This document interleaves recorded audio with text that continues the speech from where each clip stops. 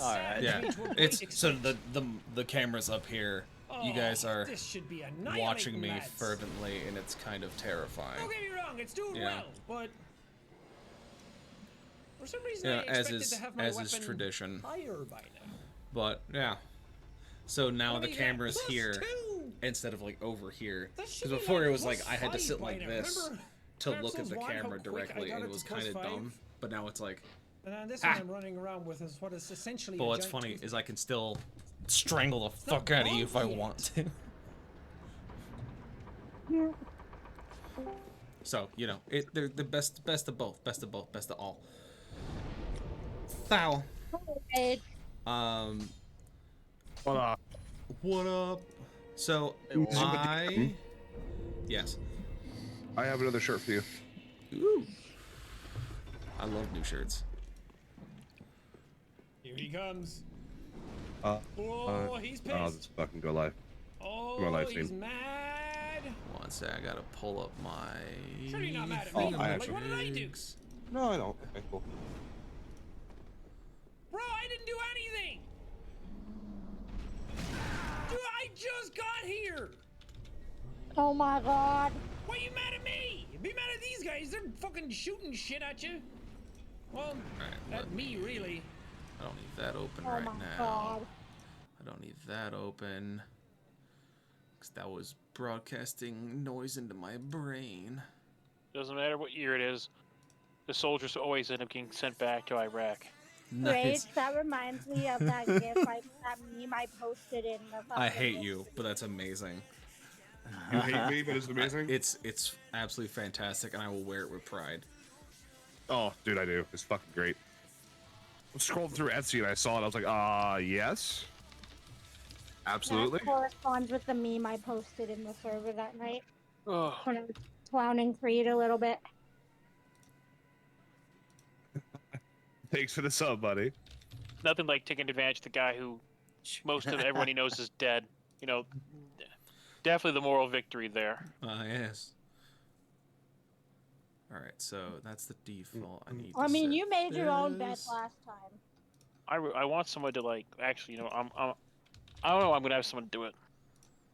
Rage, did you watch the YouTube video, like the YouTube of the last session? I was in it for most of it, but no, I did not.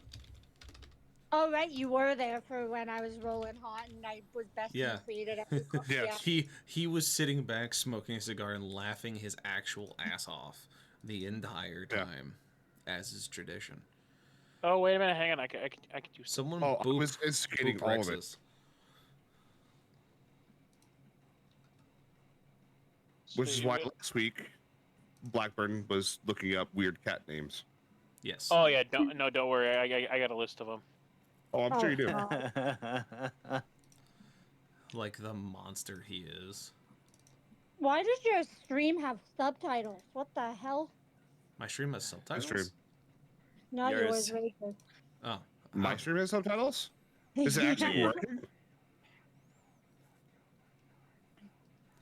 Yeah, I turned the subtitles off. It was They were not- they scaring. were like- It was scaring Jenna. They were like Is it actually YouTube, working though? they were like YouTube subtitles because like I knew what you were saying because VC, but like it wasn't coming through as those words on your stream. Mm. Yellow. Yeah, I need someone that's gonna match this color. They're kind of working? Not really, though. No, not really. No. No, so they're not working at all. I have a surprise for Buddy. So Oh boy. it's a good one. It's a good one. All right. So, what we'll do actually is we'll do this because this is something I can do. Let me go to Obis. Actually, no, I'll just do this. I'll just make another. Yeah, I turned them off. Oh, Edit is it with what you mentioned last session that you were working on? Mayhaps. You know, usually Perhaps. I'm the one that ruins the surprises and shit, but fuck. I'm gonna go right in there and say, yo, fuck you. I know what it is. So, as Oh, it is, too. everyone here, you guys can see yourselves on the camera. Everyone has their own little avatars. It's wonderful. I have been working diligently to make sure I had these set up so that when the time came, it would look a lot better for what we're doing. Look, you Welcome. can say diligently the all you want to. I characters. know it was like 5 minutes one night. Oh no, it's been Wow. a week and some change. But No. say hello to your new character portraits. What is Yes. on my finger? Dragonfly. Okay. I'm like, what? Do I have like a ribbon tied around my finger? Like, gotta remember, I gotta be good. Yeah, that cat's not gonna be good. Hey, those are really dope, actually. Yeah, they are really good. I was gonna try to make fun of it somehow, some way, but No. I can't do Not better. allowed. So.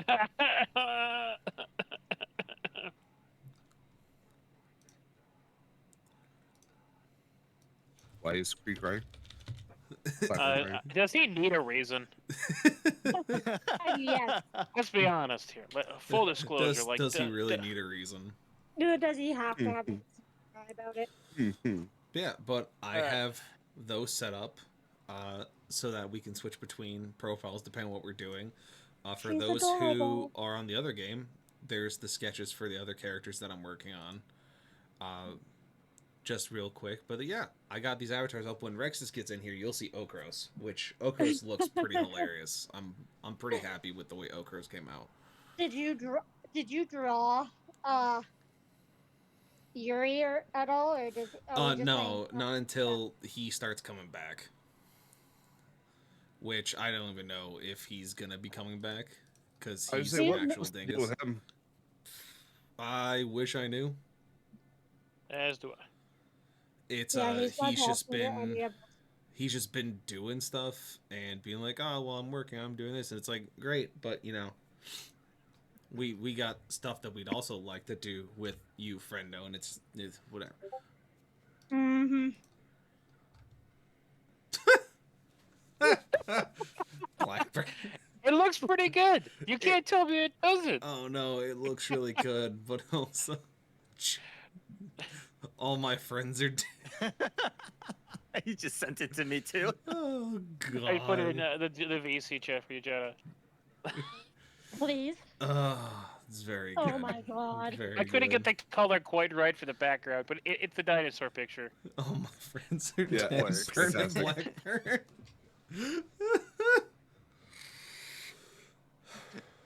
Creed's Jesus memoir. All my Blackbird. friends are dead.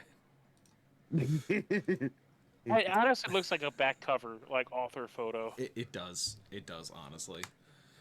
But yeah, so let's talk about where we left off last time, and where we are currently. Yay. Well, yeah, it is a yay. It's a lot of it's Is fun it times. though? It Yes. is Well, mostly. mostly. So where we left off last time was you guys were on the wings of the Valkyrie. You were just boarding for your first maiden voyage, and you were heading out towards, well, everything. You had finished clearing the region in the northeast. You had found yourselves getting ready to push forward into the rest of the lands. You knew of your next 3 objectives, which were to simply find the 3 temples and activate the world stones within. A relatively simple task compared to what you've dealt with so far. Past that all in intense, you found yourself upon a vehicle that was given to you by the engineers and the War Master to help you on your journey. He had found bits and pieces of this machine that used to carry heroes across the ocean, and in turn he has repurposed it for a new job, so to speak, where its job now is to carry you forward into wherever you're going to be finding yourself. in the given time.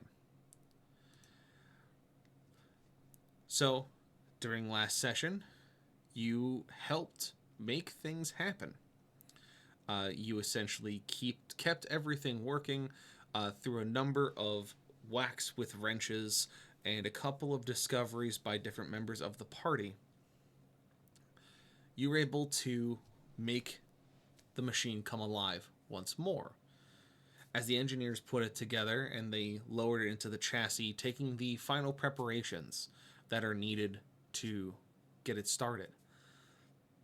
You all woke up to the thumping of rotors and the roaring of engines as you were led to this massive ship that had been laying out in the back of the salvage and repair yards near New Haven. You were led aboard as the rest of the engineers stayed behind. Those who wished to go with you to work in the back decks and make sure that everything runs smoothly did so. But the rest that chose not to stayed behind simply to take care of what needs to be done around New Haven. But as you stepped aboard, you all heard a voice welcome you to the Valkyrie, giving itself its name as well as showing that it wants you here, and asked you simply, where did you want to go?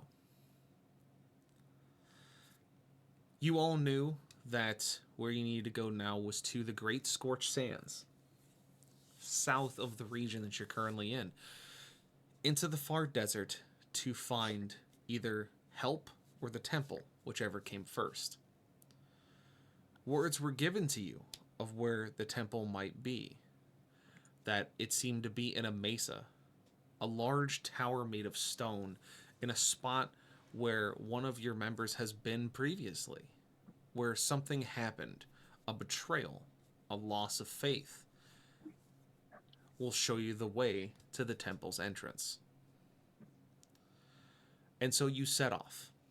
Where we ended last session, you were simply standing inside of the Valkyrie, finding the bridge with all the seats necessary for the party to sit and watch out the window as the landscape warped and moved beneath you, the large engines propelling you forward onto the horizon. And that's where we find ourselves now, as you see in the distance the bumps and rolls of the dunes of the desert coming into view, the darkened silhouette of the Watcher's Rest, the large fort on the northern part of the Scorched Sands, as well as the faint, shadowy elements of the cities that lay within the desert itself. Hello. Ho-ho. And so that's where we find ourselves currently, is upon the ship. Why does he look like Simba? Because he's a lion folk? Why do you look like a fish? Because I'm a fish. Because I'm Oh, imagine that. Huh, imagine that. You're a fish, so you look like a fish. Weird. Weird. Oh no. So, Sorry. Yes. Stealth is just killing himself over there. I'm just face palming. I'm sorry. That got me. Why do you look like a fish? I'm sorry. I'm so sorry. this hit you way No, you're harder not. than you thought it was No, going you're not. to. I apologize for interrupting. I am sorry about that. To quote someone else, you had that on standby. How long have you been sitting on that Yeah, insult? I have to that's- ask. He always only had one eye. He's winking, I you legitimately schmuck. just fucking came up with that on the spot. That was. Wow. I thought it was an injury and he only had one eye. I'm like, when did that happen? The only person who has a The face spite injury is wit Nez. strong with me. He got some spices in his eye. That's why. Oh god. If I did, it's because you were fucking around in the kitchen. What? Actually, I made some decent food, okay? Speaking of kitchens, the dishwasher is making noise. the further we get into the sands, Lord Creed's hands are just gonna slightly shake. So what are we doing, boys? Well, before you interrupted the DM, he was giving backstory. He was asking us what we're doing. I was basically going to let you guys, from this point, tell me what you wanted to do. As you see a large desert in front of you, as the Valkyrie comes to a hover, and you'll find yourself sitting in the bridge.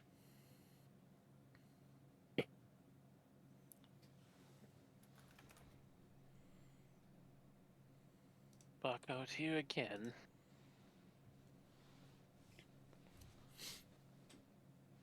I feel like a fish out of water in this desert. Oh, here come the fish puns. They were opt. But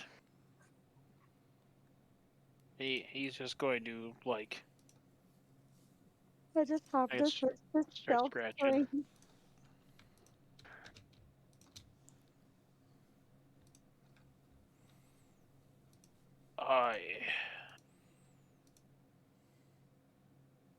Can we see the wreck?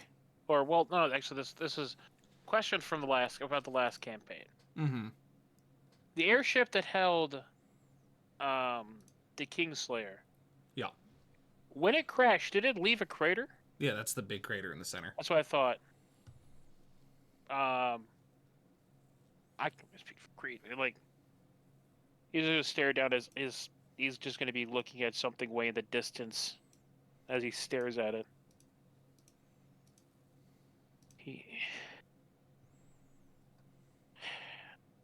I think he's dead. Has to be. If I Who's better dead? be this, the Kingslayer. Didn't we kill the Kingslayer a while back? And Creed's gonna snap his head on. You what? No, in canon, the Kingslayer got vaporized during the Godfall. It was during the last conflict where Creed got zooped forward in the timeline. The Kingslayer took out one of the prophets, but then got lightning bolted by Zeus. The Zeus went to kill. I thought we killed a Kingslayer earlier on in the campaign, did we not? You did not. Oh. What do you mean you killed him? Creed, you'd also remember the Kingslayer exploded. Like, this would not be a point of confusion. Hey, look, no. He was taken years in the future, all right? Clearly something's going on with time, and now this elf is saying she killed the man I watched die. Fair enough. Continue. Oh boy. Yeah, Creed is gonna stand up. What do you mean you killed him? We all killed him like weeks ago in one of the temples, did we not? He's just like he stood up. He's approaching you, and he seems to be getting taller as he gets closer. What do you mean you killed him? We all killed him, Creed, weeks ago in one of the temples. Do you not remember this? I watched that man die. We all did.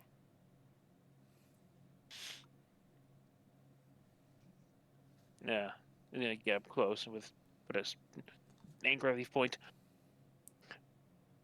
You did not kill that honorable man. We all killed him, Creed, weeks ago in the temple.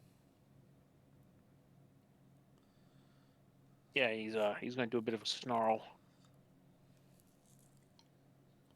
There's a lot of things I will stand for. I did not kill him. I watched that man die.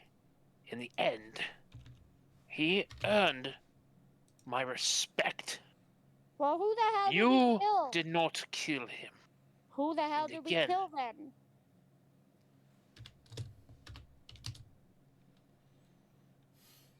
Out of character. You guys know who I'm talking about. I could have sworn you called him a Kingslayer. What? Who am I thinking of? Yeah, I'm really. I don't even know what I you're don't know, thinking of. but maybe you should share the skooma. Yeah, I don't even know who you're talking about. We killed him earlier on. He's the one that, like, Give me took details, context. Come on, give me something. he killed the priest or whatever, like Father Oh, Graydon. the lieutenant in like Ravenholm? He wasn't the Maybe. Kingslayer. I could have sworn you called him a Kingslayer. He may Okay. have had that title because he was killing people, but he's not the Kingslayer that you've heard Creed talk about. You see, there's the Confucius right there. There we go. We got it all sorted out. Yeah, no. In character, he's still incredibly pissed at you. Let him be mad at me. He fucking's been mad at me. He brought me a wheelbarrow full of copper. I ain't even mad, bro. Calm down. Say, just show him the necklace. Oh, I will. Trust me. Trust and believe. I Flash will. that bling. Jiggle it in his face. Okay, back Oh, to we're gonna character. go. I need to do another one. Can you get out of my face, Creed, please? Aura's gonna start playing with her copper necklace. Watch your tone when you speak of those who have died with honor. I'm gonna look at Nameless. Nameless, you got any copper pieces I want to add to my necklace? Why the fuck are you asking me? Anyone got copper I want to add to this? And he's going to lean down a little bit more. The fact you feel the need to rub that in my face proves just how naive and immature you are. And You're by the the one- way, if you truly would have wished to ensure our relationship got better, you wouldn't have done that. Instead, You're you've the chosen one. to be a child. You're the one And he's that just got gonna all stand in up my and face. get right back And- in the pilot seat. You're the one that got all up in my face and started yelling at me over confusion. Y'all called him the Kingslayer when we killed him in Ravenholm. Not my fault. Creed's just gonna take a very stiff, deep breath and exhale. Someone woke up on the wrong side of the spaceship this morning.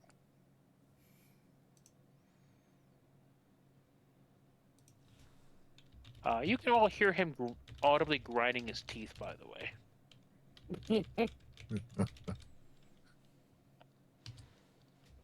I'm just out here trying to be nice to all y'all, and y'all getting in my face. At this Roll point, wisdom Aura's just for me, playing with- Aura. Uh-oh. Roll wisdom. Uh-huh. Okay, I can do that. Save or check? Check, please. Okay, I can do that. 20. So, with that, you take a big sit and a big think, and you realize that you whinging about what's going on is irrelevant, and that you realize that you may have misspoken over the person that you had dealt with previously, and with your wisdom and your reasoning, realize that you might have upset Creed, because he seems to have been not himself once you entered this desert. And continuing to harp on the fact that you don't believe to do things nice because they're going to get up in your face without thinking of your actions may be not beneficial to the situation at hand. And going forward, it may be something where you need to start looking outward towards the other members of your party, as you've found over these months that each of them seems to hold resentment, whether for themselves or something that they hold closely, something that they hold onto dearly to try and make life a little bit more comfortable. You do the same. And as you've grown and you've tried to become a nicer person for those around you, it seems that you may need to start becoming, instead of introspective, introspective and looking at those around you for what they hold close or what burden they may carry. Because as a druid, you believe in healing the soul and the heart and the mind. As you live in nature, you become part of it.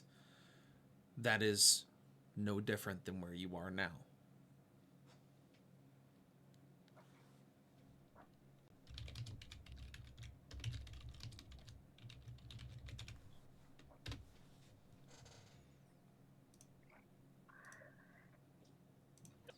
I'm trying to remember which one of these we went to. God, it's been so long. If I remember correctly, we went to the west one. You technically went to all of them, but the one that you stopped at that had the most impact was the northernmost mesa. The southernmost one was where the Kingslayer was hiding. We found his stash. It was near the west one, is where the mercenaries were camped out. Okay, cool. So the mercs were camped here by the crater. I could have swore they were at the other. Their reaction force was here. The group you ran away from. They were camped here. You wound up camping here the first night, where you swore that you saw the Kingslayer. And then you went down here, dealt with the mercenaries, and that's when they turned on you and everything went bad. I have to ask you, is your memory just as good, or did you review your notes? Oh, no, I'm literally remembering part for part what happened. And where are we located right now? You guys are over here in the northern. You aren't on the map yet. You are in the air to the north of the Great Sorch Sands. Creed's gonna direct the new chariot towards the north then. Back where we were before. Very good.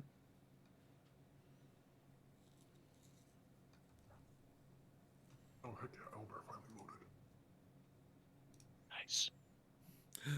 No. Nice.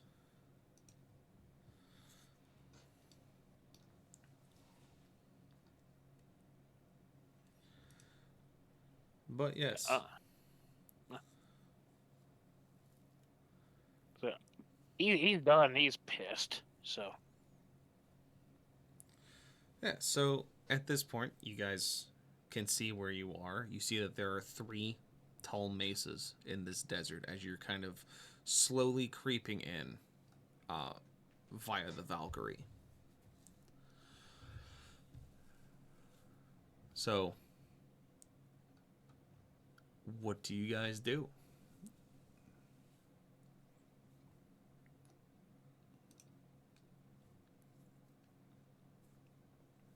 I'm flying, so.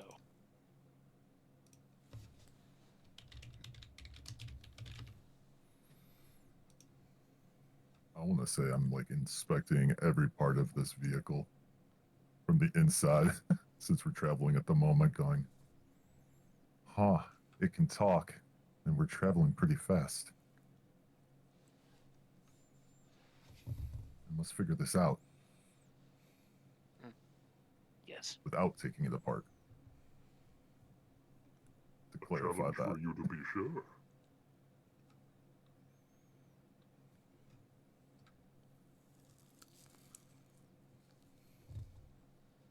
Out of character, taking it apart is not the problem. Putting it back together is. I know, that's why I don't want to take it apart. And thus the challenge.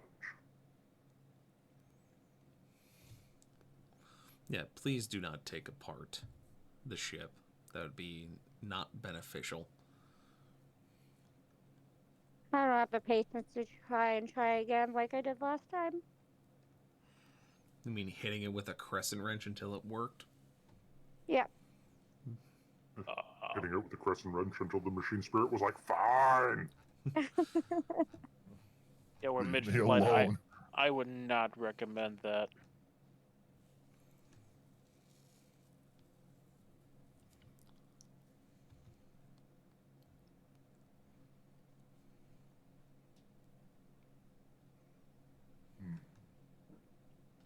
Or she's gonna sit there and play with her fingernails.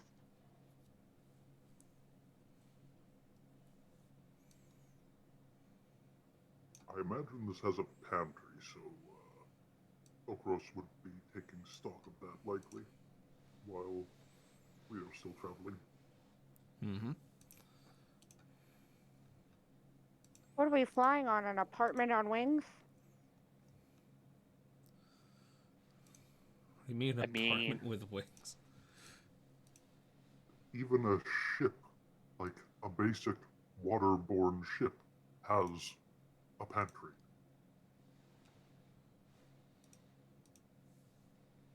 Oh, okay.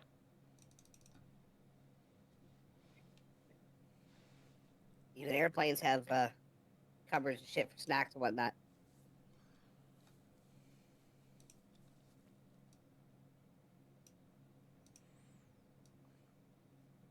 Alright.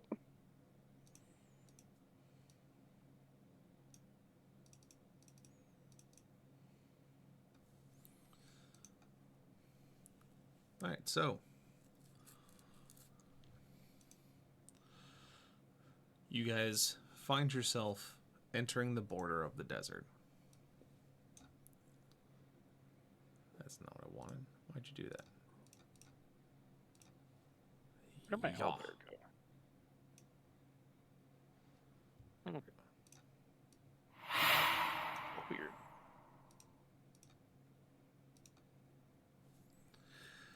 Ah, Jenna trying to hit me in the ears with the spoop. I see how it is. Lightning bolt.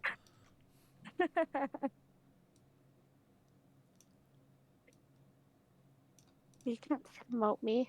I'm in the sky. I'm like a bird. I'm a plane. Okay.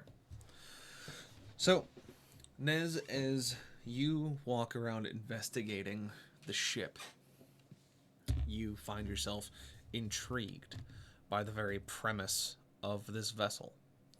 The fact that it speaks, the fact that it seems to act on its own accord to an extent, the fact that it seems to interact with those around it, much to that of Lucifer, is intriguing at the very least.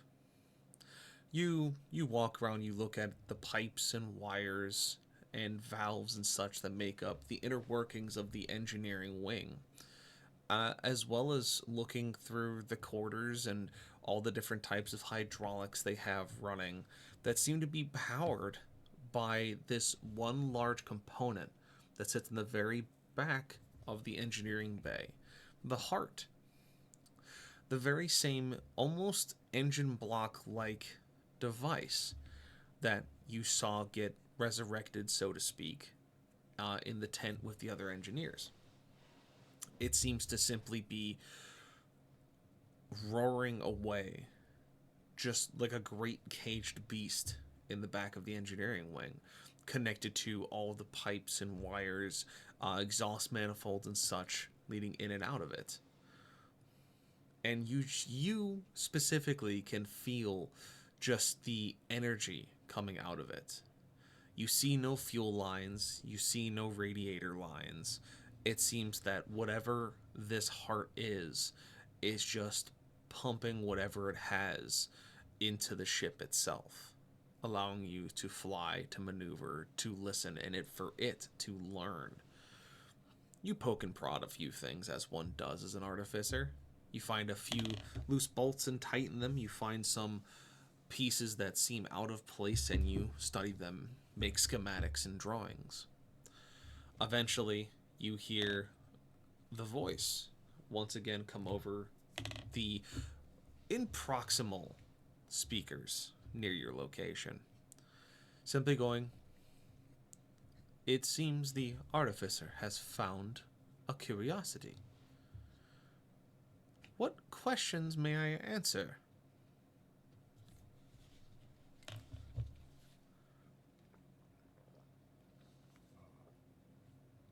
I think the biggest question would be how you are actually able to speak properly.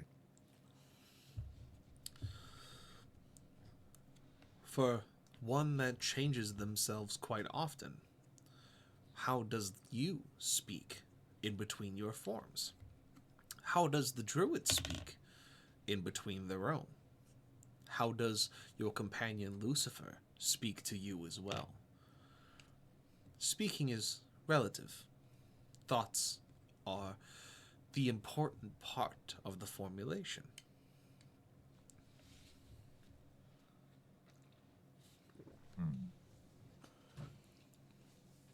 Or he's I'll gonna keep that in quirk an mind. eyebrow.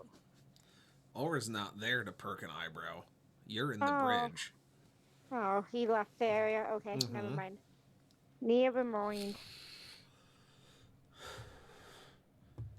I will keep those words in mind.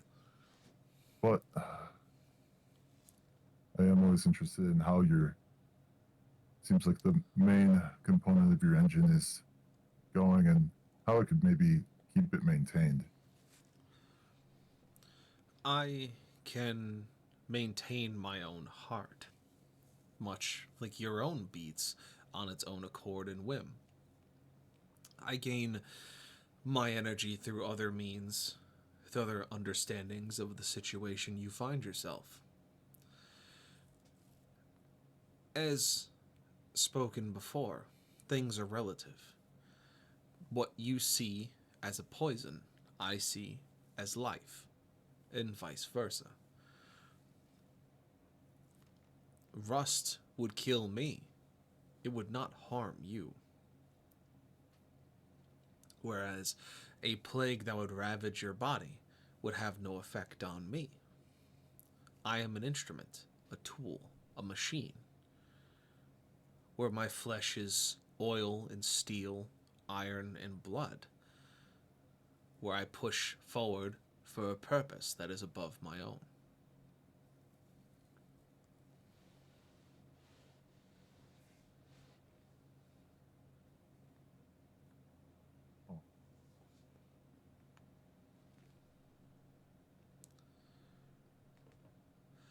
You that's need not awesome. worry. As long as everything stays where it's supposed to be, as long as the pipes stay connected and everything stays as right as possible, I will live. I will continue to fulfill my purpose, to help the fallen one recover what he can.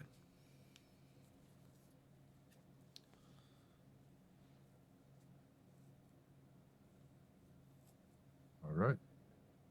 I would say that would conclude my questions for the moment, but I might come back and ask some more. We are here. The voice dissipates, returning to just the steady thumping of the engine as you find yourself alone in the engineering bay once again.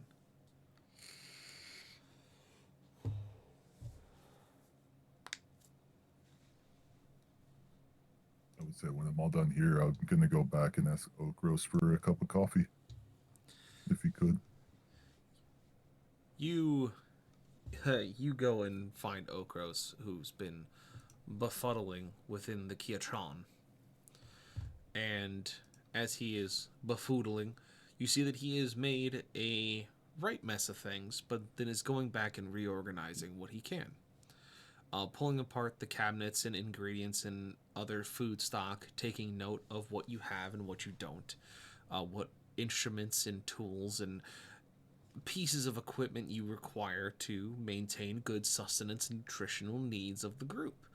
Whether it's coffee or the food groups of beans, bacon, whiskey, and lard. Making sure that everyone lives a happy life and one with a full stomach, as Okros has found himself doing. But when you do find him in the kitchen, you see that he has found a number of tools used to make what you would consider exotic caffeinated beverages. You see a strange device with a handle that he seems to turn, dropping beans into it, turning them into a fine powder. You see that he has a small, what looks like boar hair brush, but instead of boar hairs, it seems to have very thin and strong metal needles coming off of it that he seems to swirl through the grinds once he puts them into this metal cup that hooks to a machine by a wooden handle. As he swirls the metal hair through it, you see him take a smooth plate, press it down quite evenly, make it as smooth as it was from being aerated. Finally, a fourth device he uses to make ridges in the powder, the puck, as he mentions it. He then simply hooks it into a machine and presses a button as you hear water and steam begin to bubble from inside the metal piping that you see laid in front of you that is attached to the water supply. It takes its time, but after a few moments, you see this rich smelling, very dark, almost like a dark molasses brown liquid begin to fall out of this U-shaped spout into two very small cups made of ceramic that sit below this machine. Once that is done, you see him pour some what looks to be milk in a metal cup, putting it against another metal hose that sticks out of the machine, turning a handle with a loud hissing. You see him turn the milk from a normal white liquid that you've seen before to that of a frothy foam that he uses to decorate and ordain the coffee that he is preparing.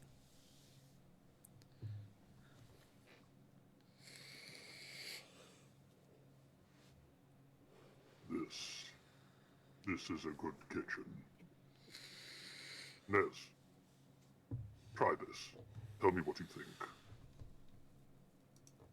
Oh, I'm ready. Do you want me to roll for this? No, you don't have to roll for it.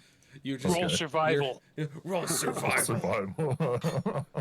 No, you're just there's no roll to it. You're simply just stepping in and trying what looks to be, in layman's terms, espresso. I'm gonna take a sip and like my eyes are going to like go big and wide, going, "Oh, this is bold." Yes, excellent. That is what I like to hear. Coffee should be bold.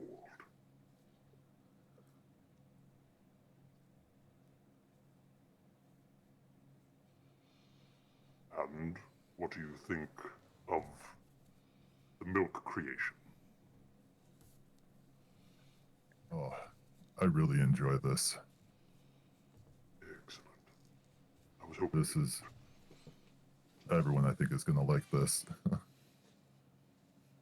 very good. I shall prepare more. Get everyone else around. There are drinks to be had. I will go get everyone. Actually, Okros, I should probably bring one to Creed since he's driving. Ah, you make a fair point. Allow me to prepare one quickly for you. So, Okros, as you prepare the next cup for Nez to bring to Creed, Nez, you look around and you see Okros go back to work, almost like an artist in his studio. You see that he has begun putting things where they make sense to him, finding things that were hidden that could be of use. Chili powder for coffees and drinks and such exotic spices he's gathered that he has established here. He has turned the kitchen into his home, into his workshop. It is something to behold watching him work. And as you watch, you begin to understand why it is so joyful to see him do this. It has been some time for all of you to actually have a moment of general joy and excitement in what you're doing. And here, you seem to have found something to hold dearly.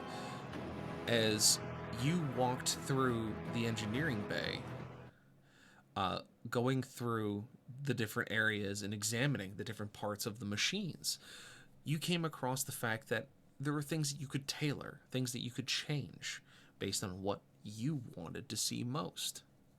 Things that you could set up for you to work on, to understand, to break down and rebuild.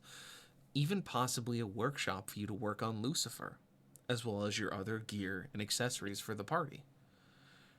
This becomes a common theme for the rest of you. As Aura, you find yourself walking about the ship, along with Nameless. You two find that there are not just rooms for you to sleep in, such as your quarters, but also other places that seem to be of interest, almost as if they were made specifically for you.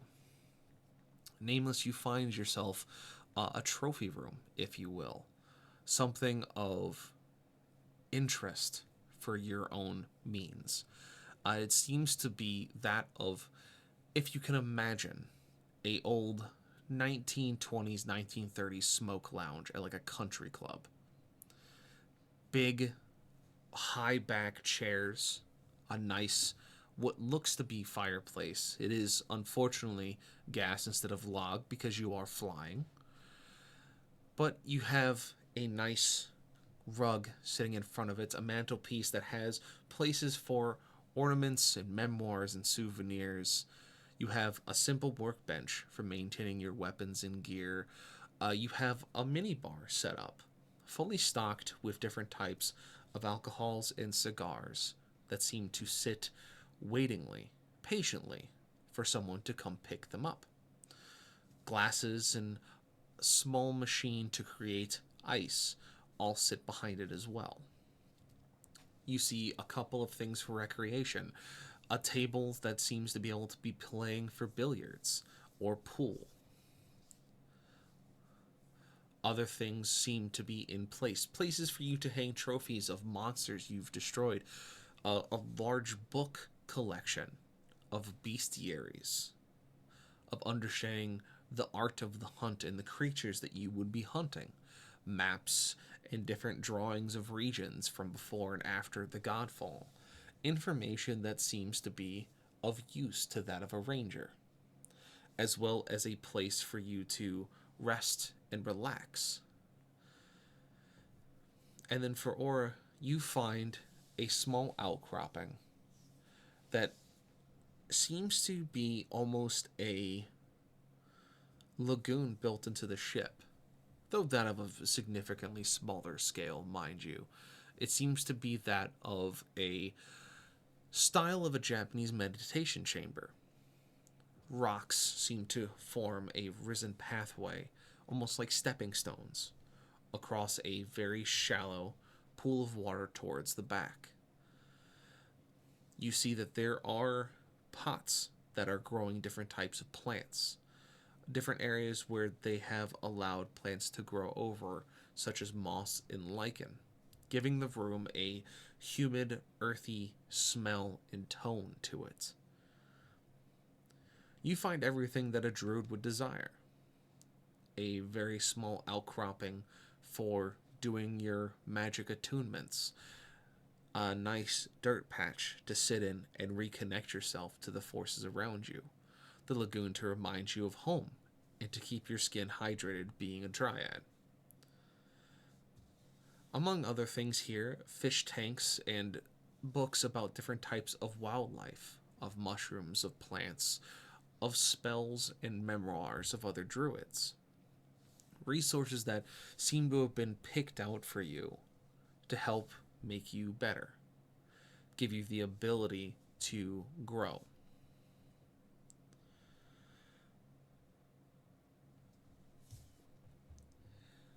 Unfortunately, these two rooms seem to be next to each other. Of course they are.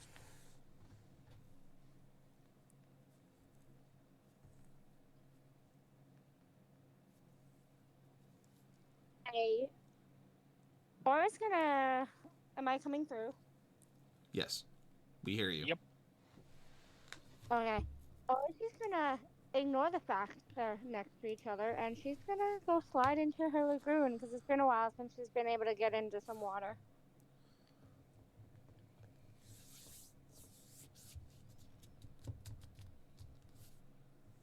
Very good.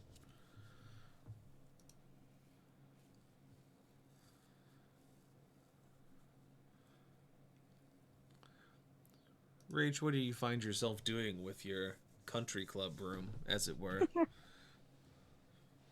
I'm sorry, who? Nameless. What do you do with your high back chairs and fireplace and minibar?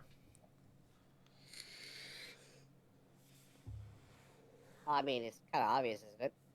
I mean, It is. pouring a drink, lighting a cigar, pulling a chair close to the fireplace. and ripping up another chair to grab cotton so I can put it in my ears and I don't have to hear Aura at all. I was gonna say, you're not gonna curl up on the rug like a nice little kitty? Does anyone have a barrel? Because I'm gonna shoot this fish. I just figured I might as well make it easy on myself.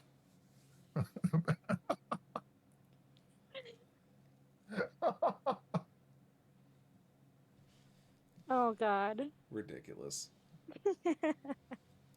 I'm swimming. You gotta get in the water, kitty cat. I'm sorry, I can't hear a thing. I have cotton in my ears on purpose. Or gonna get out of her lagoon with a bucket of water and dump it over his head and run back to her lagoon. It's not that type of how close you are.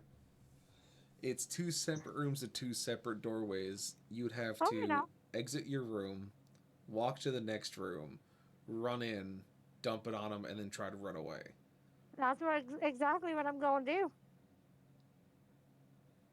All right. Well, Athletics check. yeah. Give me one of those. Yay. I can do that. 21. All right.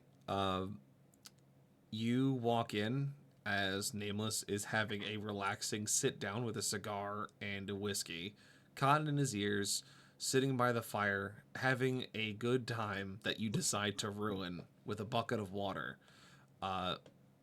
That just slams into him full force. As Nameless, you find yourself sitting there, now upset, covered in water, and unfortunately, moist. Did this bitch just moisten my cigar? Your cigar is still lit. The whiskey's a little watered. Okay, so I am assuming one of these devices in this room has to be made of electricity, correct? Yeah, that's a pretty good assumption. Okay. Just name me a device that plugs into the wall. Desk name me lamp. one. Desk lamp. I dumped water I'm gonna on pull him the and I wires got electrocuted. out of the desk lamp, pull the 2 wires apart, unplug it, of course, make sure they're stripped, plug it back in, and I throw it in the lagoon and I walk away. 2 separate rooms. So, There's or a fucking tab on the you wall somewhere. you Extension cords. Fuck off. Doesn't matter. so or you after you threw the water and you ran away. No sooner do you get back to your room, do you see Nameless walk around the corner with a large orange extension cord underneath his arm. Where he found it, you may never know. As you see in his other hand, you simply see the broken ends of a desk lamp plugged into the extension cord that then he proceeds to throw at you as you're sitting in the lagoon. I've never heard of a wet pussy being upset.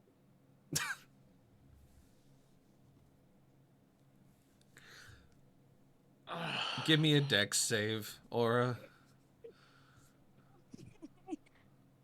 Okay, I apologize. I have to change my answer.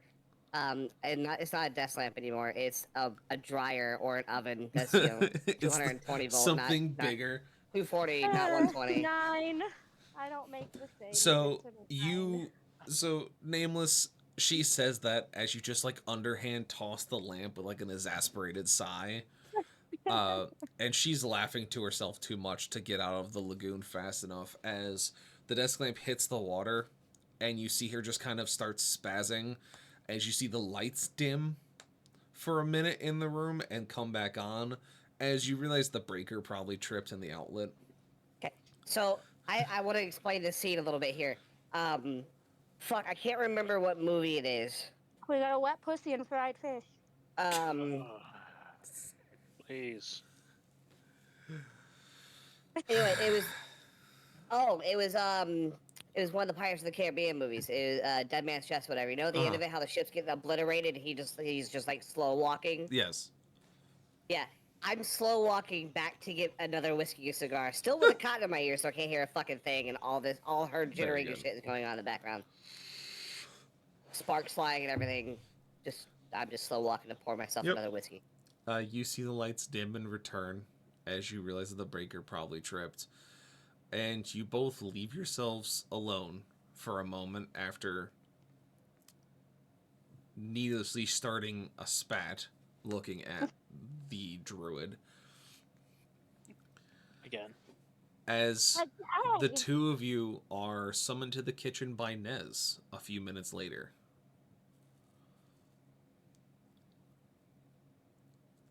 Again, cotton in my ears. He has to come poke me. Maybe he can dump a bucket of water on you too. Nez, as you find the room where Nameless is sitting, and you see the nice country club-esque room he has put himself in, the first thing you almost trip over is the orange extension cord you see leading into Aura's room next door. As you see the Tabaxi sitting in a large high-back chair, his legs dangling off the edge, cotton in his ears, whiskey in hand, and cigar in his mouth. And soaking wet. And very damp.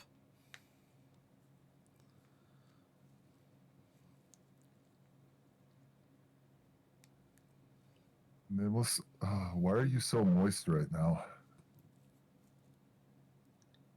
That's the fucking fish. Oh, but since you are here, how would Lucifer make us a hairdryer? 'Cause I need a little help. Huh? We could try. You might get a few burnt hairs out of this, but I mean, you know what? He could just launch me again. Just make sure the trajectory is that I land back on the ship, and I'll just air dry. I'll just not into try. a wall. Not into a wall this time. No. You can Fucking launch fish. fish into a wall.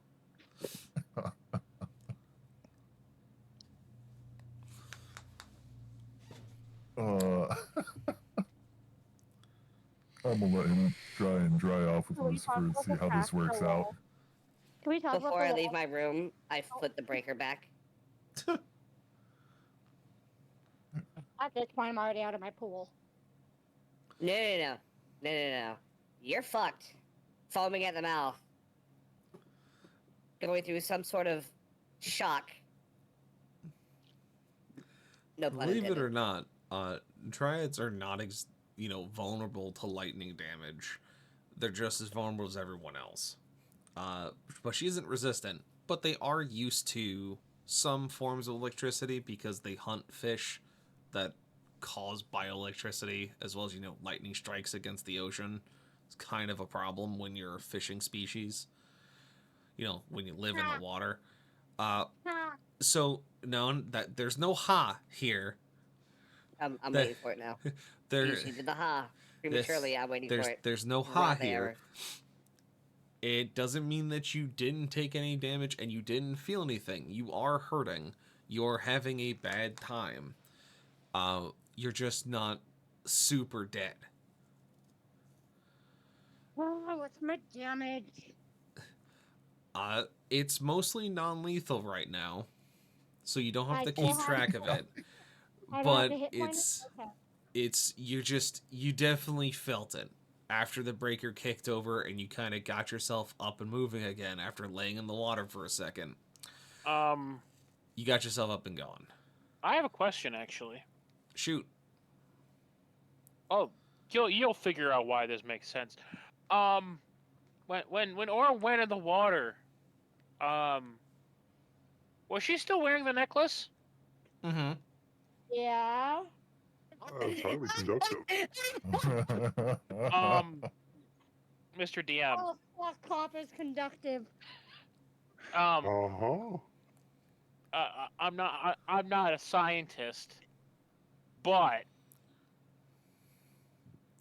she is wearing a highly conductive piece of metal right against her flesh as she is exposed to electricity and water. Yeah. So, Jenna, you do smell a smelly smell of burnt skin as you look down and see that the imprint of the copper piece has burned itself just above your sternum.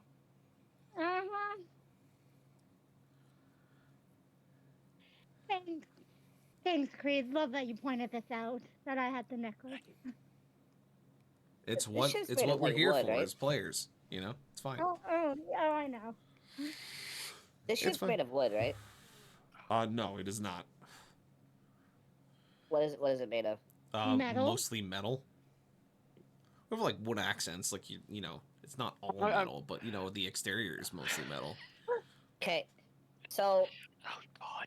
humor me for a moment. Is there anything underneath her lagoon that I need to be aware of to not try to break? Leave my lagoon No, alone. It's no, it's no, not no, an no. infinity pool. You know, Jason Statham. You can't That's- just that's go not- and that's put. not what I'm talking about. Not what I'm talking Okay, about. it's Is there anything underneath her pool that could be Water damaged is what he's no, asking. no. That could be really bad if it were to be damaged. no. Or I are wouldn't we on like say the bottom that. floor? It's the ship isn't multiple decks like you're thinking of. It's closer Okay. to where you have a deck above you that's like weapons and support systems. But currently where you guys are, it's a singular deck kind of situation. So no, there's nothing that would, you know, be awful. Okay. One last thing I'm gonna do is I'm gonna walk over to the edge of her lagoon, Uh-huh. look her dead in the No. eye. No. Shut up, No. Creed. In Shut my up, Creed. pool. I am going to aim my alligator rifle in the deepest part of her pool and shoot a hole into it, so it drains out. So, in the correct timeline, in the canonical timeline, you're being dried off by Lucifer as you're going to the kitchen to meet Okros, as Nez came to get you for that specific reason. You leave my damn pool alone. Or you have been shocked twice. You have a copper coin imprint on your chest. Your skin's sizzling a bit. Your hair's a bit frazzled. You feel a little nauseous and a little groggy as Nez rounds the corner. And he sees you having a bit of a rough go as you are pulling the extension cord out of your lagoon and just throwing it out the front door. Can I casually hit step aside Nicholas to in the that. head with it? No, you don't hit Nez. It just kind of, it was a No, low I said toss. nameless. I No. said nameless. Nameless isn't near the front door. Stop picking fights or I'll put you in the get along shirt. I poured It's okay. water on him and he tried to kill me. You lived twice. Barely. Oh. So that's where the extension cord went. I'm just gonna glare at him. Well, it looks like you could use a pick-me-up. Okros has made a special type of coffee for everyone to try. Can I have some chicken chow meow with that? That was a bad one. Poor. I'm not Okay, even sure that's what your that pool is. now. Am I allowed to bellow something back? Give me a perception check, because you are piloting. I want to see if you hear this. Oh, come on, please. I got +4 on this. Yeah, roll high this Oh, time. come on. All right, never mind. I you know what? I'll be back. I'll be back. I'll be back. I'll be back. So, Soon you'll see or me. you pull yourself together, you throw in some fresh clothes that aren't singed, and you walk with Nez towards the kitchen where Okros has been waiting patiently for everyone to arrive. Kareen, you feel like you know your group members are causing a commotion somewhere in the ship. You don't have eyes on them, but much like a parent does, your sixth sense is going off, as if someone is doing something they should not be doing. But you can't put your finger on it completely, and so you just dedicate your time more to piloting the ship. It seems oddly familiar. You haven't gone up to see if there is a room for you yet.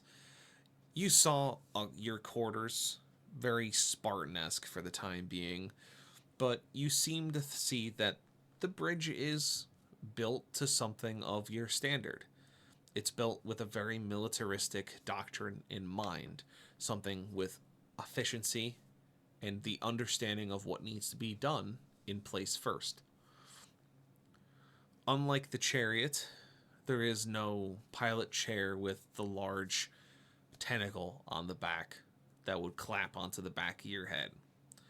There's no blinking green screens or lights that kind of show the way. It's a simple pilot's chair with some steering devices and some levers that change the height and altitude, the speed of the propellers, the differential of, or the collective of the blades. Everything very straightforward that feels familiar as the voice inside the machine speaks to you and guides you through your maiden voyage, as it hands you over control as you kind of navigate the scenes and everything else in between. It feels familiar, but also feels strange, as you find yourself in the sense of feeling like this is not right, that it's odd, that something should be different here. And you just can't put your finger quite on it. As you feel yourself floating across the sky, you giving the ship a little bit of yaw and take, getting a feel for the controls. It seems wholesome. Like, when it's the best way to describe it is like going back to your hometown. You know where everything is. You remember where things are. When you get there, they're not quite the same you remember them. Like, there's something missing that you can't put your finger on. But you find yourself focused on everything that's going on. Understanding the weapons, the plating, the fuel, the engine, the heart of the machine. And you're broken out of this trance by a tapping on your shoulder as you turn and you see Nez.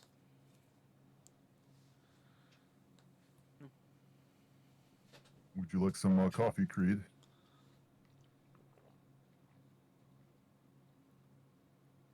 He's gonna kind of stare off to the side for a second. I'd rather not sleep out here, so I suppose. Thank you. You're welcome. This is a newer type that he just made, and it's got a lot more of a kick, so it'll definitely help you stay awake. Wonderful. And he's not gonna think too much, and he's basically just gonna throw it back. You throw back the 3-ounce amount of coffee in the very small ceramic mug. You try the milk creation coffee mixture that was also given, and it's very good. You set it on the console of the bridge as you slam back the small cup, and you feel a buzzing run through your brain, like a snap to reality. The bunch of endorphins all slamming into your head at once.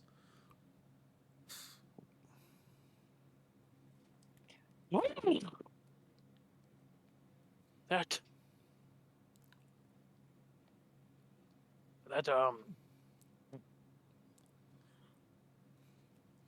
if I could offer some feedback. I will relay it. Make sure it's mentioned to sip. And like his eyes are completely like blown open. Like he is staring 30,000 miles ahead of everyone else. He could damn near see the future right now if you asked him. Make sure you sip. I didn't want to sleep out here, and I don't think I'll be sleeping for the next month. Well, if you need someone to take over, let me know and I can swap with you. Oh, we'll find out.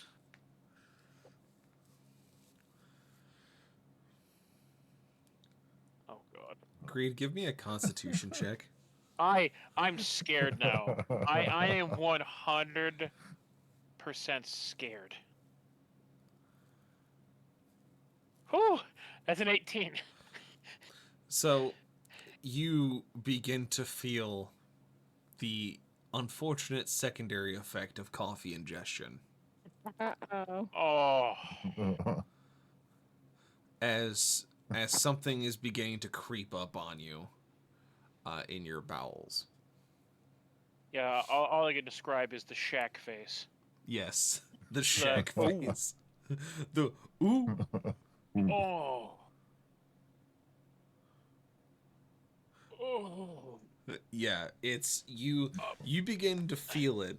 It's not immediate, it's not emergent, it's not something that would, as at risk of turning your pants brown. But it is something that you feel and you just go, huh. Could you Yeah. come here for a second? And he's gonna like gesture over to the controls. Yeah. What you're going to do is you're going to sit in this chair, all right? And you're going to stay here until I come back. And he's gonna everywhere he's gonna tap on the shoulder. Do not leave. And then it's basically the dust outline from Looney Tunes. You got it, boss. Just the whew as he's doing the duck walk of shame very quickly. At this point, Aura's gonna like come out and tap Nez on the shoulder and be like, "Oh, Chris needs you." Yeah, Well, no. It's gonna have to wait because I'm piloting the ship right I'm willing now. to roll a perception for that one. I will roll as well to combat his perception. No, that's not how that works. I got a 22. What would Green, I roll to combat as you this? are running to the John, you hear Aura basically yell to Nez that Okros needs to see him. Yeah, no. I'm going to cast Thaumaturgy and scream back, "It's off, F!" and then keep walking. You What all did he hear. scream he cut out for me? What did you say in specifics there, Creed? Piss off, elf. All right. So all of you all of a sudden hear this booming voice from the laboratories of "Piss off, elf" echo down the corridors. What? I didn't do anything. I just said Okros needed to see him for more coffee.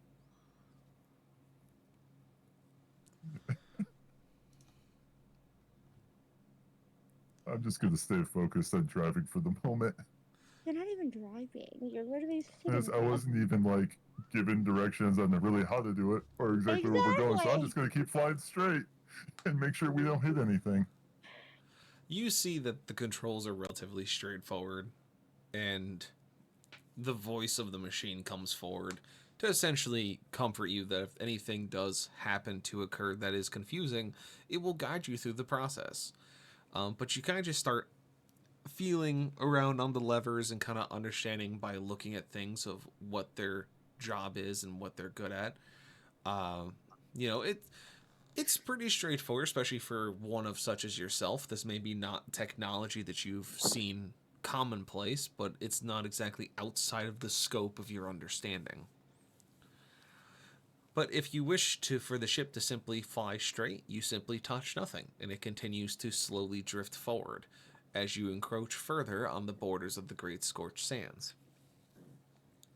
If you do want to touch something to try and make something happen, that's going to require an engineering roll.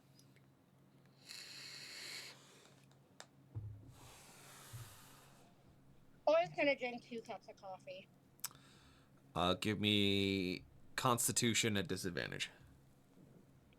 I'm not even at my computer right now. Give me a second. Con at disadvantage. Yes, con at disadvantage. Right? Yes. Okay, so I got an 11 there. Uh-huh. And an 11, so I'm doing great here. I got 11. So you dump those 2 cups of coffee. Okros, you see her do this, and you know what's coming. You know it's going to hit her like a sack of sledgehammers. as Aura, you now make the shack face. Oh God. Orcus just raises his eyebrow like, Well, you brought it upon yourself. Good luck.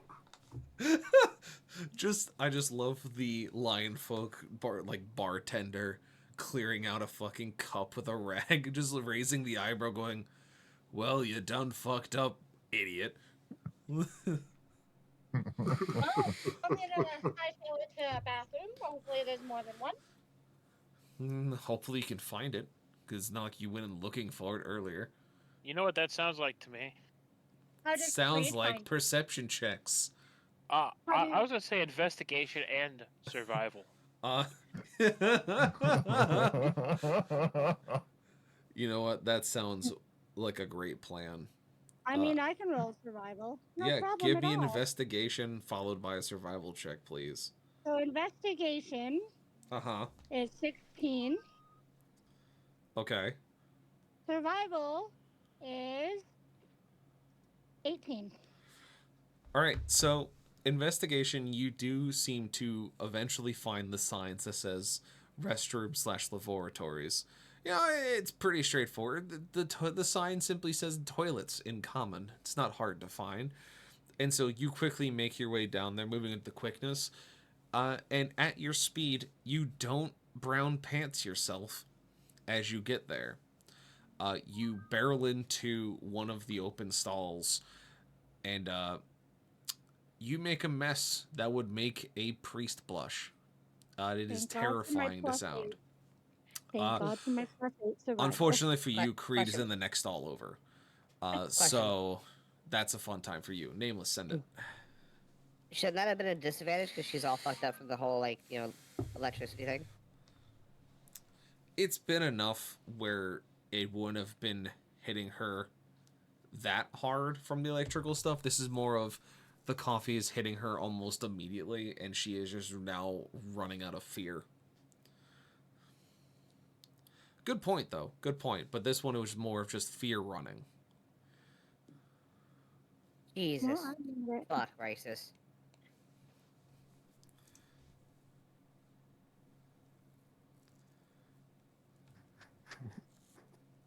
Jesus.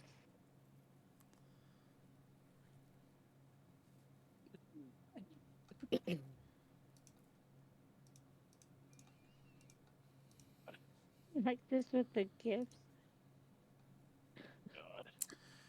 Listen, he's good at his job. His job is memes. I thought I had some good ones, but you win this round, good sir. So that leaves Nez flying the plane, Rixus and Nameless, not Rixus, Okros and Nameless in the kitchen, and then me and Creed in the fucking shitter. Uh-huh. Because, yeah, you both decide to just dump that coffee, which, you know, now you know. You learned. Yeah. Now I'm fucking cracked. Yep.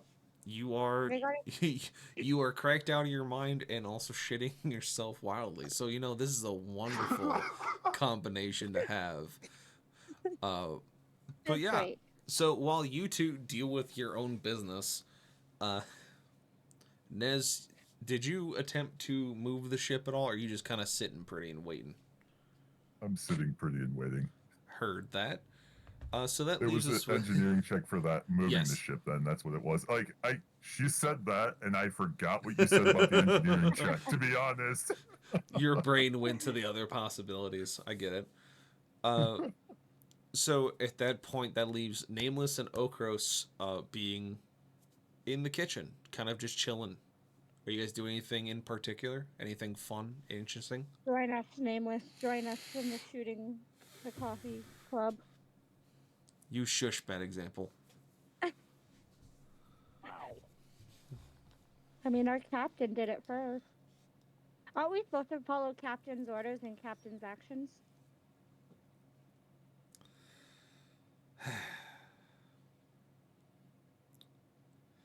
Anyway, Nameless and Okros, what are you two doing?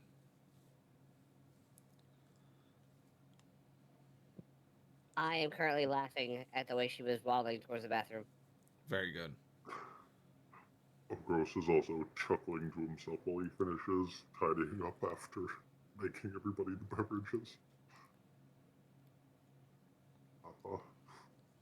And probably going to get some food ready while he's at it so that everybody has a meal before we head out. Very good. So, eventually,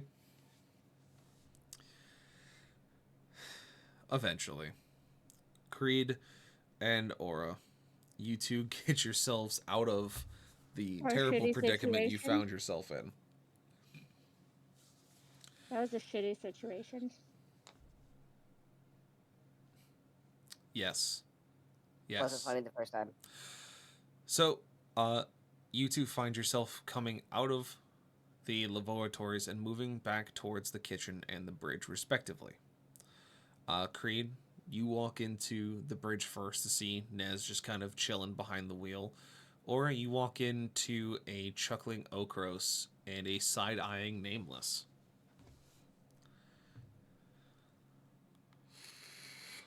I'm just gonna go sit at the table and ignore them.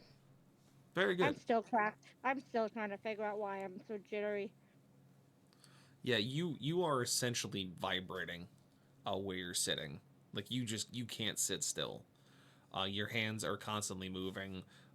You keep like turning yourself slightly in your seat. Your eyes are just like bugged. You look like you hit something a little too hard, and you're losing it. Creed, you're still feeling it. You're feeling a little bit of the kick from the coffee, but you're feeling better after your emergency departure. And you come back to take over the bridge from Nez and relieve him of duty, much like you just did. Thank you. Really? At least that one made me giggle.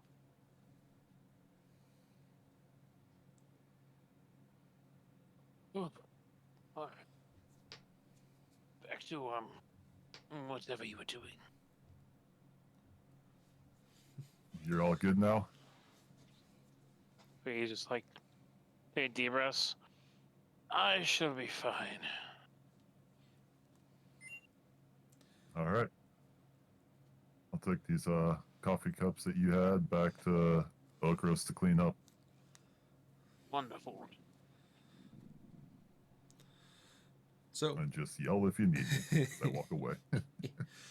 so as Creed, you sit back at the controls and begin piloting, you see one of the larger mesas on the northern side of the scorched sands coming into view. And you believe that should be their first spot. You go and look for what the riddle of the temple is guiding you. And so you begin to bring the ship in for landing as everyone kind of gathers themselves in their gear. And as you are bringing yourself in for landing, we're going to take a quick $5 for bios and water while everyone just kind of gets themselves in order, and we'll be back in a moment. Sounds like DM had that coffee too. I grabbed a monster when I tried to yell earlier, so.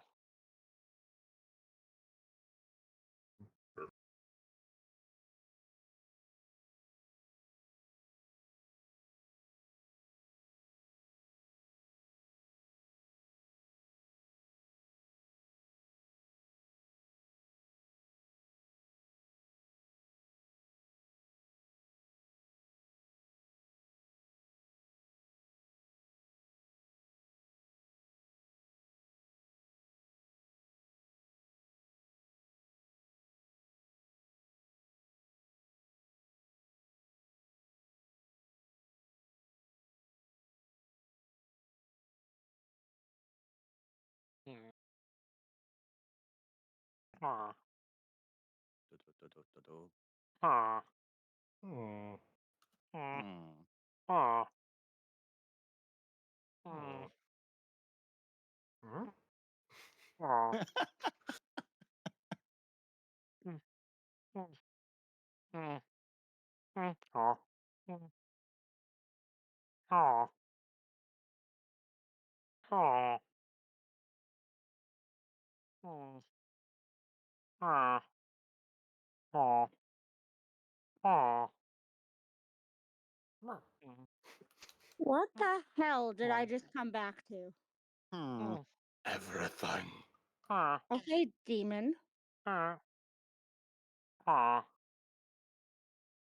Hmm? If you think that's a Aw. demonic voice, I can show you worse. Huh? Hmm. Hmm. Hmm. Huh? Aw. What? Aw. Hmm. Hmm. Huh? Hmm. Aw. Aw. Huh? Hmm. Aw. Hmm. Huh? Hmm. Hmm. Huh? Okay, I'm done. I'm bored already. Hmm. Aw. Hmm. Aw. Aw. Aw. God, where is that from? There's Minecraft villagers. That's what I was like. I was about to go. Is this Aw. Minecraft? I wanted to say it, but I was Aw. just like, I'm gonna feel stupid if I'm wrong. Aw. Hmm. Aw. Aw. Hmm. Hmm. Aw. Hmm. Aw. Aw. That's what I would do is, God, what was I playing? I don't remember what it was. But I would join my buddy's game, and I would just follow around making Minecraft villager sounds. I thought it was the funniest shit ever. He did not. Oh, it was Fallout 76. I would just pop stealth boys. I would just follow them around. Just no, can't Or escape like, wandering traders even in Fallout 76. I would just stalk them from behind buildings and stuff. Follow them like halfway across the map, just making random villager noises.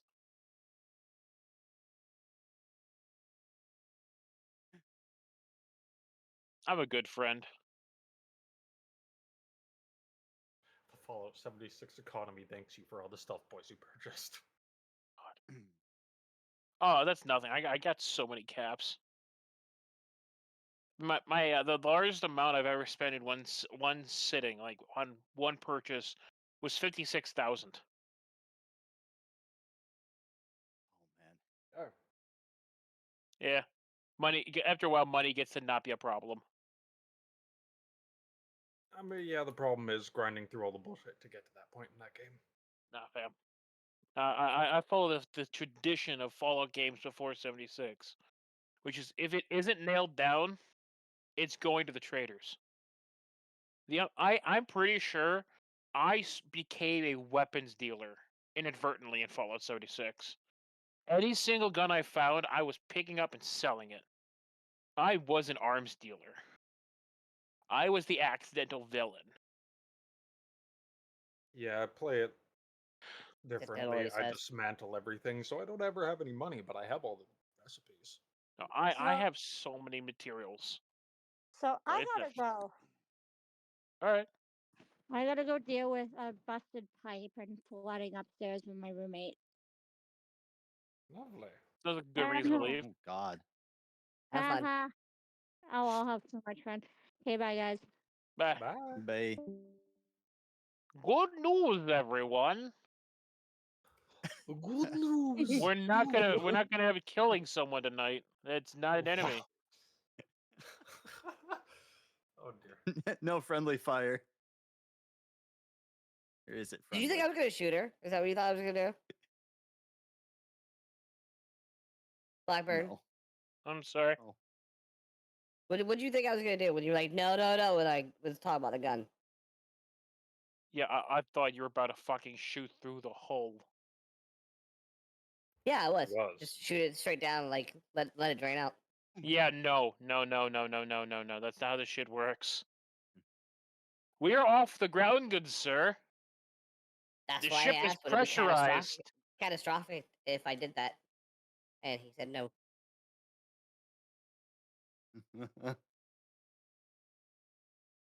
I really, really don't want to suddenly have explosive decompression from some random fucking room on the ship. But that coffee kind of did that to you already. Yeah. I, I, It's a breakfast. A fucking. There's two sides to every story. I really considered like role playing out how rough a time Creed was having. I considered it for a second. Are you gonna Dumb and Dumber it?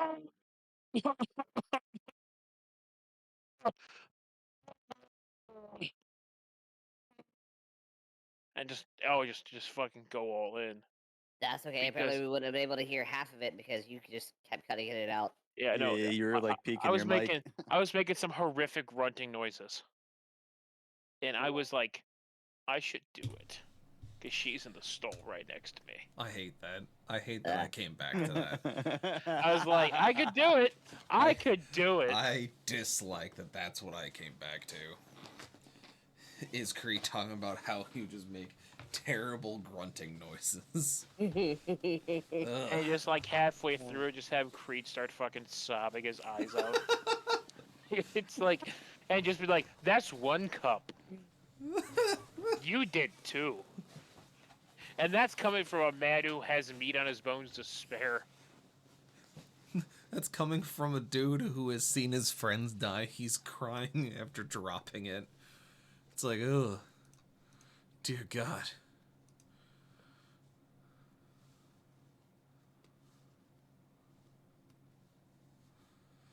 Oh yeah, she's gone now, by the way.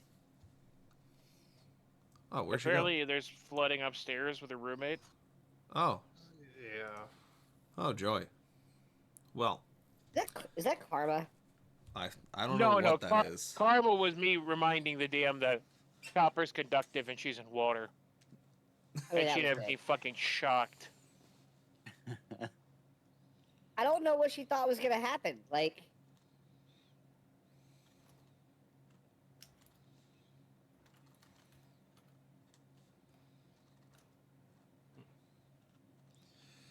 I mean, I don't even think she knew, but now we know. Any hoozle. Right, Here we cool. find ourselves. No, I'm sorry. I got to say one more thing. Real Oh, quick. okay. Go for it. The wheelbarrow was supposed to be a good-natured prank, which was supposed to be like, I can play the game too. No. I'm done. Going forward, I will kick that foot out from underneath her every chance I get down. Oh, by the way, as soon as he gets a chance, like if we land, he's digging through her shit to get his cloak back. I'm pretty sure she gave it back to you. Nope. Didn't do it last session, so he's going to very unsubtly go through her stuff to get it back. Fair enough. If she left it behind, I'm going to be rolling to attack. So.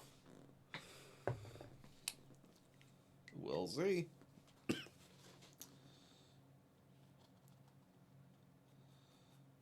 So, anyway, as I stated before we took our bio and the Huater break, Creed, you saw one of the larger mesas coming up on the northern side of the Scorched Sands. One that seems all too familiar to you. The tracks, of course, are no longer there, as it has been quite some time since you last traveled there, even though it feels much closer.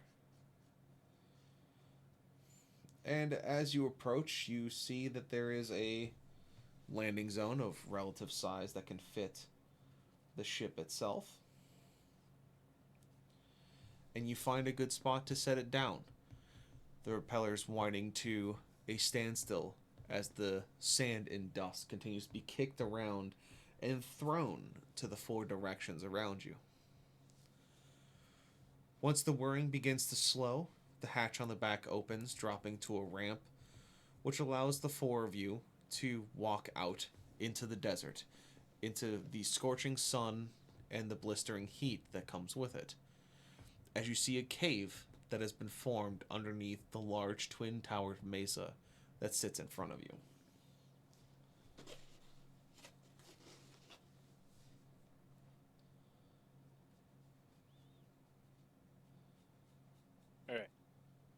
So that means that that's more than likely going to be our destination, correct? Mayhaps. I should have written down what super prophecy was. Alright. Reed's just going to go about making sure nothing's going to interfere if if the ship has to take back off. Yeah, easy enough. Well, I'm doing that. If you guys would like to do anything, you're more than welcome to.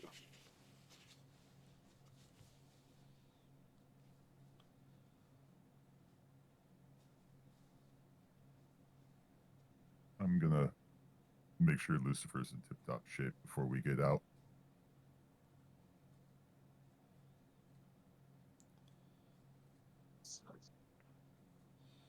Yeah, easy enough. Easy enough of a check. He seems relatively well stocked and well put together.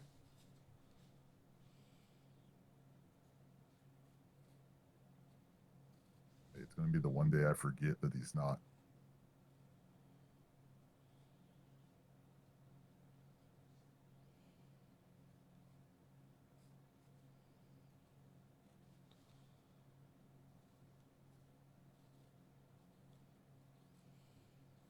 So,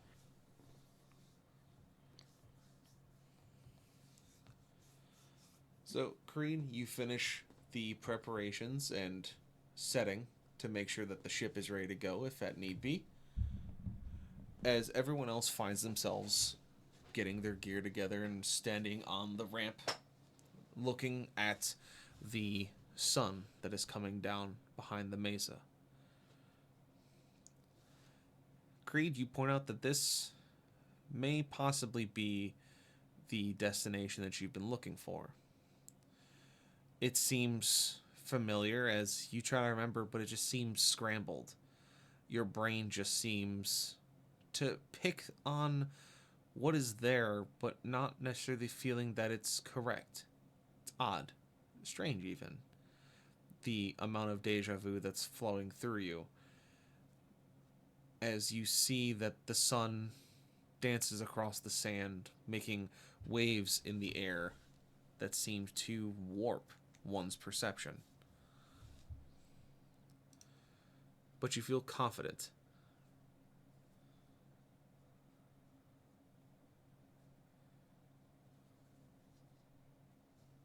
would be it. If not, well, you would have a remaining 50-50. Then when he will go to take a step forward, reach up to pull his hood up and realize he does not have his cloak. He is going to then turn around, whip around, and stare at Aura, and then walk over, just start going through a pack to find it.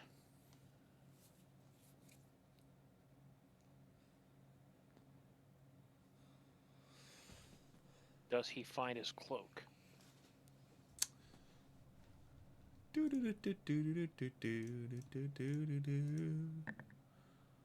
Yes. Good. Alright, he's gonna pull it out, like, with a pat down, throw it on, pull the hood up, and then he's going to head outside. As you go to step outside, you hear a tiny voice enter your head, a woman's voice. Simply go, "Hey, did you know the Roboscus monkey has a perpetual Woodson?" And then the voice disappears.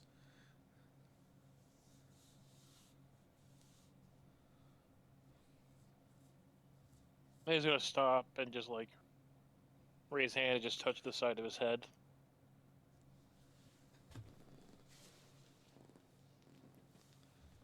Go lower it down, just keep walking. Thank you for the bits, Carson, as well as the 5 subs. Is much appreciated. And, of course, the fun fact of the day, which is the Roboscus monkey has a constant Woodson. I suppose that's why it's called the proboscis monkey. Yeah, that's what I would imagine. I don't know where she gets these fun facts, but she has one for every time we're alive, so here we are.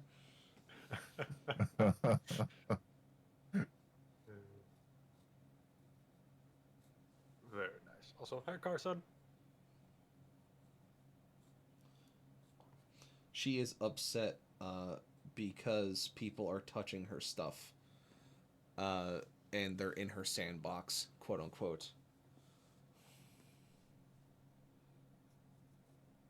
Ooh. Oh.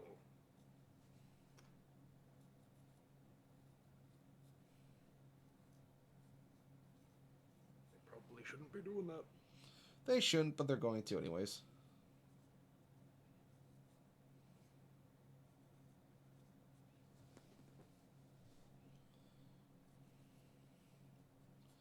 So you find your cloak, Reed, and you step off the ramp. And the four of you now stare at this mesa with the cave at the base of the structure. You see that the cave entrance seems to have what looks to be almost a covering. Very strangely, it seems out of place in a desert.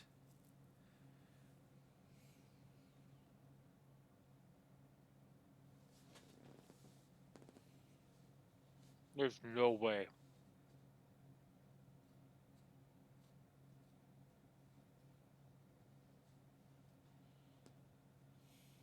There are any rocks nearby. Yeah, there's rocks. Here's gonna pick one up and toss it.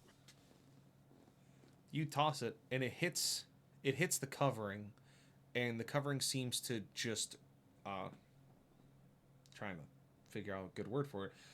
It seems to ripple from the impact, throwing sand and dust in all directions as the rock goes down onto the ground, ricocheting off of it.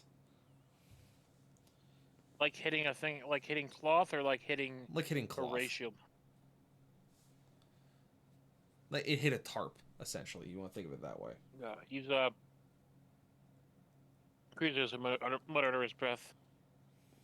There's no way. He's gonna walk forward.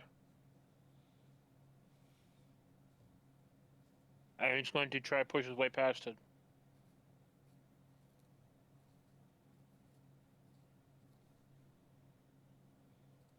You do so. As you walk up to it, you see that it is a large, almost segmented tarp that's covering the entrance of this cave. Segmented is almost if there's been slits cut into it to make it look leafy or to let air pass through instead of being a solid surface. Easy enough for you to simply reach your hand to the side and pull and basically lift up a section for the four of you to walk under.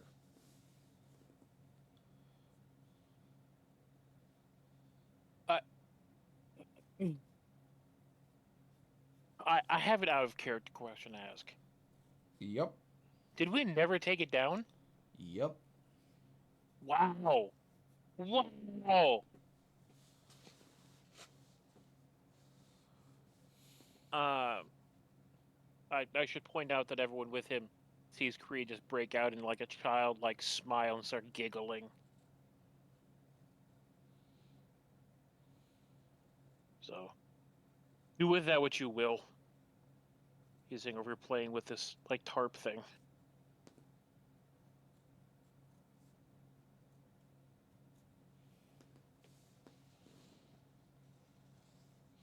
Other things that you find of interest is in one side of the cave, Creed, as you enter, the rest of you following Creed in, I would assume.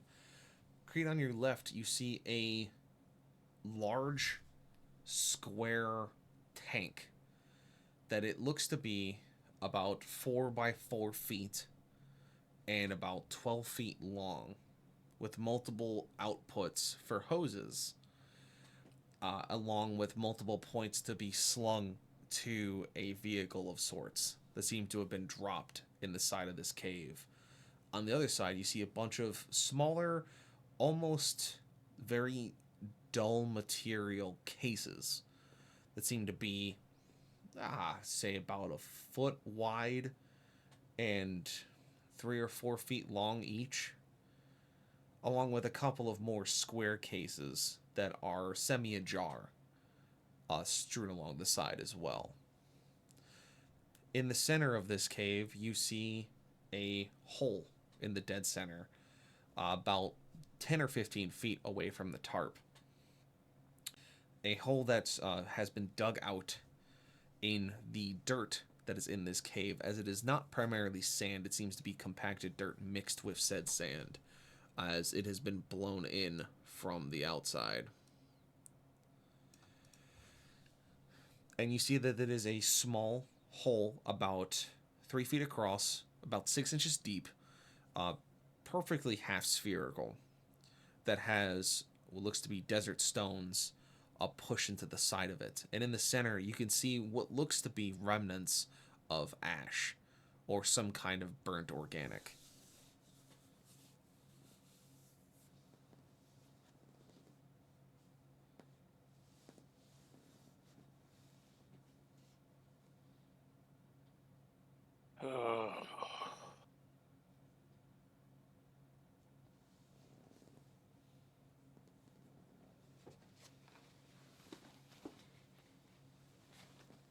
How many years go by and nothing changes?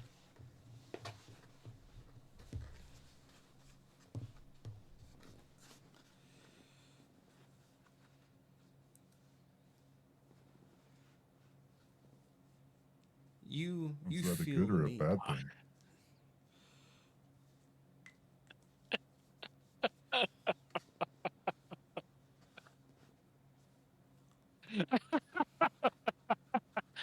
Oh, I don't know.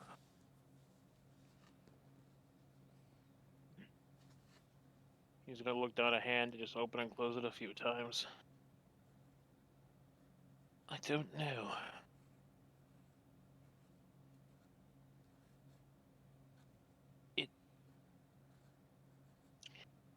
It's wild to think how long ago I was here compared to how much time has passed.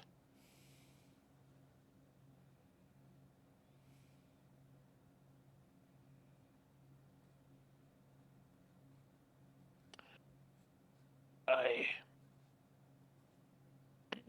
And he gives himself a shake. Look around for anything we can use. It's good to reuse it, not to let it just fall apart out here in the desert. And I suppose look for any secret doors. Zacretus, you tell them to look through what they can find, trying to find something that'd be useful. You hear a metallic clink as your boot hits something in the sand by your feet. I don't have boots. Against your hoofs. Your hoofs. Your hoofy feet. There's a very distinct difference there. I've just pointed that out. Yes, I am aware. I forgot that you don't wear shoes, you cloven hoof bastard. You hear a metallic... There's metal clink against your horseshoe. Yeah, your damn horse feet shoe. I've said it before. It's gonna be wild. At some point, he's gonna get cursed to have human feet. It's gonna be wild. I have purposely made that every living moment I fight against that happening. I don't even know how I'm gonna make that happen. He's gonna be he's just gonna be dragging himself everywhere across the floor. Anyway, you hear a metallic thing hit your fucking hoof. So squishy. He looks down. It looks like a flask of sorts. He's gonna pick it up. On it says, it looks like a symbol. It is a large, almost oval-like symbol with a circle in the center, with two A's back to back, with a ribbon on the top and bottom that says the 82nd Airborne on the bottom, All American.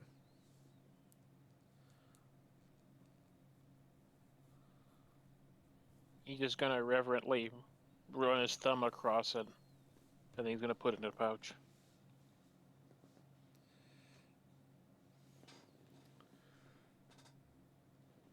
So while Creed is looking at that, what are the rest of you guys doing? You guys see that there is a large tank of some sort on one side and a bunch of cases on the other.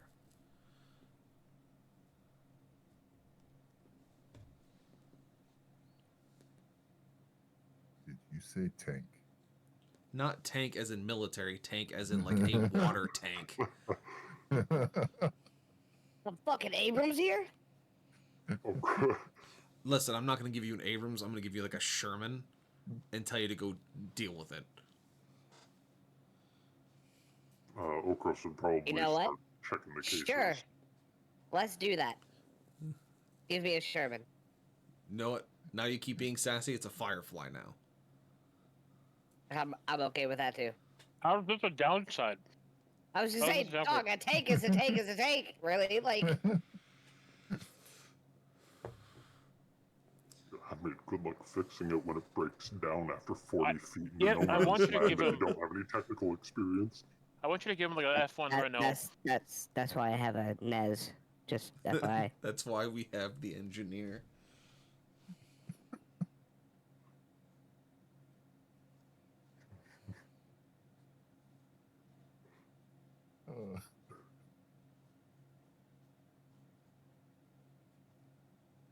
Okros is going to be searching the cases for anything useful.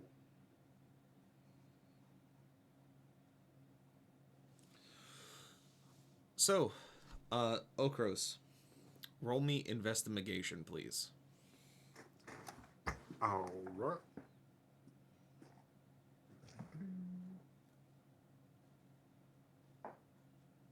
Okay, that's plus what though again?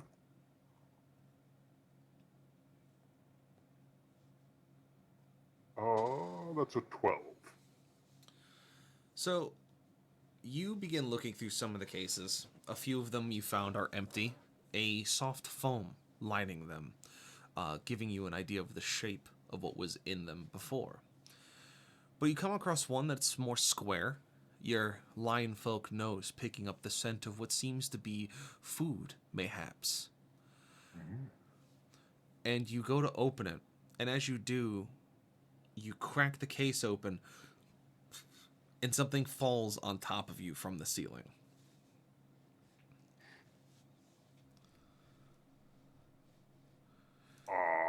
Give me a dex save. Yep.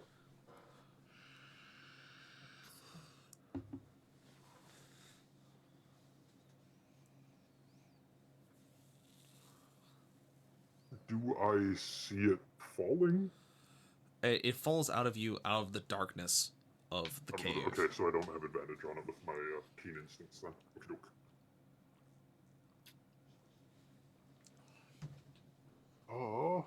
That is a 15. So, with a 15, you easily grab this thing that just fell on top of you, and you turn and you just throw it towards the center of the room. As it hits the dirt and kind of rolls and stops in front of Creed. You pull your mallet as you're ready for a fight, as Nez and Nameless see you react and throw this thing towards Creed. But Creed, you look down and you don't react at all. Because as you look down, you see that it is not a threat. It seems to be, at first glance at least, the exoskeleton of what was known as a desert strider.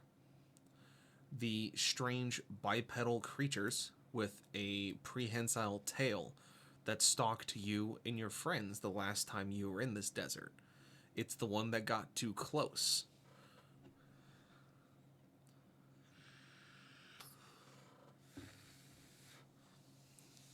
It seems that one of your members must have taken it down while they're on watch and simply placed it here in the cave, and it must have fallen on Okros when he moved the case.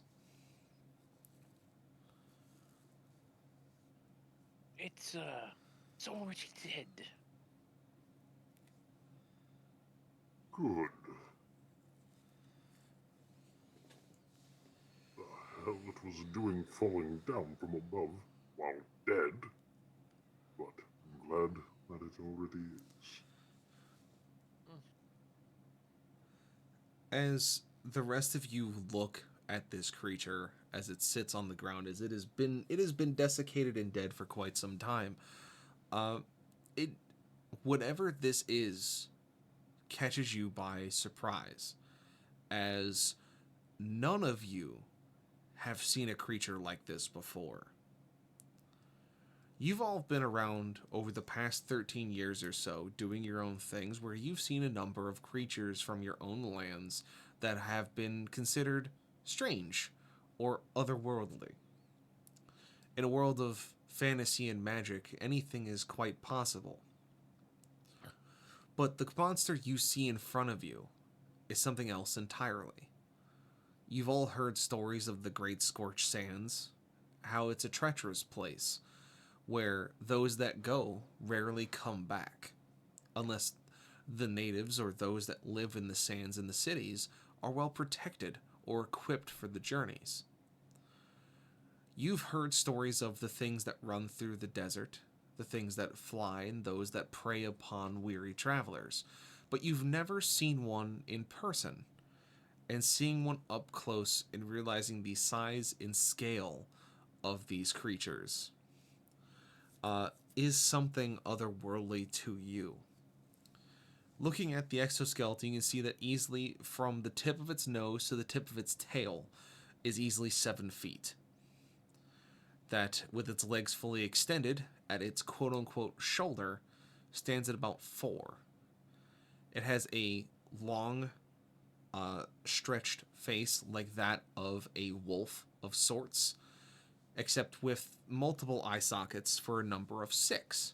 Larger teeth towards the front, with a larger number of smaller, sharp, needle-like teeth towards the back of its jaws. It only seemed to have the 2 legs that seemed to be dead center of its mass, and of course, as said before, the long prehensile tail, with 2 pincing talons and 1 stinger almost coming out from the center.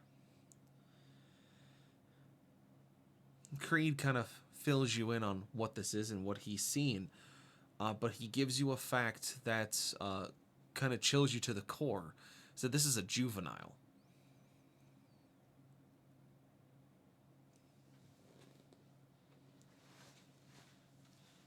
You imagine how big the tall ones are?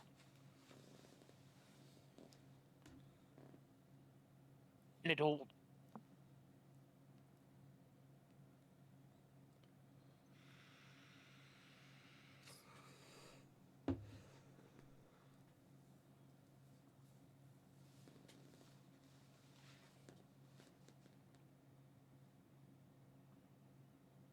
That's a juvenile. I guess the rounds that I'm going to be making nameless are going to really be coming in good use. Mm-hmm.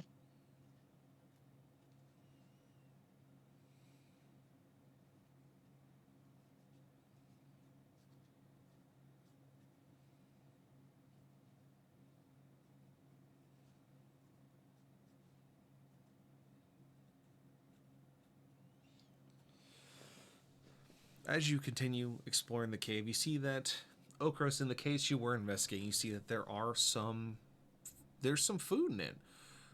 Looks very odd. There seem to be tan, almost plasticky packages with larger letters on them. Seems to be about 20 of them or so in the case. The letters on them are in a strange type of common, very blocky letters. Doesn't really make a whole lot of sense the way it's spelled, but you can make out the letters very, very basically, or at least try to get yourself a good idea that it's MRE.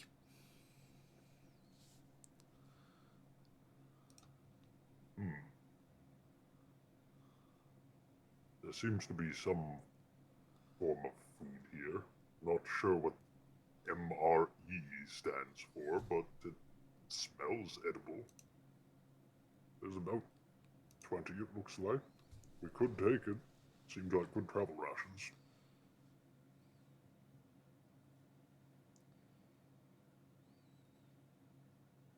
The people who left it, oh no, no. The people who left it here are, not going to be coming back for it. If you find something here that can be of use, make, guide us off and make use of it.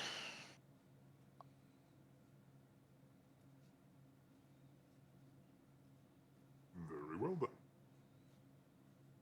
Oh, gross. We'll gather up the 20 and divide 5 to Nez, 5 to Creed, 5 to Nameless, and keep 5 for himself.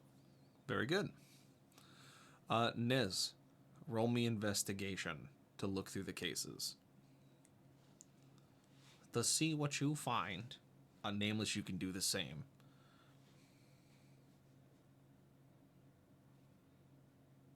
I am going to use a. Oh, really should be fine. Roll a 19. Just lie about what you rolled. I'm just going to do a flash for a 15. For mine.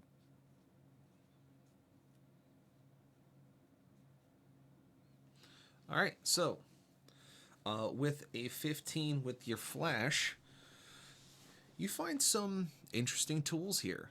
It seems that a toolbox must have been left behind among the cases during whoever traveled through here last must have scooted them without, looks to be in quite a hasty fashion. And it seems to be some relatively high quality tools. Some of them don't make a lot of sense to you as you've seen variations, but these all seem sleeker, more compact, more durable, multifunction and such. You find some interesting handled tools with a square peg in the center of their head that if you twist them, they make a clacking sound and lock when you twist them the other direction. A switch allows the rotation to change. You find some very heavy, will look to be a type of wrench with an adjustable jaw. You find another one that has a large jaw that comes over top with curved teeth, almost seeming to fit onto pipes. You find some smaller, squeezable tools of variant types of teeth on them. Some with needle-like teeth, some with channels and locks built into their jaws to make them smaller or larger. Some with small blades for cutting, or there's another set that has a bunch of different sized indents in the jaws, marked with numbers that you don't really understand what they mean. Words on it say gauge, wire stripper, cutter. Very, very strange. But you find, of course, some other more basic ones, screwdrivers of different sizes and shapes. You find some adhesive tapes of different types, ranging from a very interesting multiple rolls of this black, almost rubber-like tape that's listed as vinyl tape. And then, of course, you find the one thing that seemed to be the most prized possession in a Ziploc bag. A bag that seems that if you pinch the top, you hear a bunch of clicks, and it keeps the air inside. Seems to be one very large roll of this silver tape that has not been touched. It still lays in its plastic casing. Its plastic packaging, if you will. And on the inside of the cardboard tube that seems to be the center of this roll, it just says Duck Brand Duct Tape, TM. We are not sponsored by Duck Brand Duct Tape, by the way. Don't take that out of context.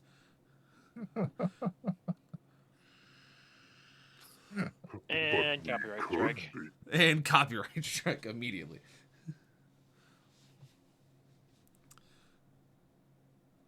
I was like, ooh, here's the duct tape.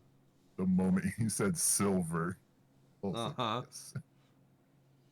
I'm not gonna it lie, fixes everything.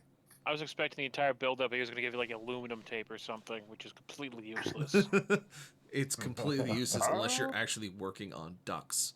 Like, Yeah, unless like- you're actually doing HVAC Yeah, work. 100%. All I thought that's what I thought the build-up was going to be too.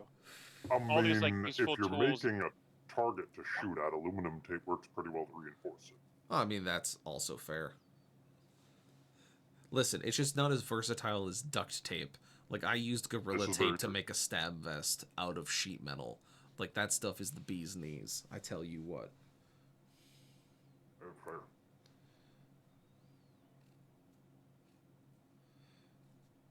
But yeah. There's a reason why the red green show says duct tape fixes everything. You bet your ass. It's the first page in the engineer's handbook. Duct tape is your friend.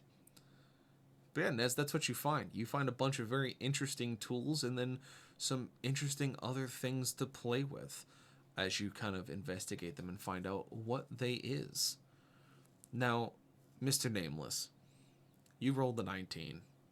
You're seeing these two goobers being attacked by skeletons or finding a roll of silver tape that you don't really care much about. You're not looking for tools or food. You're looking for the one thing that you know these people had. If they're the compatriots of those that came with Mr. Creed, they're going to have weapons of some sort. And you, being the Rocket Raccoon of the group, are definitely aiming to find those weapons, if they left any behind. You begin scouring through this pile, fixating on finding the one thing you believe is in here somewhere. You find a number of interesting devices. You find a pipe wrench with blades welded on it. You find a shovel with a picture of a man in a gas mask on it, and you throw it to the side. You find what looks to be a pipe pistol. You yeet it across the room, being below your expert level grade. Until you find a single plastic-like case at the bottom of the other deserted cases. About a foot wide and 4.5 feet long. Still closed and protected against the elements. You have a good feeling of what you're going to find.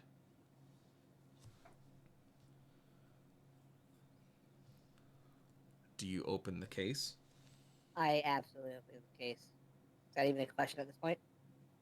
Do you know who you're talking to? Oh, I'm aware. I just have to ask the questions as the narrator. Sure, I open the case. You open the case. At first glance, you see these magnificent details start to pop up as you open it. You feel like you are mentally blinded by what's in here as your excitement overtakes your senses. You see the stock of this weapon being thin but wide, with a small, almost squeezable piece to make it drop in and out. You see that it is 2 tubes of metal almost stacked on top of each other, a metal handle sticking out of the side of it, a grip coming directly out from before the stock. It seems to be machined well to a gunmetal gray with black plastic forearms.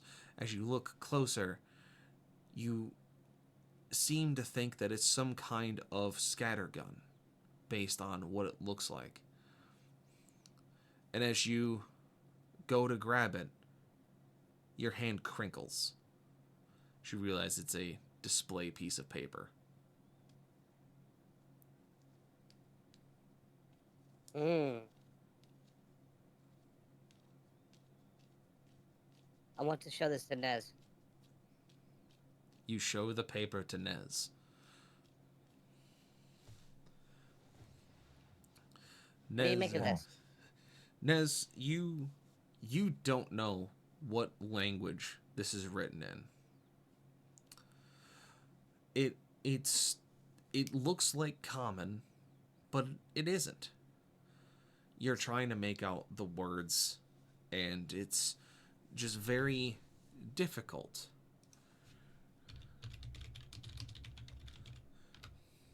and I will tell you what it says.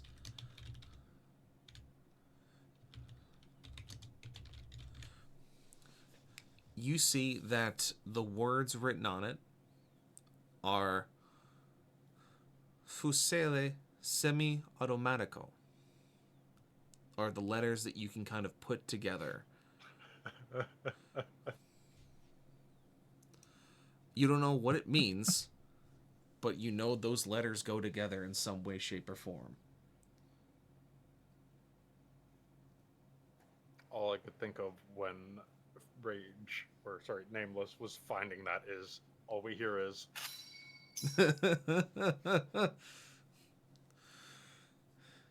And you do echo his curiosity that it does look like a scattergun of sorts, a shotgun, if you will. The design is very complex. Looking at the picture and all the different parts of it, it seems well beyond what you've been able to make or even seen so far. And down in the corner, a bunch of dust seems to have settled on it, and you brush it away, and you see one word kind of pop up as you kind of brush it a little harder. Dirt had gone in. And you see, as you uncover the letters, it's B-E-N-E-L-L-I.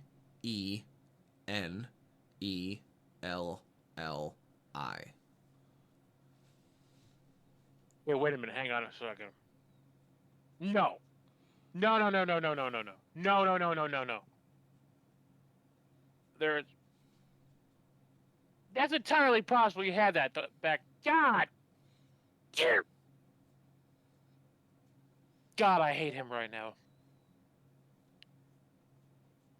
Did he have that in the old campaign? Yeah, he also had an FNP90. Oh my God. What? Ah. I'm just gonna mute myself again before I dick it.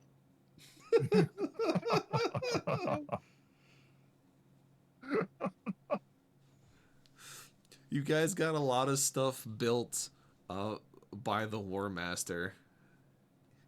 And yeah, it spells out the name Benelli with the letter M, the number. I can't hide this. I'm messaging him now. This is so upsetting.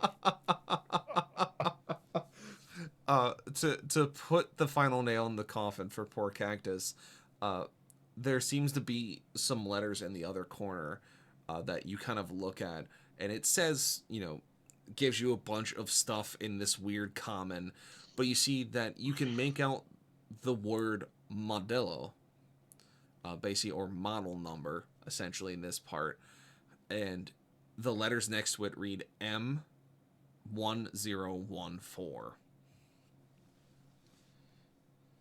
A 1014? Really? Nice to see. Nez, you need to make this like yesterday.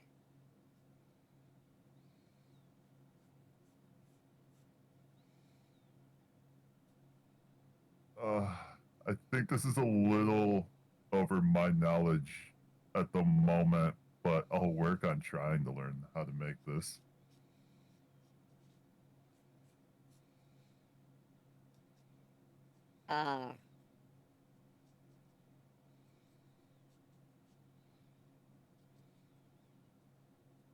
Sorry, I actually had to pull a picture of it up. It's so beautiful. You have no clue how upset I am right now. Oh, I mean, yeah. Did you not remember that? No, I did remember that. You guys had a lot of stuff built from the War Master. Like, he also gave you, like, some heavy duty stuff going to High Charity, like, pulse rifles and plasma guns and stuff. Imperial Knights. I'm more pissed that canonically Creed doesn't know how to fucking use guns. Yeah, he's been over here with a P90 and an M1014. Your party literally used guns all the time. I know. Specifically Cactus. And no one bothered to teach me. I think it just got to the point where No, you used guns once. You used the lever action during the escape, actually in this desert. Wow. I didn't have much of a choice in that situation. Exactly. You didn't have that much of a choice, but you did use one. You learned by trial by fire, trial by being shot at and having to panic, and make Wait, something no, happen. I didn't. Yeah, it's because Creed never did. so during the ambush, the guy was like, I know your stupid friend Cactus is coming over here and he's the one we Yeah, I want. And you stabbed were him to like, death. ambush, and you cut him across the gut as then shots fired out at you. Cactus jumped in the battle bus that they were using as a base, started driving, and he threw you a rifle and you shot at the people that were following you as he drove back to this cave where the rest of the party was with the chariot. You guys loaded up and just fucking pinned the throttle out of the desert. No, we didn't, actually. I remember this. I had him run back and get everyone else. I stabbed the guy in the chest, pulled my sword out, and I stole one of their vehicles. And I drew fire in it. I remember because I got shot up pretty good. I ended up having to jump that's between right. vehicles. No, you drove the battle bus like an idiot. A man who has never driven a vehicle in his life jumped into a bus and drove it into oncoming fire. Yeah. Hey, look, it was the best option at the time. You know what? I won't fault you for that. But I guess they never taught you how to shoot a gun. I thought they didn't. at some point they would. No one ever taught me how to use a gun. I love it. I'm here for it. And you also have to think about the sheer discrepancy of technology. Like, here was the glass keep. They didn't have anything. They had cannons. Like, but no, you had you get howitzers. You had like two 30s. we had yeah, but like, at the grand scheme, that's not much. I mean, the glass keep also had like lever actions and stuff. Like, you were in essentially the early 1900s, late 1890s. So you guys had bolt actions and lever actions, and you had some automatic weapons because during the siege, the glass keep used those to fight back against Crom's army. So there was some, but yeah, it's just you never learned it because you were like, sword and board, paladin, blur.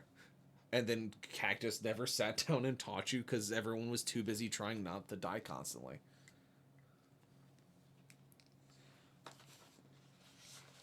But yeah, fun times.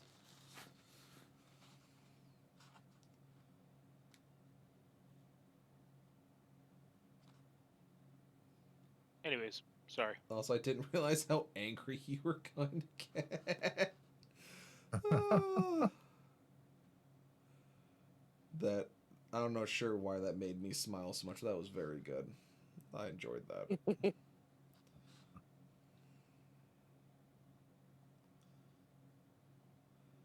So yeah. Anyways, yeah. So Nez, you make now? I don't think I can make this just yet, but I'm gonna try and figure it out.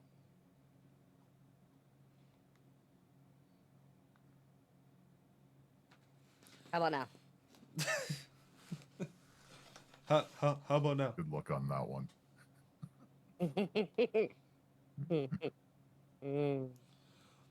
You imagine that at New Haven, with the War Master and the Artificers, that they may be able to put something together because they'll have more resources. But you right now, you ain't got shit. You got some stuff, but you've never seen schematics or displays like this before. It is something very new and very terrifying to your Artificer brain. Semi-auto, right? Semi-automatic, yep. Just so fucking terrifying. Yeah. You should have seen Ravenholm at its peak. Yeah, the A12 would be the only thing that's like more traumatizing, I think. Yeah, but this thing actually works. I mean, that's also true. I mean, you guys should have seen Ravenholm at its peak. They had the highest level of tech in all of the cities. They literally had Imperial Knights guarding their shores, like It was literal just mechs and tanks. it was just the Imperium of Man. In No, D&D. I take that back. I take that back. The AA-12 isn't the only thing that's scary than that. The fucking A70 with the slam fire is definitely more terrifying. I believe it's a Model 12. No, it's A70 is because that's what cops used to use. No, you can't slam fire at 870. Actually, Are technically, you it's the sure? it's the 1897. Because they had no trigger disconnect. Just get a trench gun like everyone else. Yeah, Anyway. the Model 1897. Anyways. But yeah, so Rage Nameless, you find that schematic in that case. It seems that underneath the schematic, the foam seemed to be cut out and had the shape of what you find in the picture there, but it is no longer there.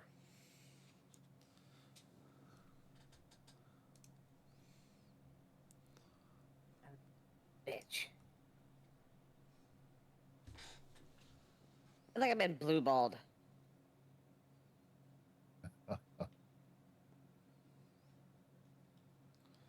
I mean, you're literally carrying around an anti-material rifle. You are not going to be getting a semi-auto shotgun flat out the gate. Look, man. Also, Cactus would not have left that behind. You'd have to kill the man to leave that kind of hardware behind. I guess you got a point there.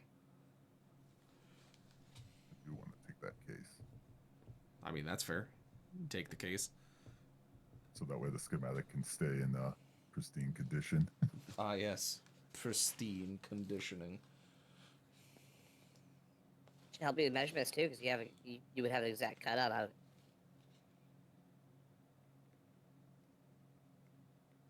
Look at you thinking with your whole 5 head. Bro, my ADHD has been fucking crazy tonight. I just want to let you know that. Oh, I've been watching. I can see it. Look, you had like 3 cups of espresso and just been just Dude, wired. something like that. I don't know. You said like the fucking exoskeleton was something bipedal, and I just went through the entire skit of DBZ abridged. Of not bad for a bipedal slug, not bad for a bipedal bitch, and just went through that. And then I bought Drug Dealer Simulator because it was on sale for $2. Damn, I've been all over the fucking place tonight. Your brain literally has just been. I've been everywhere, man. I've been everywhere. Dude, bro.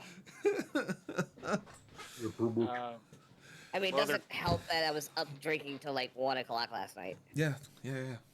While they're doing all that, Kree's just going to find a empty box and then drag it over to where the fire once upon a time was and just sit there staring into the ash. Yeah, you do it. Not much of an issue. And He is really upset. back to you fellas. Yeah, he's not having a good time, if you will.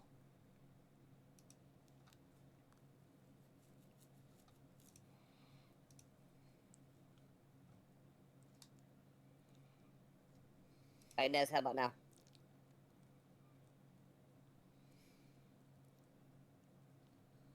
But now, we haven't even gotten back to even if I see if I have the materials for this. I have literally turned into the child going, are we there yet? Are we there yet? Are we there yet? And with this voice, it fits. It absolutely does. Indeed.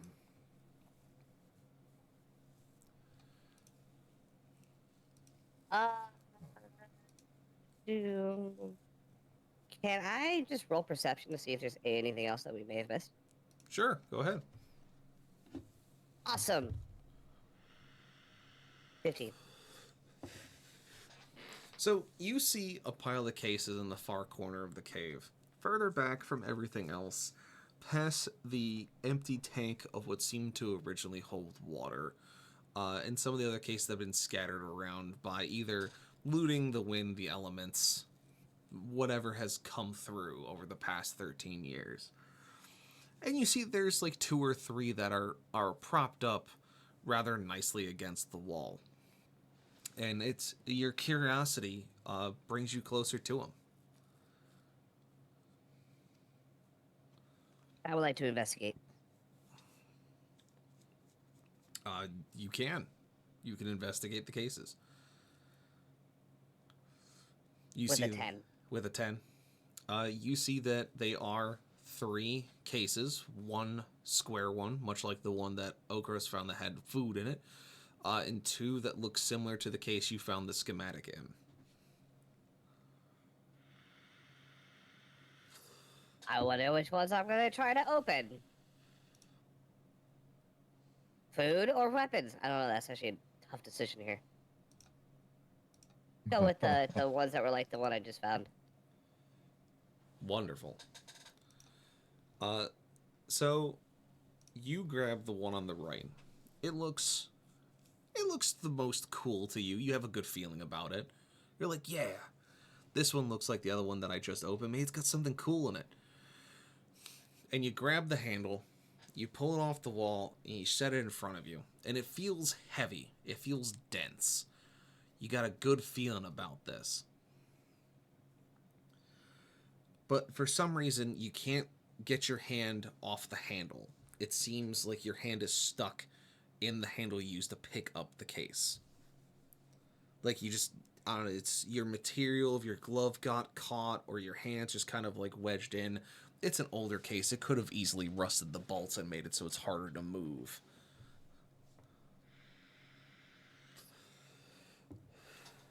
Okay.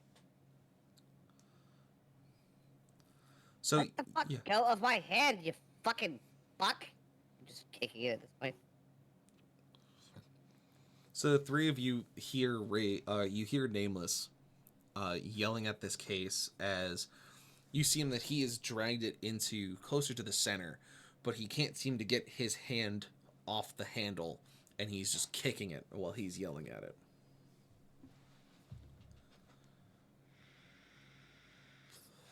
Can I get a little help here?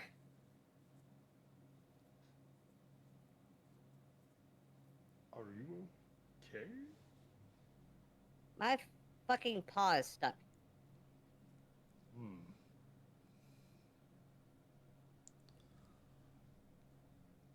Of course, would like to investigate. Roll investigation.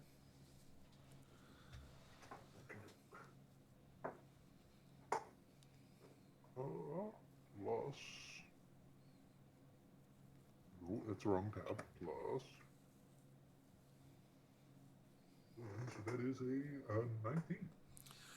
So you can see that Nameless's paw is stuck in the handle. You can see that the bolts around the edge are a little bit rusted and worse for wear. And so you chalk it up to his hand, just kind of stuck in a pinch point, essentially. But you catch a whiff of something in the air around you that just seems odd. Can't put your finger on it, but you smell something odd. But you can definitely tell that Nameless's paw is stuck. And it just seems that it's just the handle is stuck. What do you do?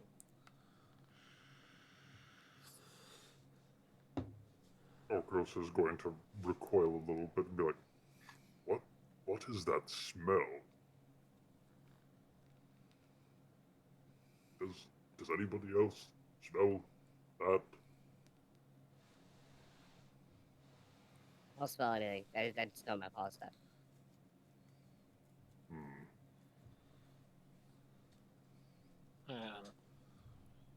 Can I identify the location of the smell? You know it's close by. Only thing you're close to are the 3 cases.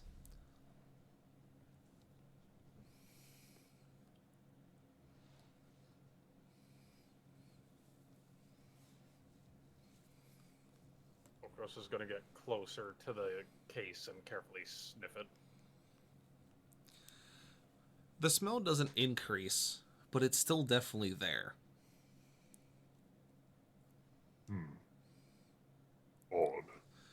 The smell is almost acrid, like a burned cooking pan.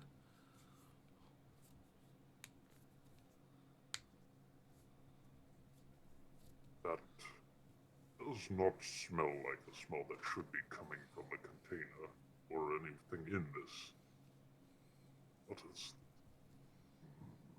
I do not like the smell. Let's get your hand off of this and get out of here. I'm going to try to free his hand from the box. Very good. How do you do so?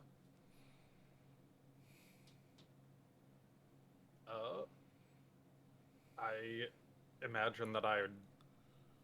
Well, I see that his hand is, like, stuck to the handle itself, right? Yeah, like it's stuck in there. You're probably gonna have to like push on it and like pull him at the same time. Okay, then, yeah, I'm going to lever my foot against it and grab him with both hands and just kind of kick against it and pull at the same time.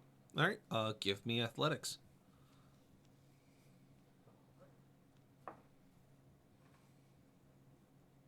That is a 19. So with one swift pull, you pull Nameless away from the case. Nameless, you feel something pull away with it when he pulls you back, and you see that you have some bald spots on the top of your paw.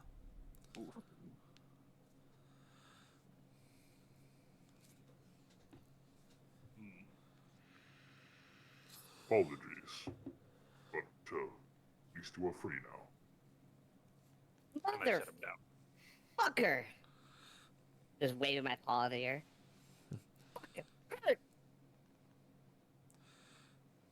Okros, you go to step away, and it seems that your foot is stuck to the case. Oh, lovely.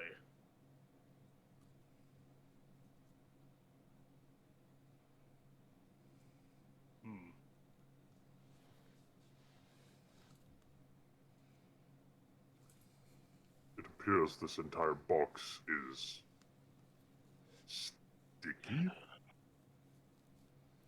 Ugh. Creed, roll me wisdom. Oh, yeah. No, he's not. No. Yeah, that's a +0 anyways. Yeah, he's just not even. You what was your result? Yeah, no. Just no. Was it a 1? It was a nat 1. Yeah, Very good. I'm gonna say he's just so overcome with memories.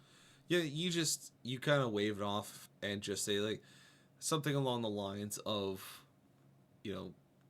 some of the cactus like to seal the cases up tight for travel.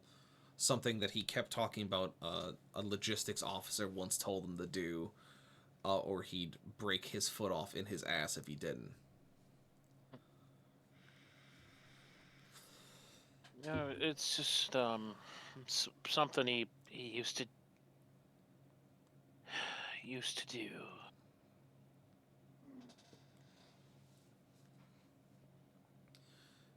Nameless, you now begin to smell the smell that Okros is talking about. That acrid smell, like a burned skillet.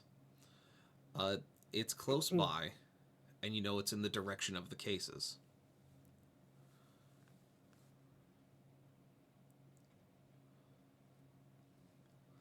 Nez, you are also aware of this commotion now, if you weren't already. I was going to say, I wish to investigate the case that's now stuck to Okros's foot. Roll me an investigation, Mr. Nez. A 16. You begin to investigate the case. You see that Okros's foot is clearly stuck, or his boot is stuck to the case, and seems firmly stuck. You try to identify what's causing it. Using your knowledge of mechanical expertise and such, you're trying to see if it's a type of adhesive. You're kind of poking his boot to see if it moves, if you can see anything going with it. And you swear up and down that you saw the case wiggle.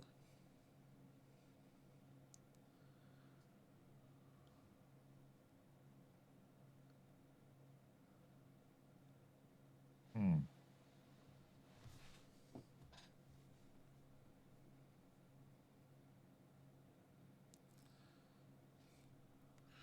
Hey, Okris, did it feel like the case just moved on you?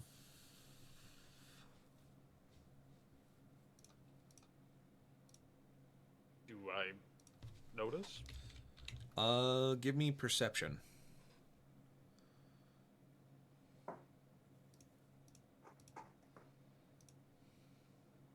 That is an 8, so I don't think so. No, you're trying to get your foot off the case. You're not entirely sure what's keeping you here, and you're just kind of annoyed by it. Perhaps it was my own foot making it move. I don't know. It's stuck.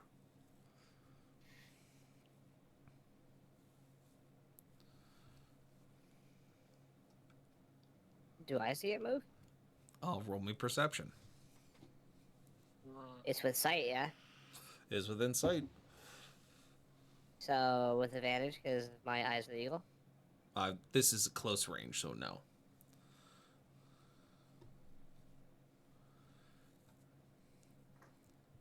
Does it say it has to be? It lets you basically you don't take disadvantage at looking things far away. Alright. An 8. No, you think Nez is a little crazy.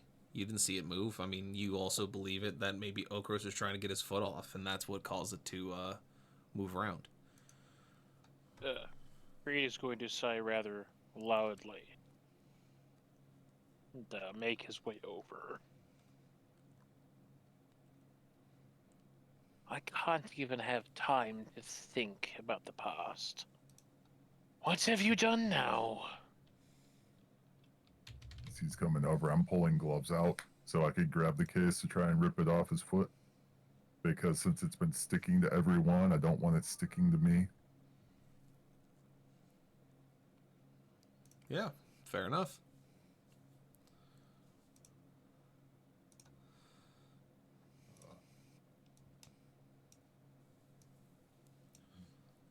What would you like me to roll to try and get it off? If you're trying to remove Okros from the case, it would be an athletics check.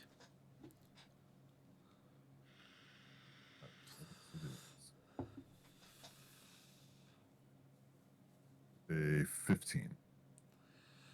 You're able to begin pulling the boot away as you start to see stringy tendrils almost kind of coming with it, as if like, you know, if you are pulling apart like contact cement, how it makes those like whisper hairs. You kind of see just very stringy adhesive between the boot and the surface of the case. And this time you definitely see the case wiggle at you, and you swear you see an eye for a moment.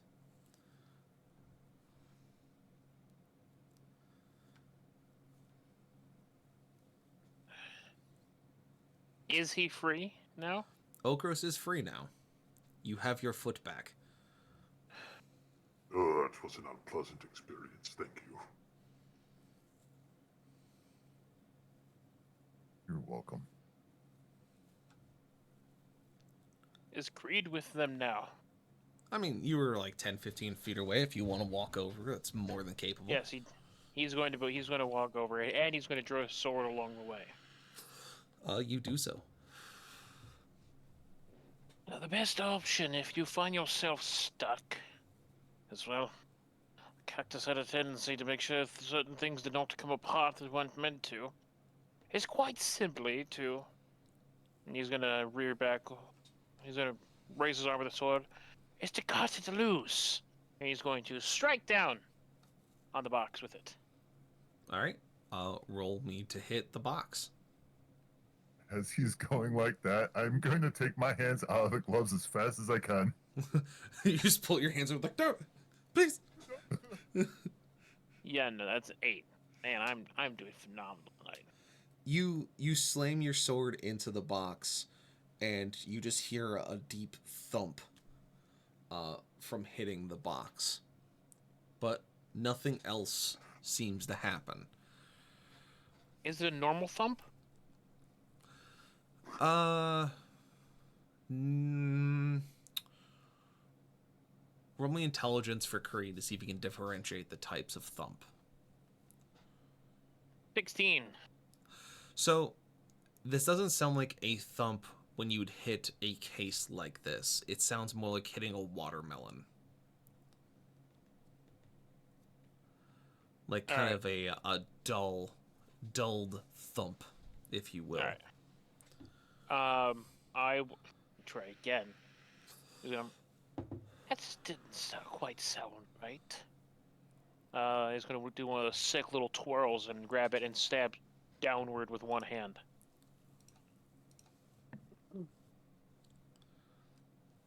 All right. Roll me to hit. That's a 10.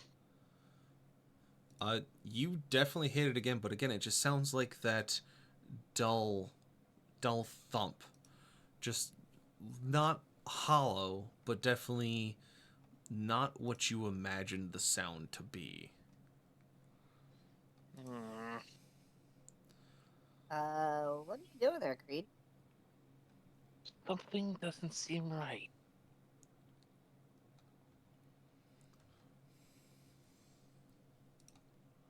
I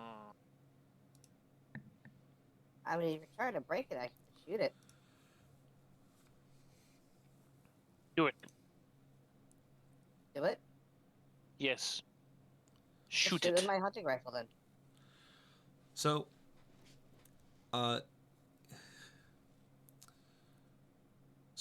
unbeknownst to Nameless, as he goes to pull his rifle to shoot it, the rest of you kind of standing back looking at the case. You're waiting for him to shoot it, and then nothing happens. As you all turn, Nameless is not standing around you.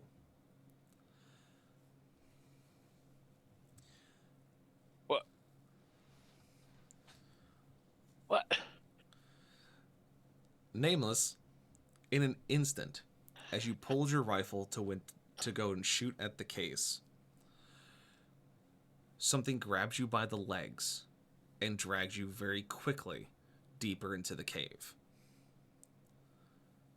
Fast enough that the rest of the party did not notice as they were trying to figure out what was wrong with this case. Damn it, Mittens!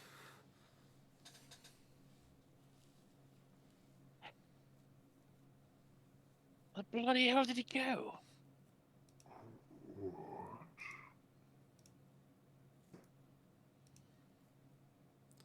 You all I was gonna can look see, around and try to see where he went.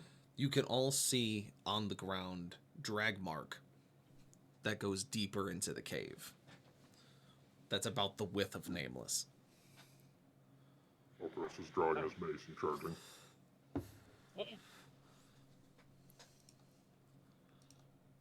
I would. I assume you're already gone. Yo. Yeah, he's gone. He goes down into the deeper end of the cave. And Okros, as you break the threshold between where the light from the mouth of the cave ends and the kind of the darker part begins, you feel 3 different sets of tendrils grab you by both your arms and your leg, and then pull you further into the darkness as well, faster than you can react. Am I able to see him get grabbed?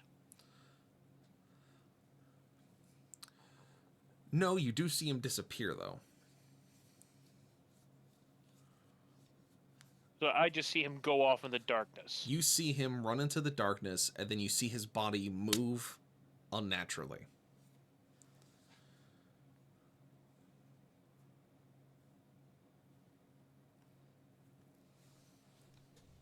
once. I would love for this to go simply.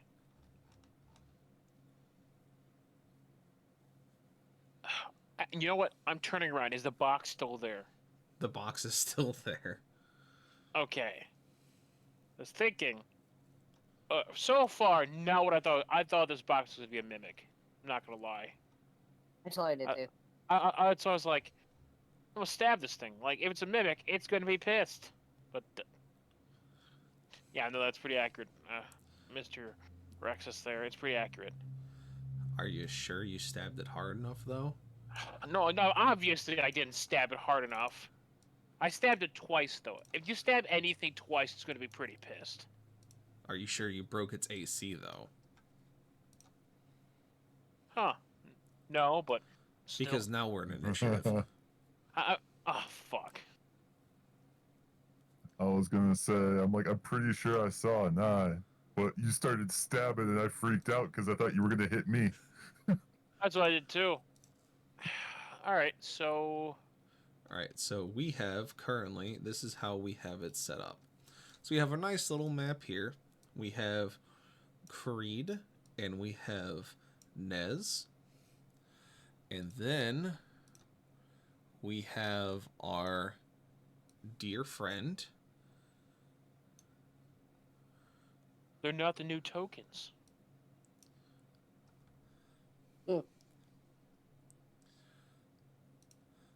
And then in the back corner with our dear friends. Here, let me make sure I have the right size. Yes. So we have no, stop it. Yes. Thank you. They look spicy back there. Back here we have Okros, who has been yoinked, and we have Nameless, who has been yoinked.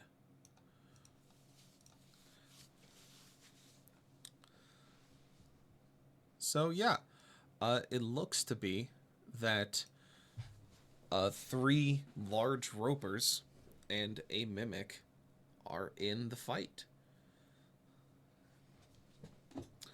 Roll for initiative. Somebody really needs to answer that phone. Say again, Nameless. And somebody really needs to answer that phone. Which phone is that? I don't understand. Because I fucking called it. Oh.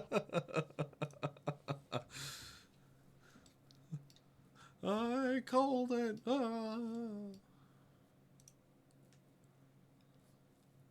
I mean, I had no idea where you're going with that. It was another DBZA reference.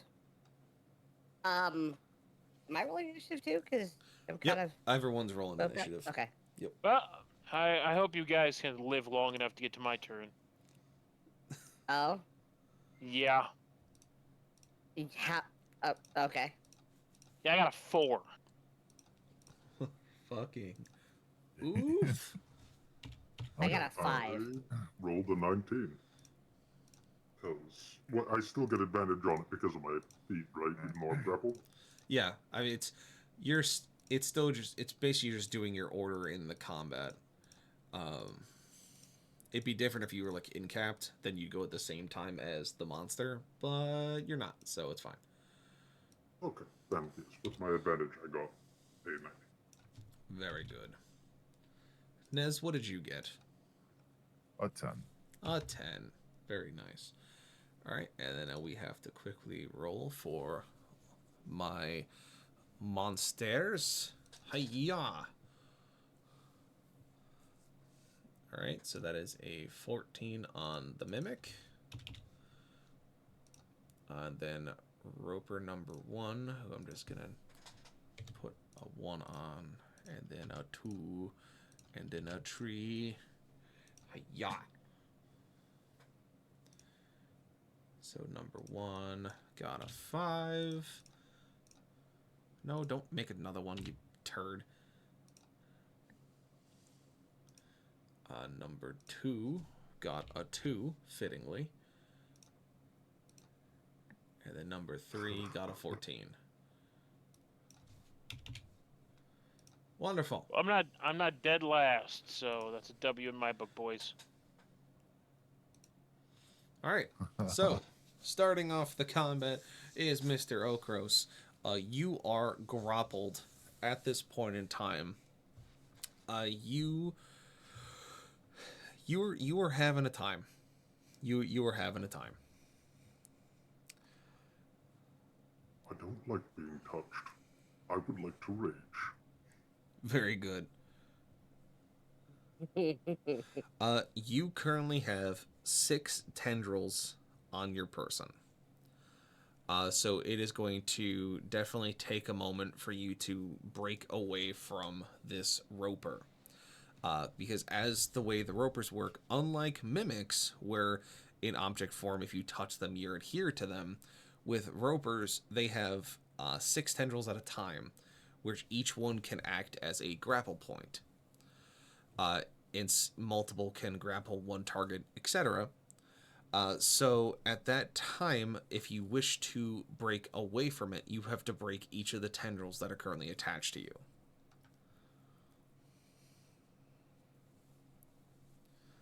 Love.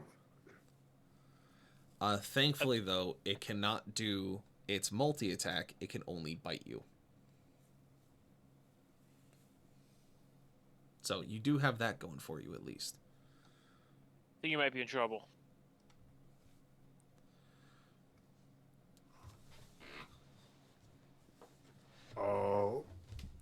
I am going to.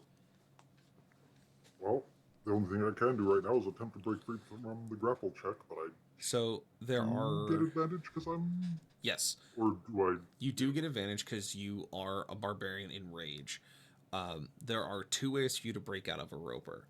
You can either do your strength check against it to break the actual tendril itself, or you can attack it directly, and they have their own stats. Oh. So it depends on how you wish to do it.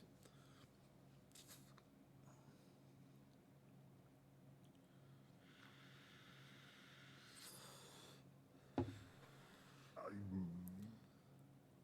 not grappled in such a way that I can't attack it? You are basically held, but I would assume that you can try your best. If you would like to try and break an arm free so you can attack on your next turn, that's something you can try. That is what I would like to try. All right. Then roll me your strength check with advantage, please, Mr. Barbarian.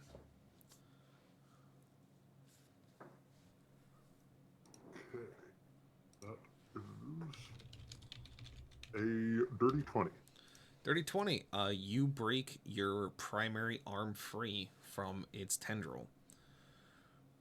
You still have 5 attached to you, 1 at your neck, and 1 at each of your limbs and 1 around your chest, but your right arm is now free to punchy.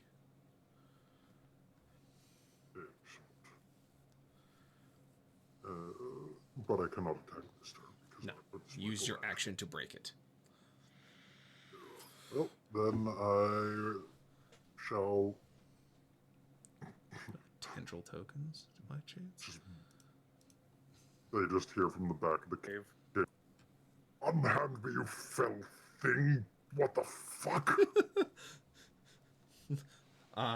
Ancient language, and then, what the fuck? Do I have anything that... Because I don't want to just keep track of these tendrils by numbers. Fuck it, they're going to be Nurgle symbols. Whatever. This will make life easy for me, it's fine. So he has 5. And he has 1, 2, 3, 4, 5, 6. And secondary point is attacking the tendrils themselves don't do damage to the ropers. They just remove their ability to do attacks and such. Like to grab you and shit. They can make new ones on their turn. But they can only make 1 per turn. So if you break all 6, they only make 1 per turn. If that makes sense. All right. So, that is Mr. O of Kros. Case Mimic. So, Mr. Nez, Mr. Creed, you see the case begins to take a different form.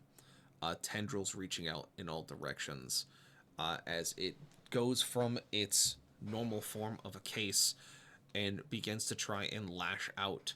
The case opening and revealing teeth and a large purple tongue oozing this almost acid into the sand. As you can see the bones of other unfortunate investigators fall out of the case as it tries to jump around and attack you. So at this point in time, it's going to do a schmacky schmack. It's going to try and bite Nez, and we'll see how well this goes. Hiya. It got a 21 to hit Nez with a bite. Wow. What's the damage, sir? It is 11. 7 piercing and 4 acid.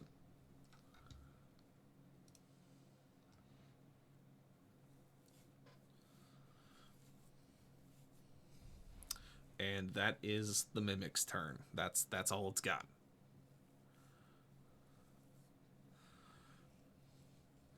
Alright, so next on the list is Roper Number Trace. Roper Number Trace has all of its tendrils on Nameless, so it cannot make its attacks. It cannot use Reel, but it is going to bite the cat.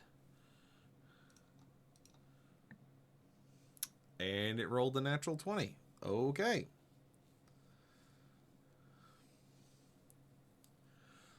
So it's gonna Ouch. it's gonna take a good bite out of Mr. Nameless here, and it has that plus that, and send it. So you take 32 piercing. God damn, that cat just got bit. And that's all it has because the rest of its arms are busy. So then that goes to Mr. Nez. Damn. Well, I'm kind of pissed at this damn case. You have Lucifer? Ah, that's right. Yes, let me put down Senor Lucifer. Hiya! You can place him where you want. I just threw him on the board. Right there is good enough because I can aim his attack and not hit Creed with it. When Very he's good. right there. But to start with my one attack, I'm going to do incendiary rounds. So, 3 rays from my gun. That's a 16. That's a hit. Oof, that's going to definitely be a miss with a nat 1. That is a miss, good sir. That is a big oof and a half. And then 18. So that'll be 2 hits. That will be 2 hits into the Mimic. All right. And 5. I get 1 more D8. That's not what I wanted.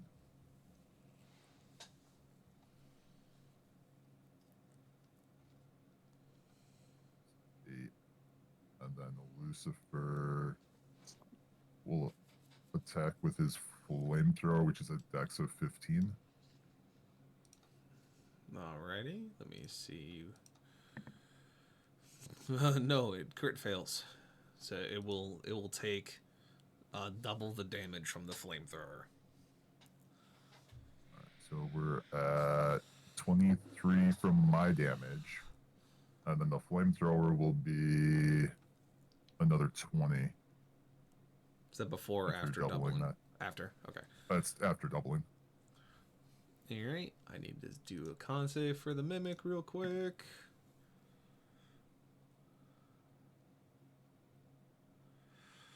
No, the mimic is just incinerated. It is Dunyan Rings. Onion rings. It has been Dunyan Rings. It has been the incinerated. So he is removed from initiative. Yeah, anything else, Mr. Ness? Nope. Very good. All right. Roll that over so I can read. All right. Next is Grappler Roper number 1, who has his hands busy, so he is going to just try and bite the large creature that he has in his hams. 18 to hit. Mr. Okros.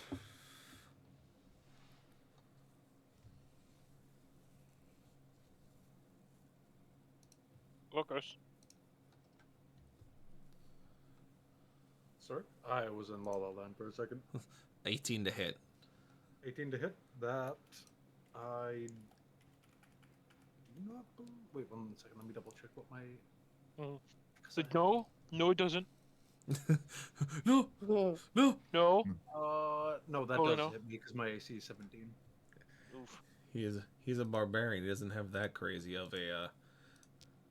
Oh no, that's a D6. No, get away from me. Rose is gonna give him some plate. I don't plate think rip he's the sleeves proficient off. in plate. Some plate rip the sleeves off. 17 piercing. Drop by half. You will take 8. You'll take 8 damage because you're still in rage. Down to. Okay. 8 health subtracted. Stop pasting things, you nerd. All right, Mr. Nameless. Okay, so you said when I was dragged away, I had my gun out, right? Yeah. So where would the barrel be pointing at this moment? More than likely at the roper as you were being dragged towards it.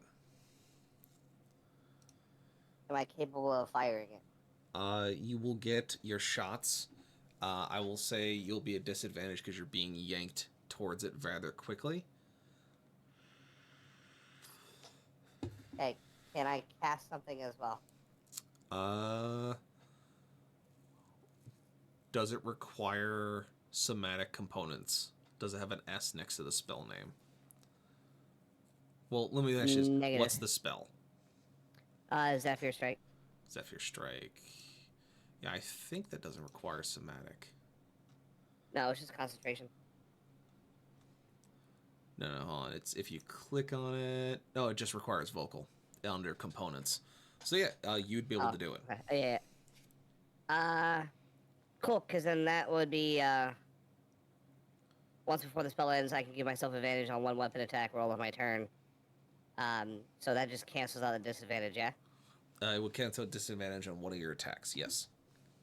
Okay. So I'm gonna do that on the first one with my hunting rifles. That's what I had out. Yep. Send it. 25. That is a hit. Cool. So that'd be 2d10. Plus your D8 of force. Yeah. So a 9 and then a d8.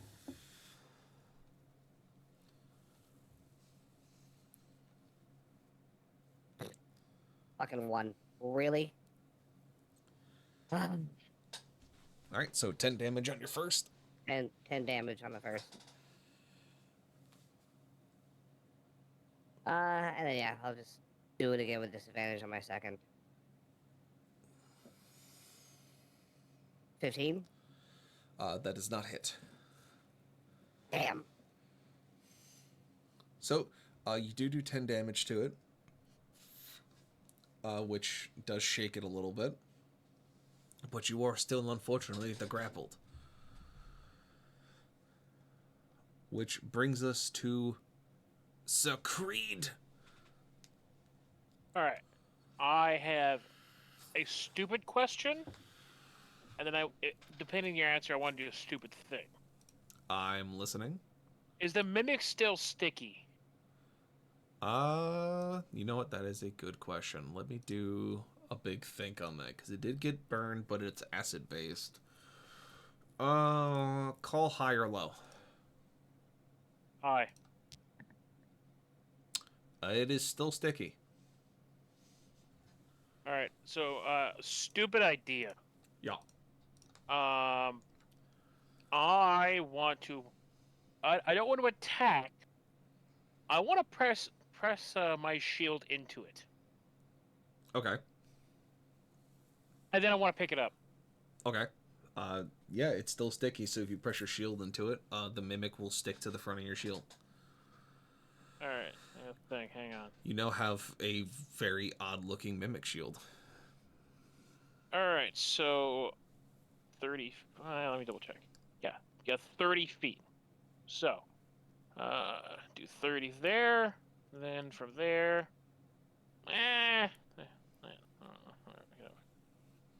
Alright, so the idea didn't quite work as well as I thought it was going to. I could still make it work. How grappled is Nameless still? Like, He has 4 tendrils on him. like, he's on the ground? Yeah, he's essentially on his back. The 4 tendrils essentially have his legs and his waist. The roper has 2 free tendrils. Alright, So, I would like to pick up Mr. Dead Mimic Uh-huh. after sticking him to the shield. I'd like to move 30 feet, and I want to throw my shield at this guy Okay. as hard as I can. As hard as you can. All right. That will be an athletics after you move. All right. 4, 5, 6. Double check the math. I got one more tech. Okay, boom. So there. All right, and then athletics. Come on. Oh, you're killing me, Smalls. That's a 12. You got fates. I will do a flash for a 15. You were a champ. All right. Athletics of 15 to throw the shield. At that distance, it would be capable of landing on the roper. I would do it. All right. You do it, and you throw the shield.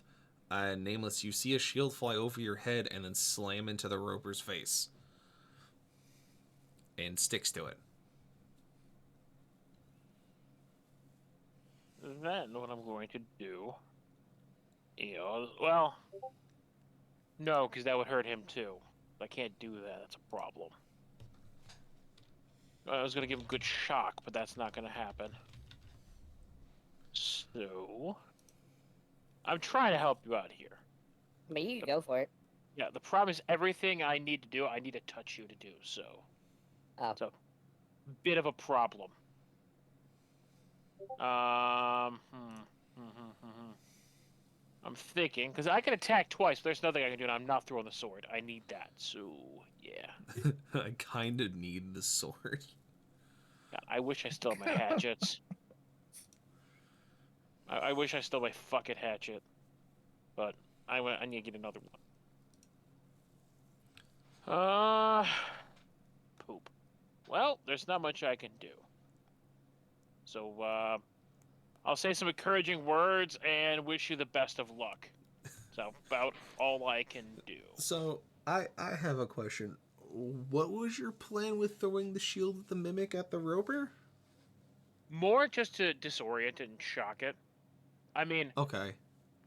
If I had a, like, half-burnt corpse thrown at me, I'd probably be really freaked out, so...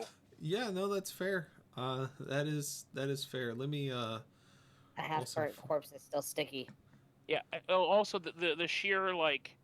I understand this thing probably doesn't have a whole lot of what you might call logic or sentience, but if I saw something that was food, pick up my dead, burnt friend and throw it at me, like... You don't have to be very smart to understand that that's something you really don't want to fuck with. So you throw it, and it lands on the roper's face. It is definitely confused. Nameless, you feel one of the tendrils release as it tries to grab at whatever is now on its face. I'm trying to... I'm sitting here trying to be like, all right, what the hell would a roper do if it had a mimic thrown at its face? I never had to ask myself these questions before. Hey, look, I can be glad the ones I'm asking you are at least not that weird.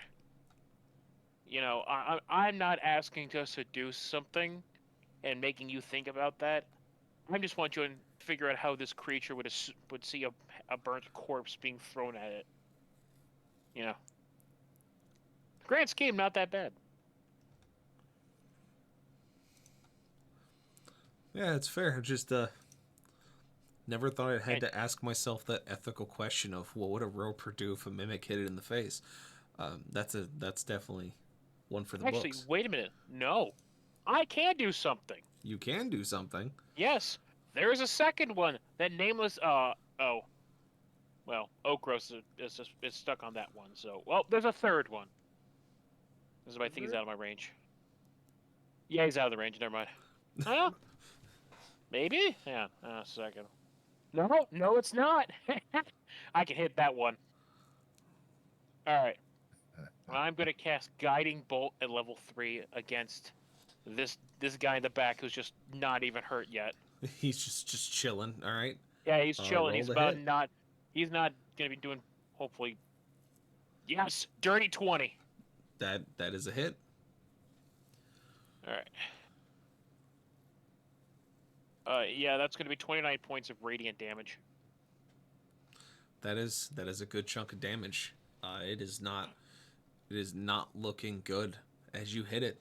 Yeah, you hit it square on, and it is now glowing. Yeah, he says something rather rude and derogatory towards it. as he and casts. derogatory. I don't know what the equivalent would be for them, but something about its mother and just being generally disrespectful. Fair enough. And that's it. I can't really do anything else. So.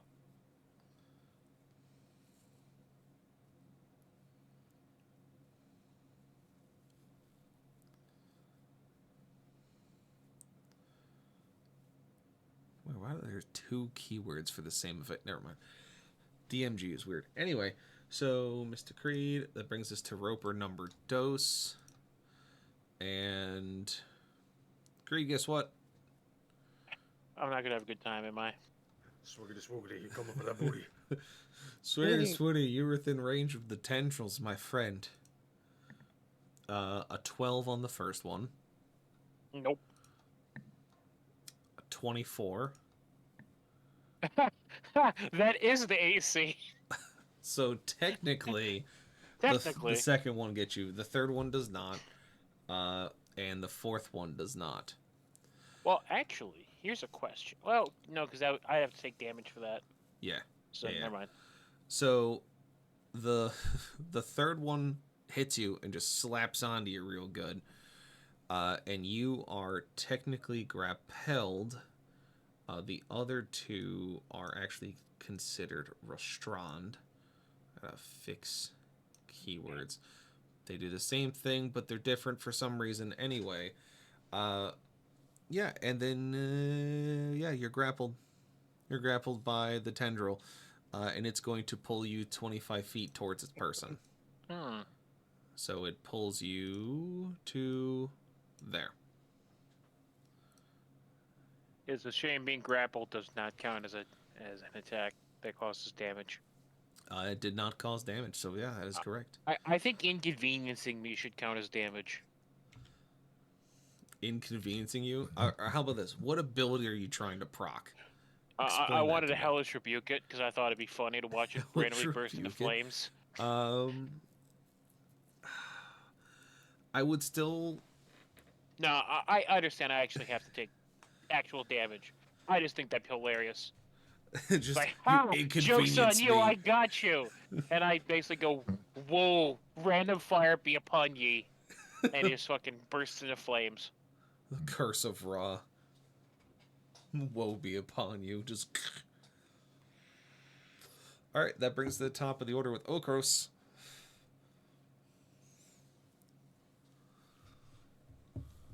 Okay, I'm gonna try to attack it. All right. Or rather, I'm going to be trying to attack a couple of the tendrils to break further free. Of course. Yes.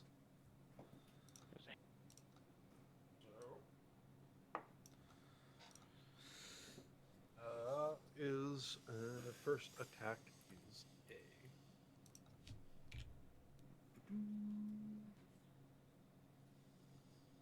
Why is this tab taking so long to load? There we go. Is a that probably doesn't hit. That's a 13 to hit. That is not hit, but you do have fates. You guys okay with me using one to? Remember, you can also use fates to do emphasis rolls. I mean, I'm sort of being drugged to Brazil, so it's kind of your call here. You're going down the Brazil hole. I think I would like to attempt an emphasis roll. Very good. All right, tell me what you were trying to do, and then roll for it. I'm going to be trying to sweep my mace through the tendrils so that I can break free and attack it properly. Alrighty. Roll that emphasis.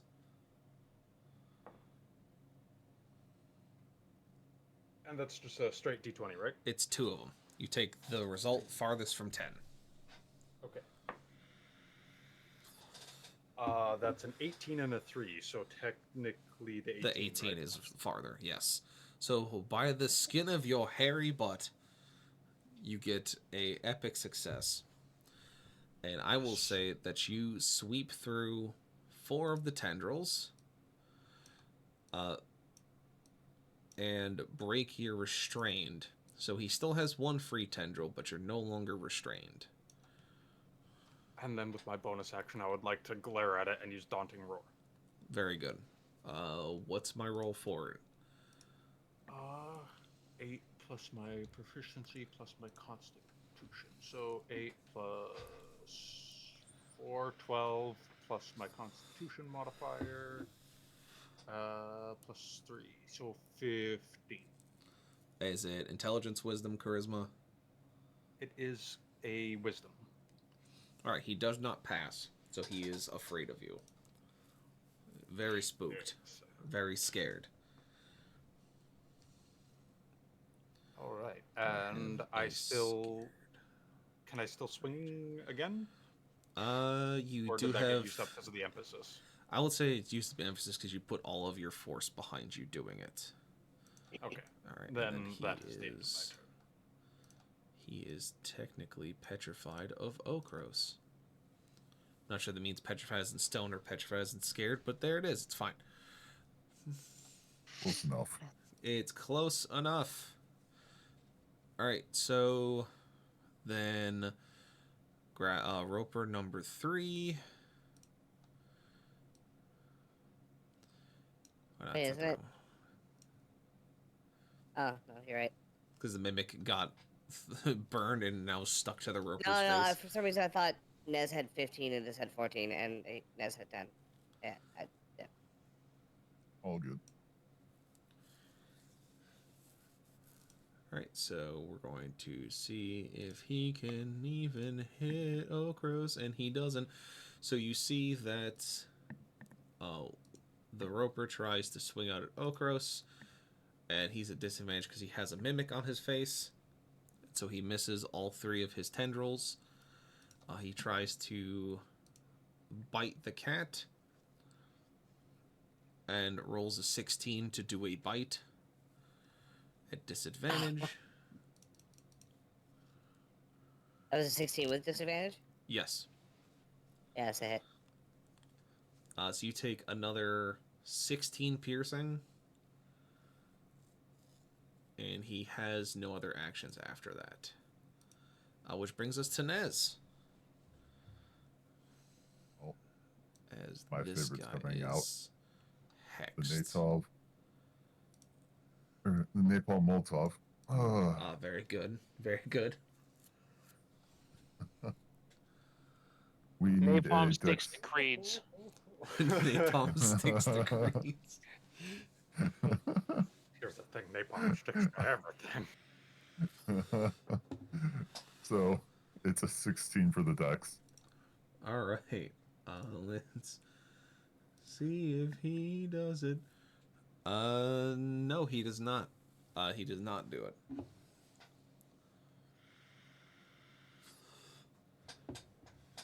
That'll be 36 damage. All right. So you pop each of its tendrils, including the one that is attached to Creed. So Creed, you are no longer grappled. He takes 36 damage. All right. So he's currently at 51 damage in total. He's not having a good time. And any direct attacks against him will have advantage because of the guiding bolt.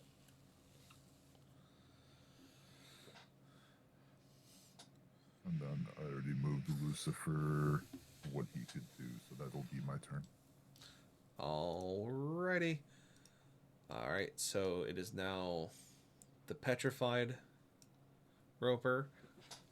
Does he has a movement speed? Where the fuck is it? There it is. Alright, so on his turn, he's going to move 10 feet away from Okros, because that's as far as he can go, and grows another tendril. He will try to attack Okros at disadvantage, and fucks up royally. Oh, wow. They do look that bad, actually. Wow. Yeah. No, they look terrifying. So yeah, that is that Roper's turn, which brings us to Nameless. Question. Answer. These tendrils, are they just like kind of flapping around everywhere? 3 of them are flapping around, 3 of them are attached to you. Okay, would it be safe to say that one of them is going to get within 5 feet of this one? Perhaps. One of the tendrils. Okay. Then How long are gonna they? They have a 50-foot range with these tendrils. Okay, yeah. Never mind. Sorry. So I would say mayhaps. And I mean, it's not really a lot that I could do here.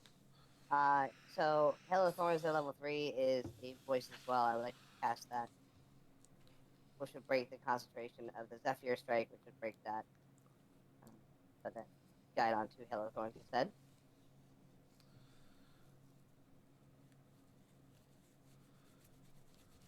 Is that possible? Yep, that is possible. Basically, once you swap concentration spells, the last one ends. Okay, just wanted to make sure that's how it was. Yep. And then with my barrel still pointed at this guy, I want to cautiously wait until the tendril gets within 5 feet of this one and then shoot it. All right. Yeah. And I still at disadvantage, yeah? No, not this, because you're not being pulled. Because okay. Do you have the? I want to make sure you have things. Beasts, some monstrosities. Fighting style archery. Hunter. Spin warrior side with a prime warriors hunting prey. Horde breaker. Looking for gunner. What change the? No, give me the. Show me the gunner feat, you nerd. Ignore the loading property of firearms being within 5 feet of a hostile creature doesn't impose disadvantage on your ranged attack rolls. Yeah. All right. So long range, half cover.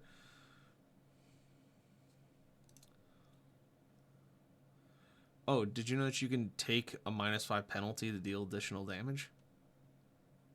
I did, but if that's why I was wondering if I was rolling disadvantage or not.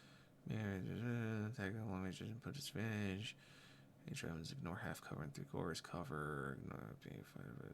Yeah. I was reading sharpshooter and then gunner. Yeah. So you won't have disadvantage on your range attacks now that you're not being pulled actively. Okay, so no disadvantage? Yeah. because now you're just restrained and your arms are still free. Right. You're just kind of stuck close. And because you have the gunner feet, you don't have disadvantage from being like right next to him. Okay. Should I impose that -5 penalty? I mean, you can. You basically just say you're going to take a -5 to your roll, and if it succeeds, then you'll do the additional damage.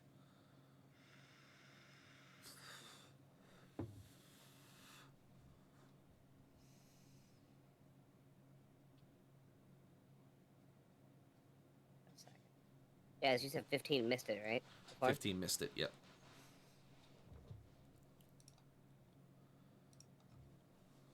No, I'll keep it.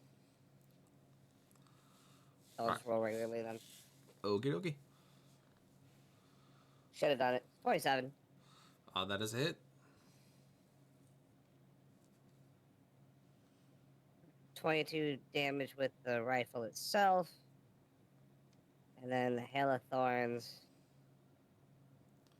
An extra 15. So, what's that one at now? 47 as I did 10 before. So hold on. So as all that happens, your Hail of Thorn procs, and that would take out the tendrils because they're within AoE. So that means that you would no longer be restrained, which is good. Son of a bitch, you should have done that the first time around. Then he took how much from your shots? So this one was 22. Uh-huh. And then 15 for Hail of Thorns. Okay, so 37, 47. Yep, alright, cool. So he's wounded. So it's not looking great. And we'll just do all that over again. Do it again. Shoot more things. Also, that means this one took 15 as well, right? I'll give it. Yeah, I'll give it. Because yeah, that was when I wanted the tendril to wave next to it. Yeah. Okay. And this time it won't because the tendrils are gone. So we'll just do this guy. Another 27. That is another hit. 17 for damage there. You know, if you want to share some of them hit die points. Bro, I got a 1 on one of the damage die. Okay, so calm down. And I got another 1 on this one too, but the 13 damage with Hail of Thorns. So he was at 47, 13 be 60, and 17 be 77. Yep. He's definitely bleeding, and he still has a mimic on his face. So he's having a rough go of things at the moment. And then the other one had took that damage, so he's not looking too hot. Then the last thing that I'm going to do is use my feline agility. Uh-huh. And I'm gonna get the fuck away. I'm no longer restrained. I'm going to leave. I mean, that's a smart play. It's a smart play. There we go. So that would bring me all the way down to 0. So this would reset on my next turn. Yes. Cool. All right. So now we're at Monsieur Creed. Creed, you see that the one in front of you is still glowing from your guiding bolt. And then this guy over here is very bloodied and not looking like he's having a good time. He's also not having a good time. He is burned and covered in nasty holes. He has a mimic stuck to his face and is also covered in holes.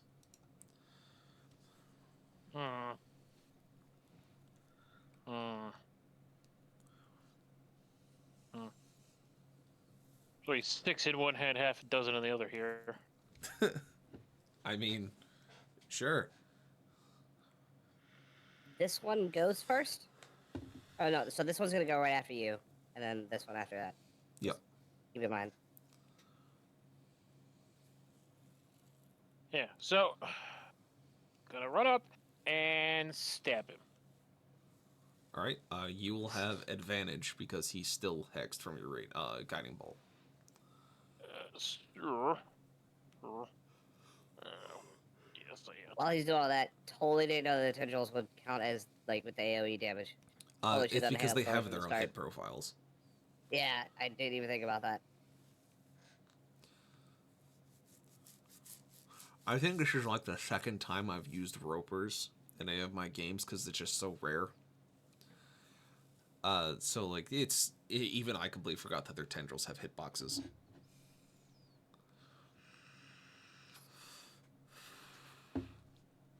Alright, so here's a question. Uh-huh.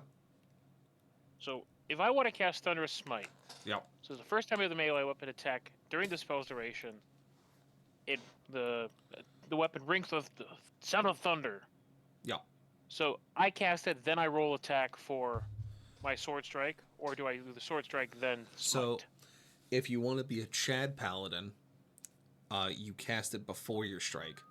If you want to be a No Maidens Paladin, you call it after you strike. Okay, then we do it first. Fuck it, we do it Basically, live. if you want to be like Cactus, call it after you hit a target, or like every other Paladin. Because it's technically a bonus action, you can technically do it, but it's not the way it's supposed to be. All right, so we're gonna do it. We're gonna go for the shot. Gotta go for the shot. Yeah, that's a dirty 20.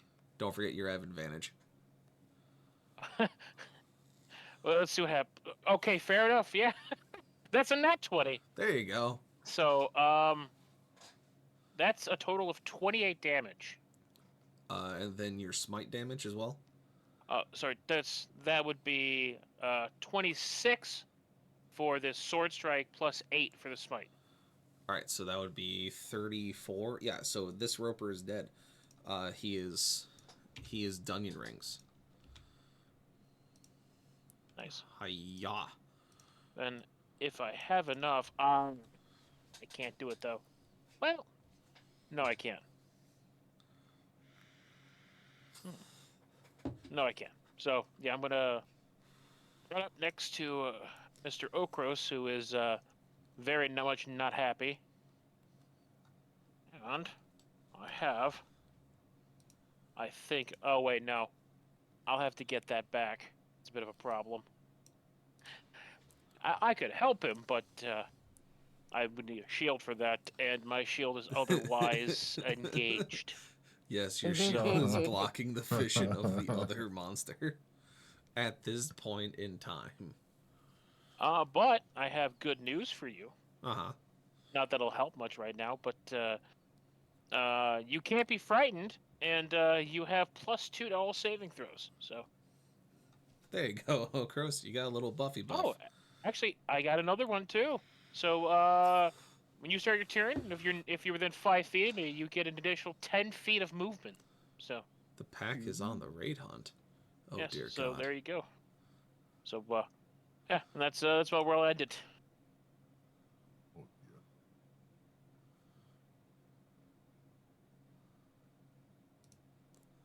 yeah. Welcome in, Ironclaw. Glad to see that you're on the raid hunt. Welcome to the combat of where our players are currently dealing with some ropers and mimics and having a time. They're having a time. Do I have a blinded thing? There it is. Bam. Because he's technically blinded. Alright, so Okros. Wait, yes, Okros. The lion folk. The big meaty claws.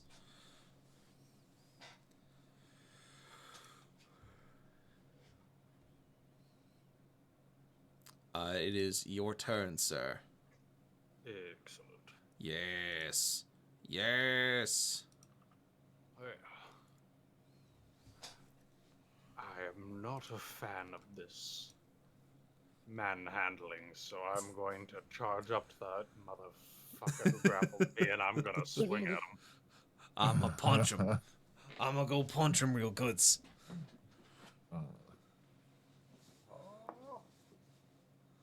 Is that the That is second? a 23 to hit. That is a hit. Excellent. Excellente. And that is for my maul 2d6. Where's my d6? There's my d6.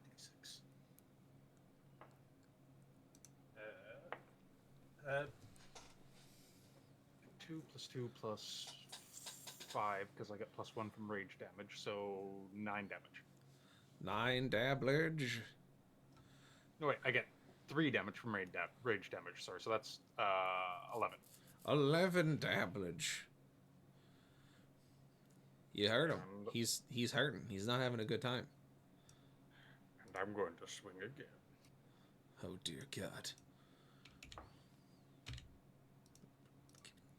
That is a 16 plus 8, so 24 to hit. That is another hit. You landed it. As I roll a 1 for damage. Okay, what's the other one? Aha, 5. Okay, so that's 6 plus 13, right? 6 plus 7 is 13. It is 13. Yeah, Yep. so 13. He is definitely not looking great. He is definitely bloodied and having a bad time. And how? Wait, 1 second. That's not the right thing. That's measurement. Are you sure? No, he's like 15 feet away from the wall. You know what? Fuck it. I am invoking my frickin' isn't it Stance of the Mount? Thunderous Blows, that's what it is. I'm invoking Thunderous Blows to force it to make a strength saving throw to push it 5 feet towards the wall and then move in. So that's DC 8 plus my proficiency plus my strength modifier. So. You don't have to roll it. You'll succeed. Oh, okay. He rolled the nat 1 to push back. So no, you actually will just topple over the roper. So he is now prone, which means that everyone now gets advantage to punching him thusly. Get the mollies down! Beat him up! Kick his ass! Yeah, that's a good round. Yeah. Yep. And that's the end of my turn. That's all I can do. I mean, that solid. It was solid. I gotta remove him from initiative, which brings us to Number Trace. Number Trace spawns a tentacle. Number 3 fires said tentacle. He's technically blinded. I don't think they have they have dark vision. Alright, so he's going to have disadvantage. We're going to say that he's going to try and yeet the tentacle at Creed at disadvantage. 17 does not hit Creed, so no luck. And that's all he can do because there's nothing else there, which brings us to Nez. Alright. Everyone's over there. I'm just gonna go back with the napalm. Oh God. So everyone's over there. I'm just gonna in No one's over Here's my there. fireball. Here, I'm going to draw the I was response. gonna say you may not need to do that, but cool. This Right is on. the response he did. Just up, right, down, down, down. That's the response he did. Just if you know, you know. In response, half ton bomb. Get out of here. Right? What's the text save? Is it 16? It's 16. 16. Oh, he's how? How did he do that? He rolled a 17 with his -1. So he'll take half damage. Roll high in your damage, you'll probably kill him. I'd say 26. So you take 13. 13. I think that pushes him just over the edge. I'm gonna roll con. Okay. I'm gonna say that his tentacle blows up. So, good job growing the tentacle back. Just have it blown off by another napalm grenade. I'm gonna say he's gonna take fire damage next turn, and then he's just going to keel over, because he's like at the last leg of his arms race, so to speak. Pun completely intended because they're covered in tendrils. So he is Dunyan Rings. And any direct attacks against him will have advantage because he is prone. He got pushed over by Okros as Okros is kicking him like a schoolyard bully.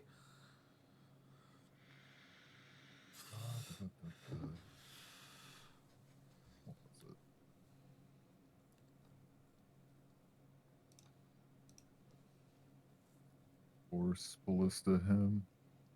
Force from ballista. Lucifer. Force ballista. Do it. So that's a +7 to hit. Since I don't have a roll, I'm just going to roll in that 20 and add 7.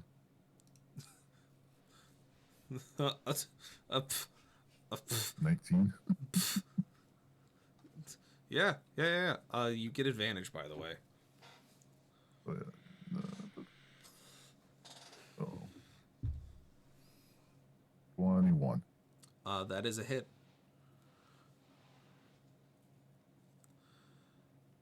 That is a slam bam, sir. Oh, that's a 3d8. So 16. 16, you say? I think that actually kills him. Yep. Damn it. He's got like 2 hit points left. Do you want me to let him live, Nameless? Give me him.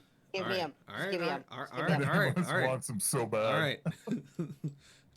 Chill, Look, Tabaxi. dude, I got some fucking fur missing. I've been fucked up by a bite and like 2 bites and shit. I have a plan. I actually had a plan for the last 2, but you killed this one, so. So it's now this guy. He's going to grow back a tendril. He's going to try and get himself not prone and fail spectacularly. So he is still stuck prone. He is still terrified of Okros. So he is going to try and get away from Okros, which he moves half his speed. So he moves a insignificant 5 feet away from him, which does impose attack of opportunity on your end. Okay, I'm sorry, I had a new follower, so I didn't hear it. Fucking thing. You had a new follower. Fantastic. Nice. So you said I get an attack of opportunity? You do. You do trigger. He triggers an attack of op from you. Yes. I swing. You swing. Swing. That is another 24 to hit. You do hit. Now, Nameless is chomping at the bit. Do you want to actually go through with the hit and possibly steal the joy from Nameless? I mean, he got roped up too. I use the hit to just kind of roll it towards him while it's helpless on the ground. Oh, you need to roll it towards me. No. So what you're saying is you bat it around on the ground like a cat. No, more like a golf swing with my mace. You know what? Sure. Yeah. You golf swing it towards Nameless. Roll me athletics, please. I just give me that, and you're still raging, so it's at advantage.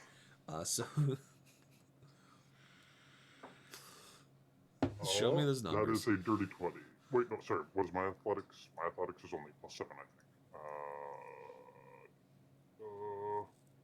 No, my athletics is a +8, so yeah, dirty 20.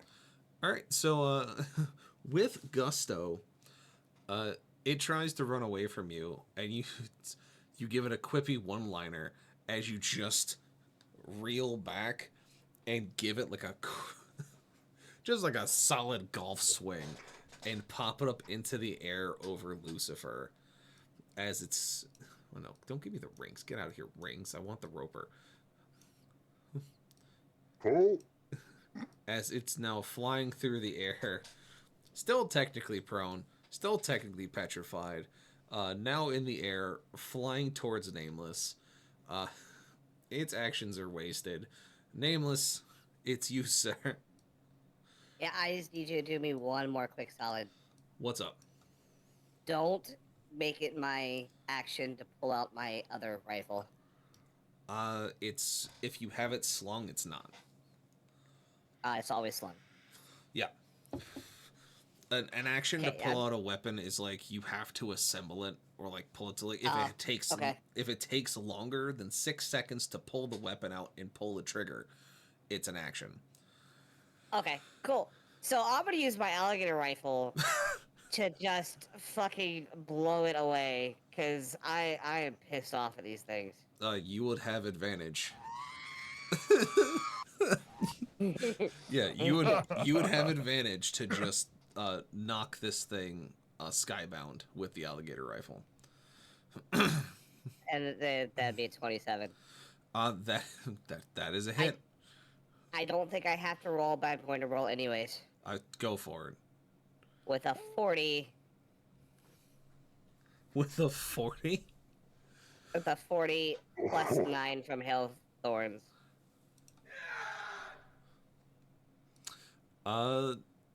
Yeah. So here, real quick before we do that, here's where if this one was still alive, you did tell me it would be an action to reload the weapon. However, but you have brought it to my attention tonight that with my gunner ability, the first thing it says is ignore the loading property of firearms. You do ignore the loading property of firearms. That is correct. So I was just gonna reload that alligator rifle and hit this one too, but yeah.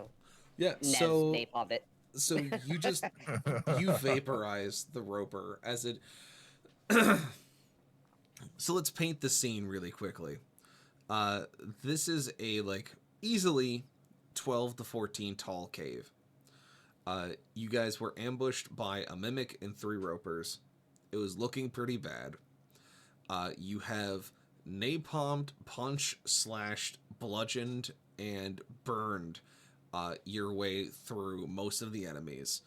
And the last one is terrified of your barbarian, was pushed over like a schoolyard nerd, tried to run away from said barbarian, was then golf swung at the ranger, who then took out its rifle that it got as a gift to fire a 14mm round at it at about 40-50 feet away while it's in the air, and you just vaporized it. As you and Nez are showered with gook due to momentum. Glorious. As I can just see Okros having that stupid golf stance where he's leaning on the mace with his hand over his eyes, looking how far it went. Oh, 100%. Yeah, so the roper is super dead, as even if it had more than 5 hit points left, I'm pretty sure you guys would have found a way to just insta-gibbet the next turn anyways. It was running out of options. You guys started using AoE and they lost their options really quickly. So, with that, the 3rd roper is dead, and as you all kind of stand and listen for a moment, making sure that nothing else is shapeshifted, camouflaged, waiting, etc., you see that nothing is there, and that the creatures that are in here are fully deceased. And it smells terrible in here. Nez and Nameless have been showered in ichor as it fell down as the roper was vaporized. And you're just kind of sitting there for a moment, recovering. As, Nez, you move up with Nameless to get Lucifer and check on Okros and Creed and Nameless's wounds. Creed, you notice something at the very far end of this cave. Now that you're all back here, you all have dark vision. Your eyes have adjusted to the dimness of this part of the cave by this point. The fires that are still burning from Nez's napalm rounds are giving off enough of light for you to kind of see around. And Creed, you see in the very back of the room, there seems to be a little sliver of light peeking out from what looks to be a door-shaped rock. A rock that is shaped like a door.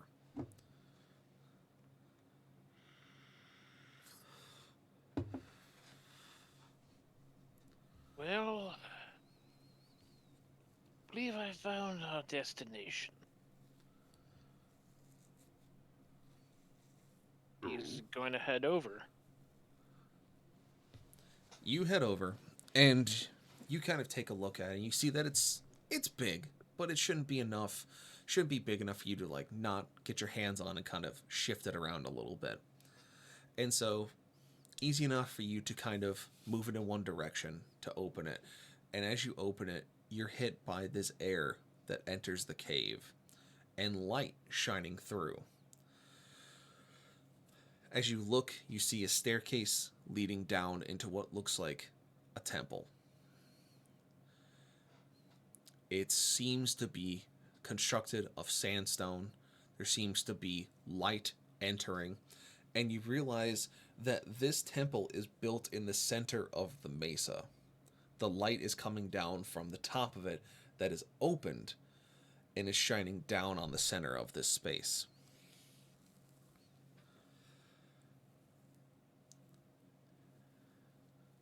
And you all now see Creed standing in front of a doorway with light entering through. You see a Before you say that next phrase. Yep. Okay. So, there's still 2 more cases for me to look at. There is. Oh my god. So, I'm gonna get down on all fours, shake off whatever the fuck showered on me for the thing. And, re-sling my rifle and go check out the other cases. They're both mimics. Roll initiative. No. Yes! No, it's you see A 19 with my alligator rifle, they're fucked. you go to pick up the other rifle case, and it's light, so you imagine there's nothing in it. The other one, you pick up the square case. You see that it's a little bit heavier, and you pop it open. You see it has more of those weird tan rations that Okros found previously. I share them with everyone else. Very good. And I look at Creed as I walk by and go, now we can go. So, to end the session, what's going to happen is you guys are going to enter the temple. You're going to see, as I said before, that it's built into the mesa. The light is coming down from the ceiling that has been cut out and is shining down on the sandstone that has been sculpted for this place. Nameless, as you enter, the hair on the back of your neck stands up. You've had visions of this place, of how to get here, of the words that would lead you to this destination. You remember the visions you had of the stone sitting in the middle of the desert, the temple that you were supposed to find. And as you enter this room, this atrium, you see what looks to be a stone, relative of that of the one you found at New Haven. Large, smooth yet carved appearance on the surface seems identical. It lays on its side in the middle of the atrium, surrounded by walkways carved from the sand and limestone found generally in this region. You see that this area used to be traveled significantly. You see your ranger eyes would pick up on wear marks from people who would step on it, who have walked, creatures that have come through here and clawed their way past. It's all very quiet and eerie. The sound of the wind traveling above the mesa, making almost a whistling sound as the air travels down, mixing the air within this cavern. And as you all go down the multiple flights of steps leading to the center of this atrium, you don't see anything around you that is of much more interest than the stone. And it seems a bit too easy. You would think that something like this, sealed away and supposedly to be powerful, would have something more guarding it. That is until you see a man in a blue purplish suit wearing a bowler hat who looks at all of you and goes, "It's about time we speak face to face. I have been watching you with great interest, and it seems that it is time for me to explain the endgame." As you look at his face, you see that it is smooth. The only thing that really pokes out are his eyes. They seem to be a bright blue with almost a smokiness to them. Not physical eyes per se, but almost like a mist trapped within the orbitals of his face. The suit looks clean and well pressed. It is a bluish purple fabric with a matching tie with a white undershirt. Black wingtip shoes and a black belt complete his look, along with a matching bowler hat that he wears promptly on his smooth head. He looks at each of you and goes, "I have set these events in motion for a specific purpose. But it seems that whatever has occurred is now beyond the control of those of the Eternal Watch. And so this is where you come in. I've shown each of you where one of these crystals sit, these world stones. This is your first, minus the one that you found in New Haven, where we met the first time. I believe we have quite a conversation to have after you rest. Ah, where are my manners? I know one of you knows me already, but to the rest of you, you can call me Bill. And that is where we end the session. I kind of want to do one more thing. What's the one more thing you want to do? It's real quick. So you know that whole like anime look over the shoulder with a big ass smile? Yeah. Like, look that they do all the time? Yeah. Yeah, I'm gonna do that to Inez. Say, how about now? And then re-rack my rifle. Fade to black, roll credits. Fade to black, roll credits. It's great. Done.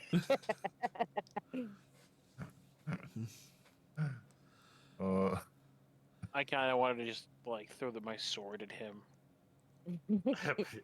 Like,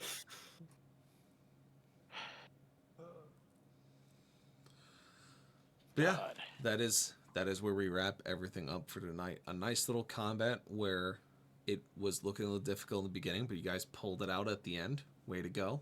Good stuff. Let's do a quick breakdown of favorite moments. So starting with Mr. Creed. Where are your favorite things that happened? I'm pretty pissed at Mr. Cactus right now. I'm not gonna lie. Especially looking back and really, everyone's like, nah, Creed doesn't know how guns work. It's like, no, don't worry. It's fine. You know, there's a bunch of highly advanced weaponry that probably could have helped at some point, but you know, it's fine. It's fine. Everything's fine.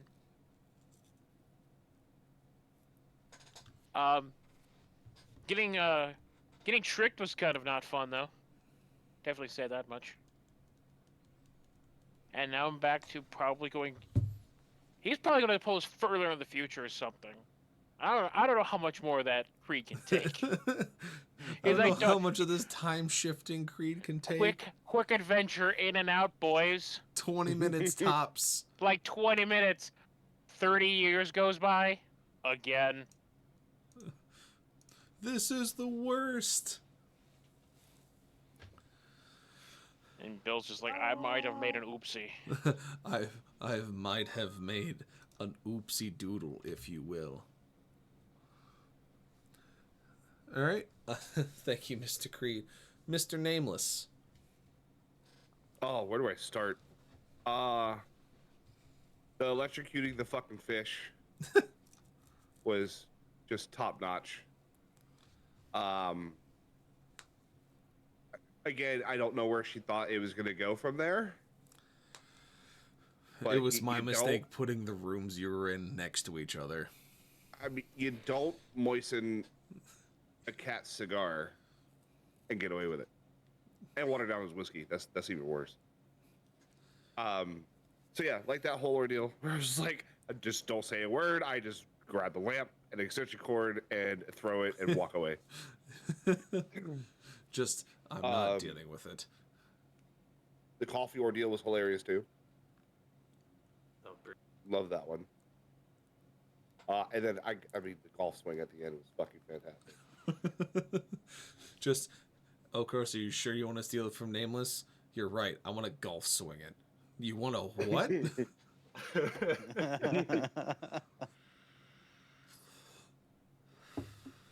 Yeah, it always was works out in the end.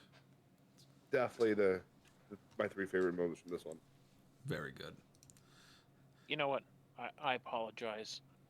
I think I realized my favorite moment of tonight Which is what? was reminding you about how science works and making her get electrocuted. Yeah. Yeah, I think Oh, I yeah. think that was probably the best part of my entire night. Just, Wait a second, isn't she wearing wait a a copper second. necklace? yeah, no, it was Oh. right, because I wasn't even thinking about her necklace, and I was like, oh, wait. Well, I kind of got to thinking because I'm like, well, she's in there, she's being electrocuted. Like, we're gonna have to put. It's like, wait a minute. People don't take their necklaces off when they go in the water. Wait a minute. Duh, duh, duh. Hang on. It's all coming. Oh man, I missed an opportunity. I should have done like the Columbo. Or just one more thing. One more thing. I remember you telling me, Mrs. Columbo reminded me that you're wearing a necklace, trying to get back at a member of your party. I remember you mentioning it was copper. Oh no, she was pissed about that. I thought it was funny. I It still was do. great. I mean, it's actions, the consequences, you know? Also, I was pretty close to killing her. Yep. Ugh. Well, yeah, especially if you think about it, if it wasn't a GFCI outlet, that breaker would have never popped. Yep. I was gonna tear apart right there. I watched that man die. Yeah, which is why I eventually was like, can you roll a wisdom for me, please? Because one of you is going to have to roll it because you're both being ridiculous. Like, Hey, look. All right. I was in the right here. you This were desert brought triggered back a because of lot the of stuff. desert. She kept harping on it. It's a whole thing. It's whatever. That's why I was like, I want to stab her. I want to stab her. That's why I was just like, eventually just roll wisdom, please. One of you use your 3 brain cells The to back of my realize that brain it's keeps- not the same person. The back of my brain kept saying a single word. Stab. Paladin. I was like, walk away. You know, Walk away. someone who doesn't have the training of a paladin, you sure act like a paladin. It's sometimes you have a higher calling that you don't exactly want. I mean, it's fair. Leave it to the kitty cat to just say, "Fuck this bitch." I'm also waiting for my Bonnie Tyler moment Oh no. where like my hair will just like Creed's hair will just like fucking light up. It'll just get like an aura and just like start flying around or something. Your Saint Celestine moment. You should be become a saint and just start zapping people with lightning. Just ka-char. So Maybe. apologies, but Maybe. Mr. Nez. You know, my character with finding the duct tape, man. The possibilities The he has possibilities going are through his endless. mind.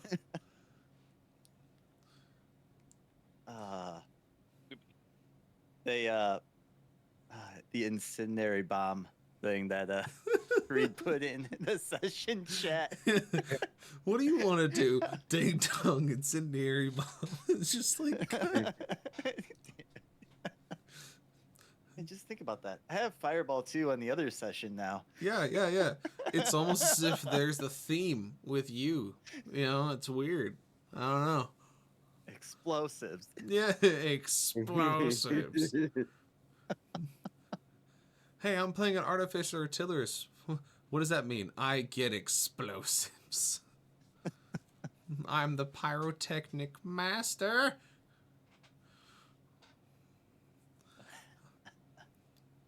Absolutely ridiculous. And then my short conversation with God, a blank The Valkyrie? name. Yeah, the Valkyrie. I was like, damn it. You know, the machine spirit, as Okros would say. Oh shit! I totally forgot. That just reminded me the me drying off by Lucifer shooting me in the air. That was a good one too. Yeah. Just hey, launch me like upwards, but like not at like a bad angle. Like just little ups. You know. No, physics. Just want uppies. Yeah. Air dry. That reminded me when you took your restroom break. The moment. I forgot about that. We just went full freaking. Yeah, we just went. Full You know Soldier what's Boy. worse? I left you guys unmuted, so the audience heard you the entire time of Oh, you of just course they did. just of doing villager noises. I was like, I could It's also mute in them, the but sideboard, by the way. it's- yeah, I put it in there.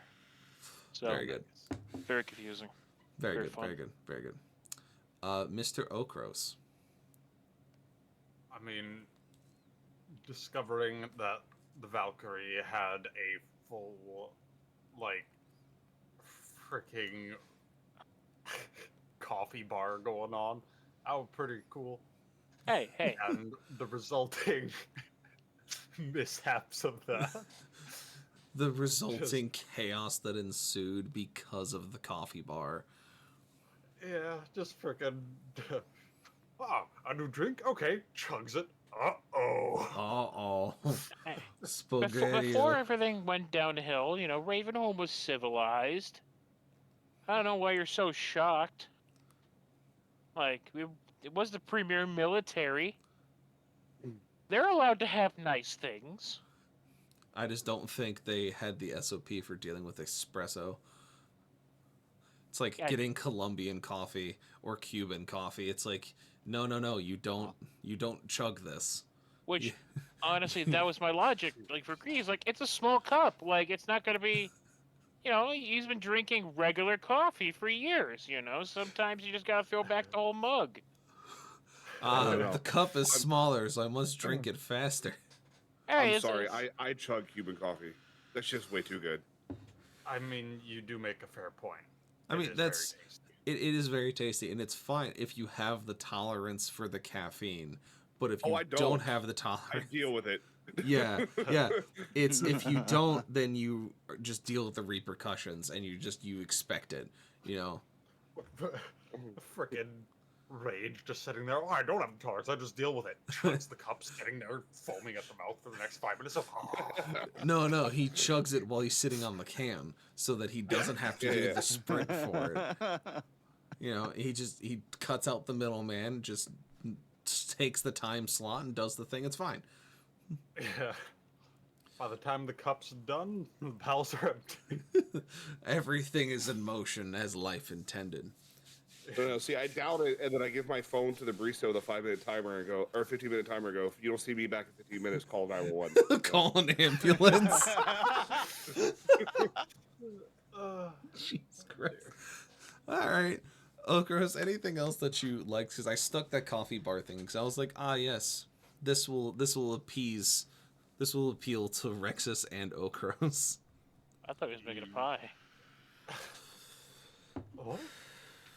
I was listening to you describe things. I've never actually, like, seen someone make espresso. And so you're talking about like plate, like metal, smooth, you know, like metal disc. Is like, oh, he's probably making like a really nice pie or something. And then you're like, you put it in 2 mugs. I was like, wait, what? Liquid What do you pie. mean? I was like, what do you mean you put it? It's like how did? And then you're like, it's like espresso. I went, oh, that makes sense. Yes. Jeez. I mean, the whole doesn't she have a copper necklace? Moment was, like, oh, that was good. 'Cause it was right after you were basically like, maybe you shouldn't be such a dick to people, and then she continued being a dick to people, and it was like, ah, yes, karmic retribution. Yeah. Oh, fuck, there were a couple other moments. Totally envisioned my character at the moment, just walking up, like staring at her with like squinty eyes, and just reach out the lamp and drop it. Yeah. Just walk away. I want to throw water at the cat. I wouldn't do that if I was you. I'm gonna open the door and shock him. I really, really wouldn't do that if I was you. And then she did, and I was like, well, you chose violence. Yep.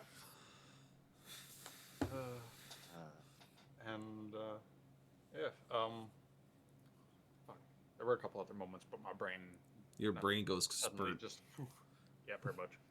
Yeah, but it's I like tonight where again, I've been liking you guys have a bit more RP into things between characters, whether you're doing stuff, discovering stuff, talking with people, choosing violence, being able to approach different situations and kind of build that dynamic relationship between the characters.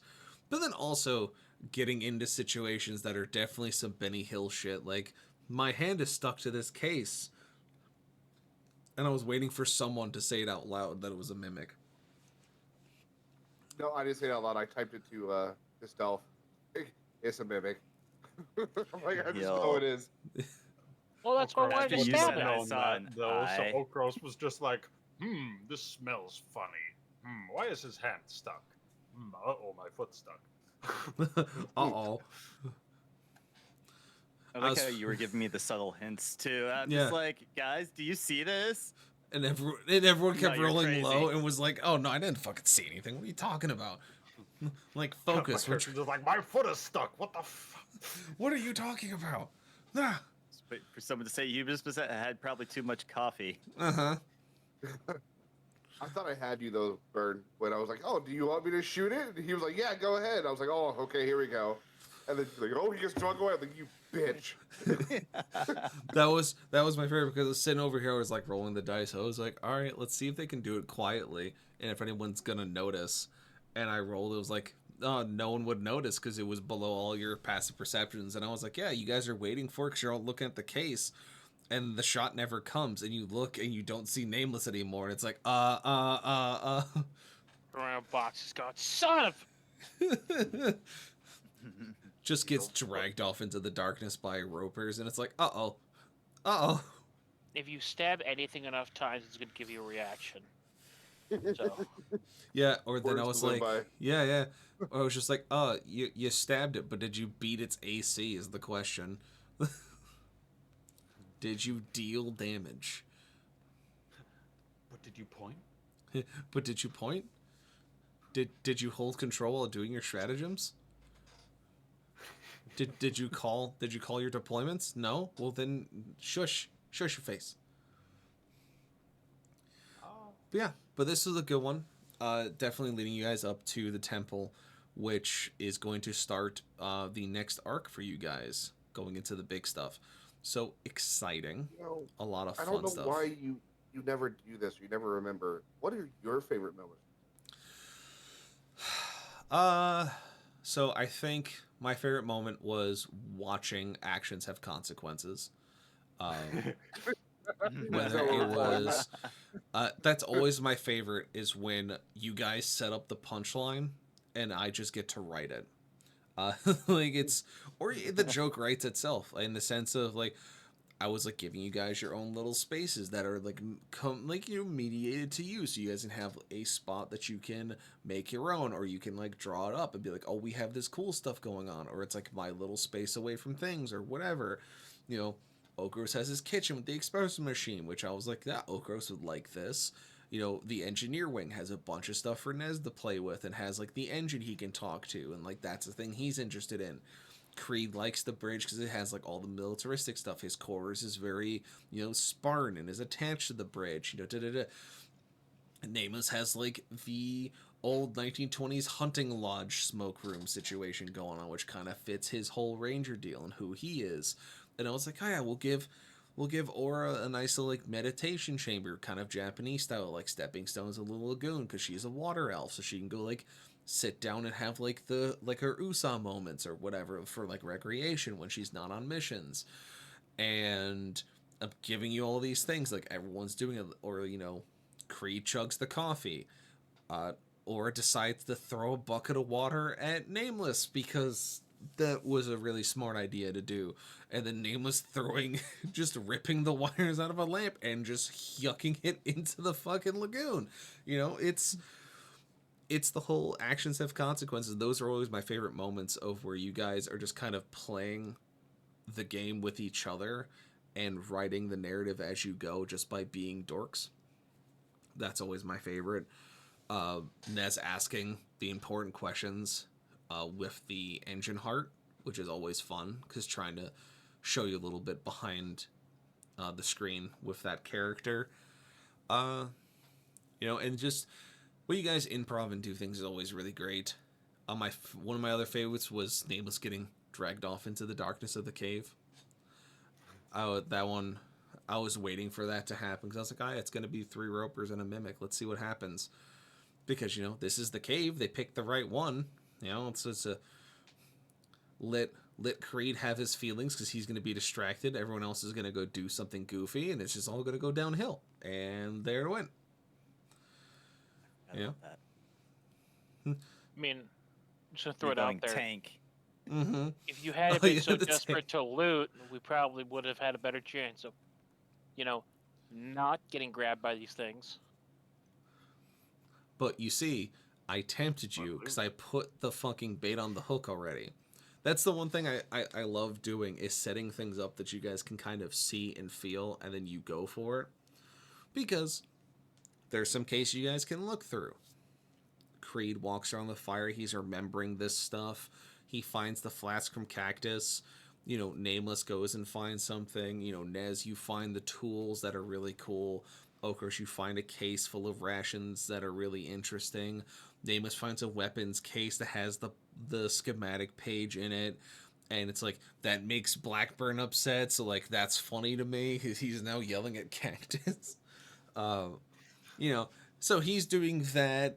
And you guys are looking like, oh, this is really cool. And now the bait's on the hook because there's more cases in the cave. Some of them may have some cool stuff in it. And so Nameless was like, oh, I see other rifle cases. And I was like, he's going to go grab it. Watch.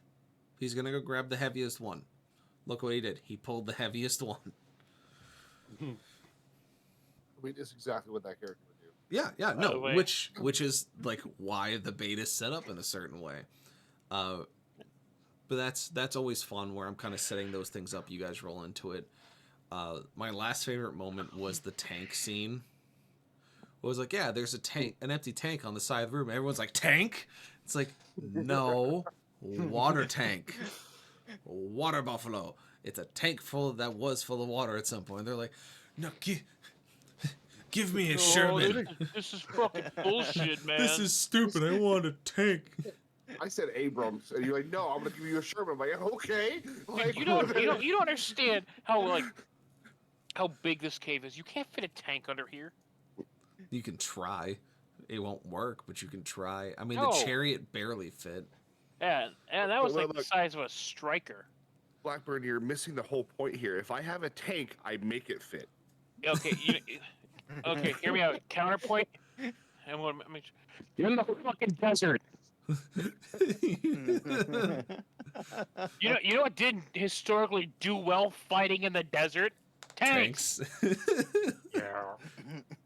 Hey, you know what? It can't come with us. How are you gonna get it somewhere? There ain't a bag of obey the holding for a Valkyrie. tank. No, they would have been left at the door after rolling over the mimic. And us not even feeling it. He would have used it to roll down to the end of the cave, somehow broken through the wall, got into the temple, killed the 3 ropers and the mimic by just hitting it with a tank, and then been like, well, it's out of gas. I guess we leave now, and then just Relevant leave point to it. this. Do you know why it is SOP that tankers are not allowed to drive through houses or through buildings? Because you get stuck In what? in Rubble. everything.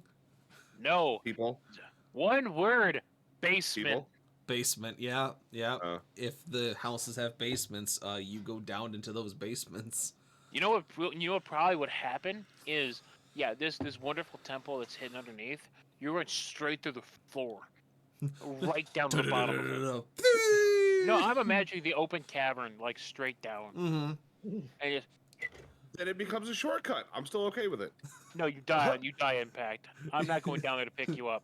My spell is like 5 minutes after you die. It's going to take you longer than that to get down there. No, Yours I'm not. is 5. Mine's only 1. Oh, let's see. Let's see what Revivify actually says. Oh, it's 1 minute. Yeah, last minute. So yeah, you're not coming back. Oh, I also have to give up diamonds. Yeah, no, Yeah. you're definitely not coming back. That's why Revivify is a very important spell, is that you need to have expensive gems on your person. Wait. And What? I'm a paladin. Why do I have necromancy? that's a good question. What? It's a 3rd level necromancy spell. What? Why do I have necromancy? Well, it's because it's from the school of necromancy. It's Revivify. Okay, it does say paladin. Yeah. That seems like the opposite of my job. I mean, also, reviving the dead is necromancy, but it's fine. It's only Yeah, he's also, only mostly going back dead. to the whole die on impact thing, did you forget that I'm a cat? Always land on our feet. Yeah, I was gonna say, I would bring that up. Yeah, those tentacles proved otherwise, bro. I was being held down. There's a little bit of a different story. No. What? Yeah, I was Whatever. being drugged by the feet. It's the cat making excuses again.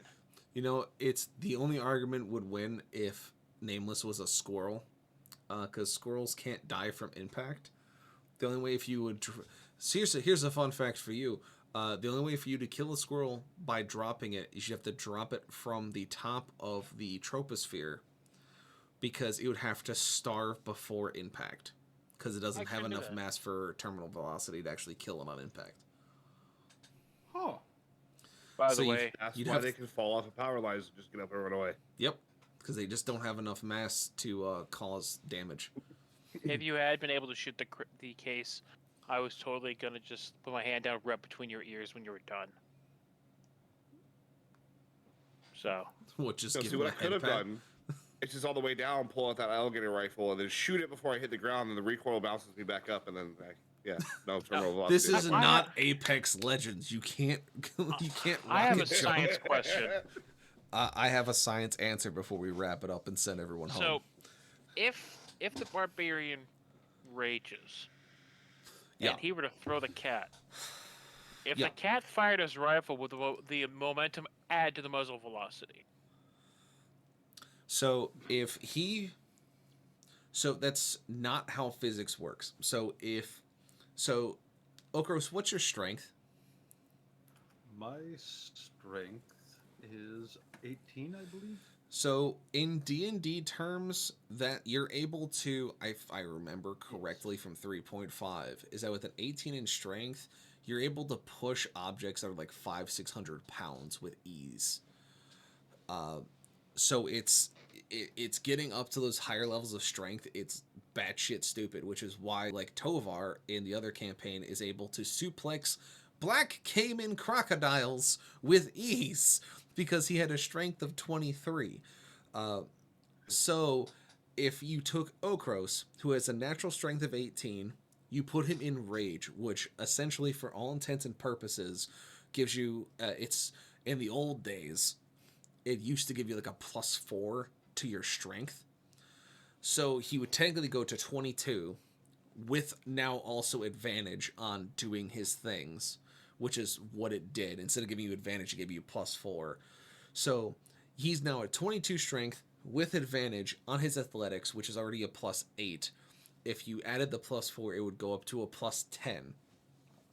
So if he picked up Nameless, who is a small character, he's not medium, he's small, which means he's at max 4.5 feet and like 90 to 120 pounds soaking wet, depending on his species.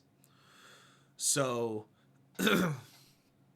this lion folk who can now easily lift 300-400 pound objects with 400 pounds with difficulty, like 250 with ease, can push 600 pound objects before raging, picks up a 90 to 100 pound cat and just fucking thunder cunts him across a room at Mock go fuck yourself, and then Nameless, carrying the alligator rifle, fires in the same direction he's traveling. The round wouldn't go faster. He would actually probably would drop out of the sky. Because the recoil from the round would essentially push back against the momentum he has. On paper, it would slow him down where either his trajectory would drop significantly or he would just kind of drop straight out. But because he is a 90-pound cat firing a very large caliber rifle, what would probably happen is that he would fire it because he's probably going to shoulder brace it or at least try to chest brace it, which would mean that he would fire it, the round would still go forward at the same velocity, but now he is spinning through the air, going as fast as Okros threw him. Okay, Okros, we have So to we remember just this, and we're need going to to call it that give SR-71. him- And we just need to give you like back plate armor that's spiked. So as you fire, you curl into a ball and just turn into a spinning ball of death. No, we call it SR-71, as you said, at Mock, go fuck yourself. That's kind of what I think about that. Yeah, so it's you being thrown. It'd be different if he was, because if he was throwing an object, then you could potentially have a faster velocity of that object because it's gaining acceleration on top of acceleration. So theoretically, it would have faster speed, but it would hit its terminal probably before it hits its actual, like it's on paper, ignoring physical laws would hit. But because it's firing a weapon and the weapon itself has both a positive and negative mechanical force, it really wouldn't have an increased velocity. It would have its still standard velocity, it'd probably have a higher acceleration where from point of impact it'd be moving faster, but it wouldn't be going faster. Nameless would have a fucking time though, because based on what direction that recoil's going, he's not grounded, so he is at the mercy of gravity and centrifugal force. No. Oh no. Yeah. Fun times. If you want to see fun experiments on that, I can't remember if it was Mythbusters who did it. They fired a cannonball out of a truck going 80 miles an hour, and they fired it out the back, and the cannonball just dropped. Because it's just all its acceleration got used up by the time the truck left, so the ball just went junk. It's very interesting, that kind of like weird physics stuff. But yeah, that's all I have. Thank you guys for your questions, your time, your playtime, and it's always a pleasure to have everyone around. We're going to close it up by seeing if we can raid out to somebody. Looks like Tally's doing World of Warcraft. So Also, that shit totally changes if you're in a vacuum. Oh yeah, I mean, I'm calculating it based off of vacuum. Oh yeah, I know. I'm just saying it totally changes. Like the answer is completely 180 if you're in vacuum. No, you're talking about if you have a vacuum as well as a lack of gravitational forces. Yeah, like space. Yeah, in space, physics is also bullshit because it no longer matters to anything. So if you're There talking are about no in a laws in vacuum with space. no air resistance, that was all I did for quantum mechanics and thermodynamics was studying stuff in vacuums, because that's the best way to do it. But Yeah, like, no, more in space. Yeah. yeah, in space, you would be spinning off until you hit the heat death of the universe. Yeah, So 'cause that would both objects would be opposite directions with the same amount of velocity. if it was correct velocity, there's a lot of if, ands, or buts. But That's true too. enough of the science shit. Thank you all for being here. Thank you all for coming and enjoying this little session. We hope to see you next time. I'm going to try and do some more streaming on weekends, because I have a couple games I want to play through, like Bolt Gun, System Shock, and of course playing Mech Warriors and Helldivers with Mr. Okros here, as well as Or Mr. Democracy. Nez. Democracy spreading at its finest. But catch us next Friday for another session of D&D. It will be the Siege of Etheria with 3 of these chuckleheads, and we'll see y'all then. Thank you so much for being here, and we'll see y'all later. Bye-bye, everybody. Bye. Pleasure. Bye. Have a wonderful time. Bye. Have a beautiful time. Bye. And don't worry, I will make a cluster come towards you.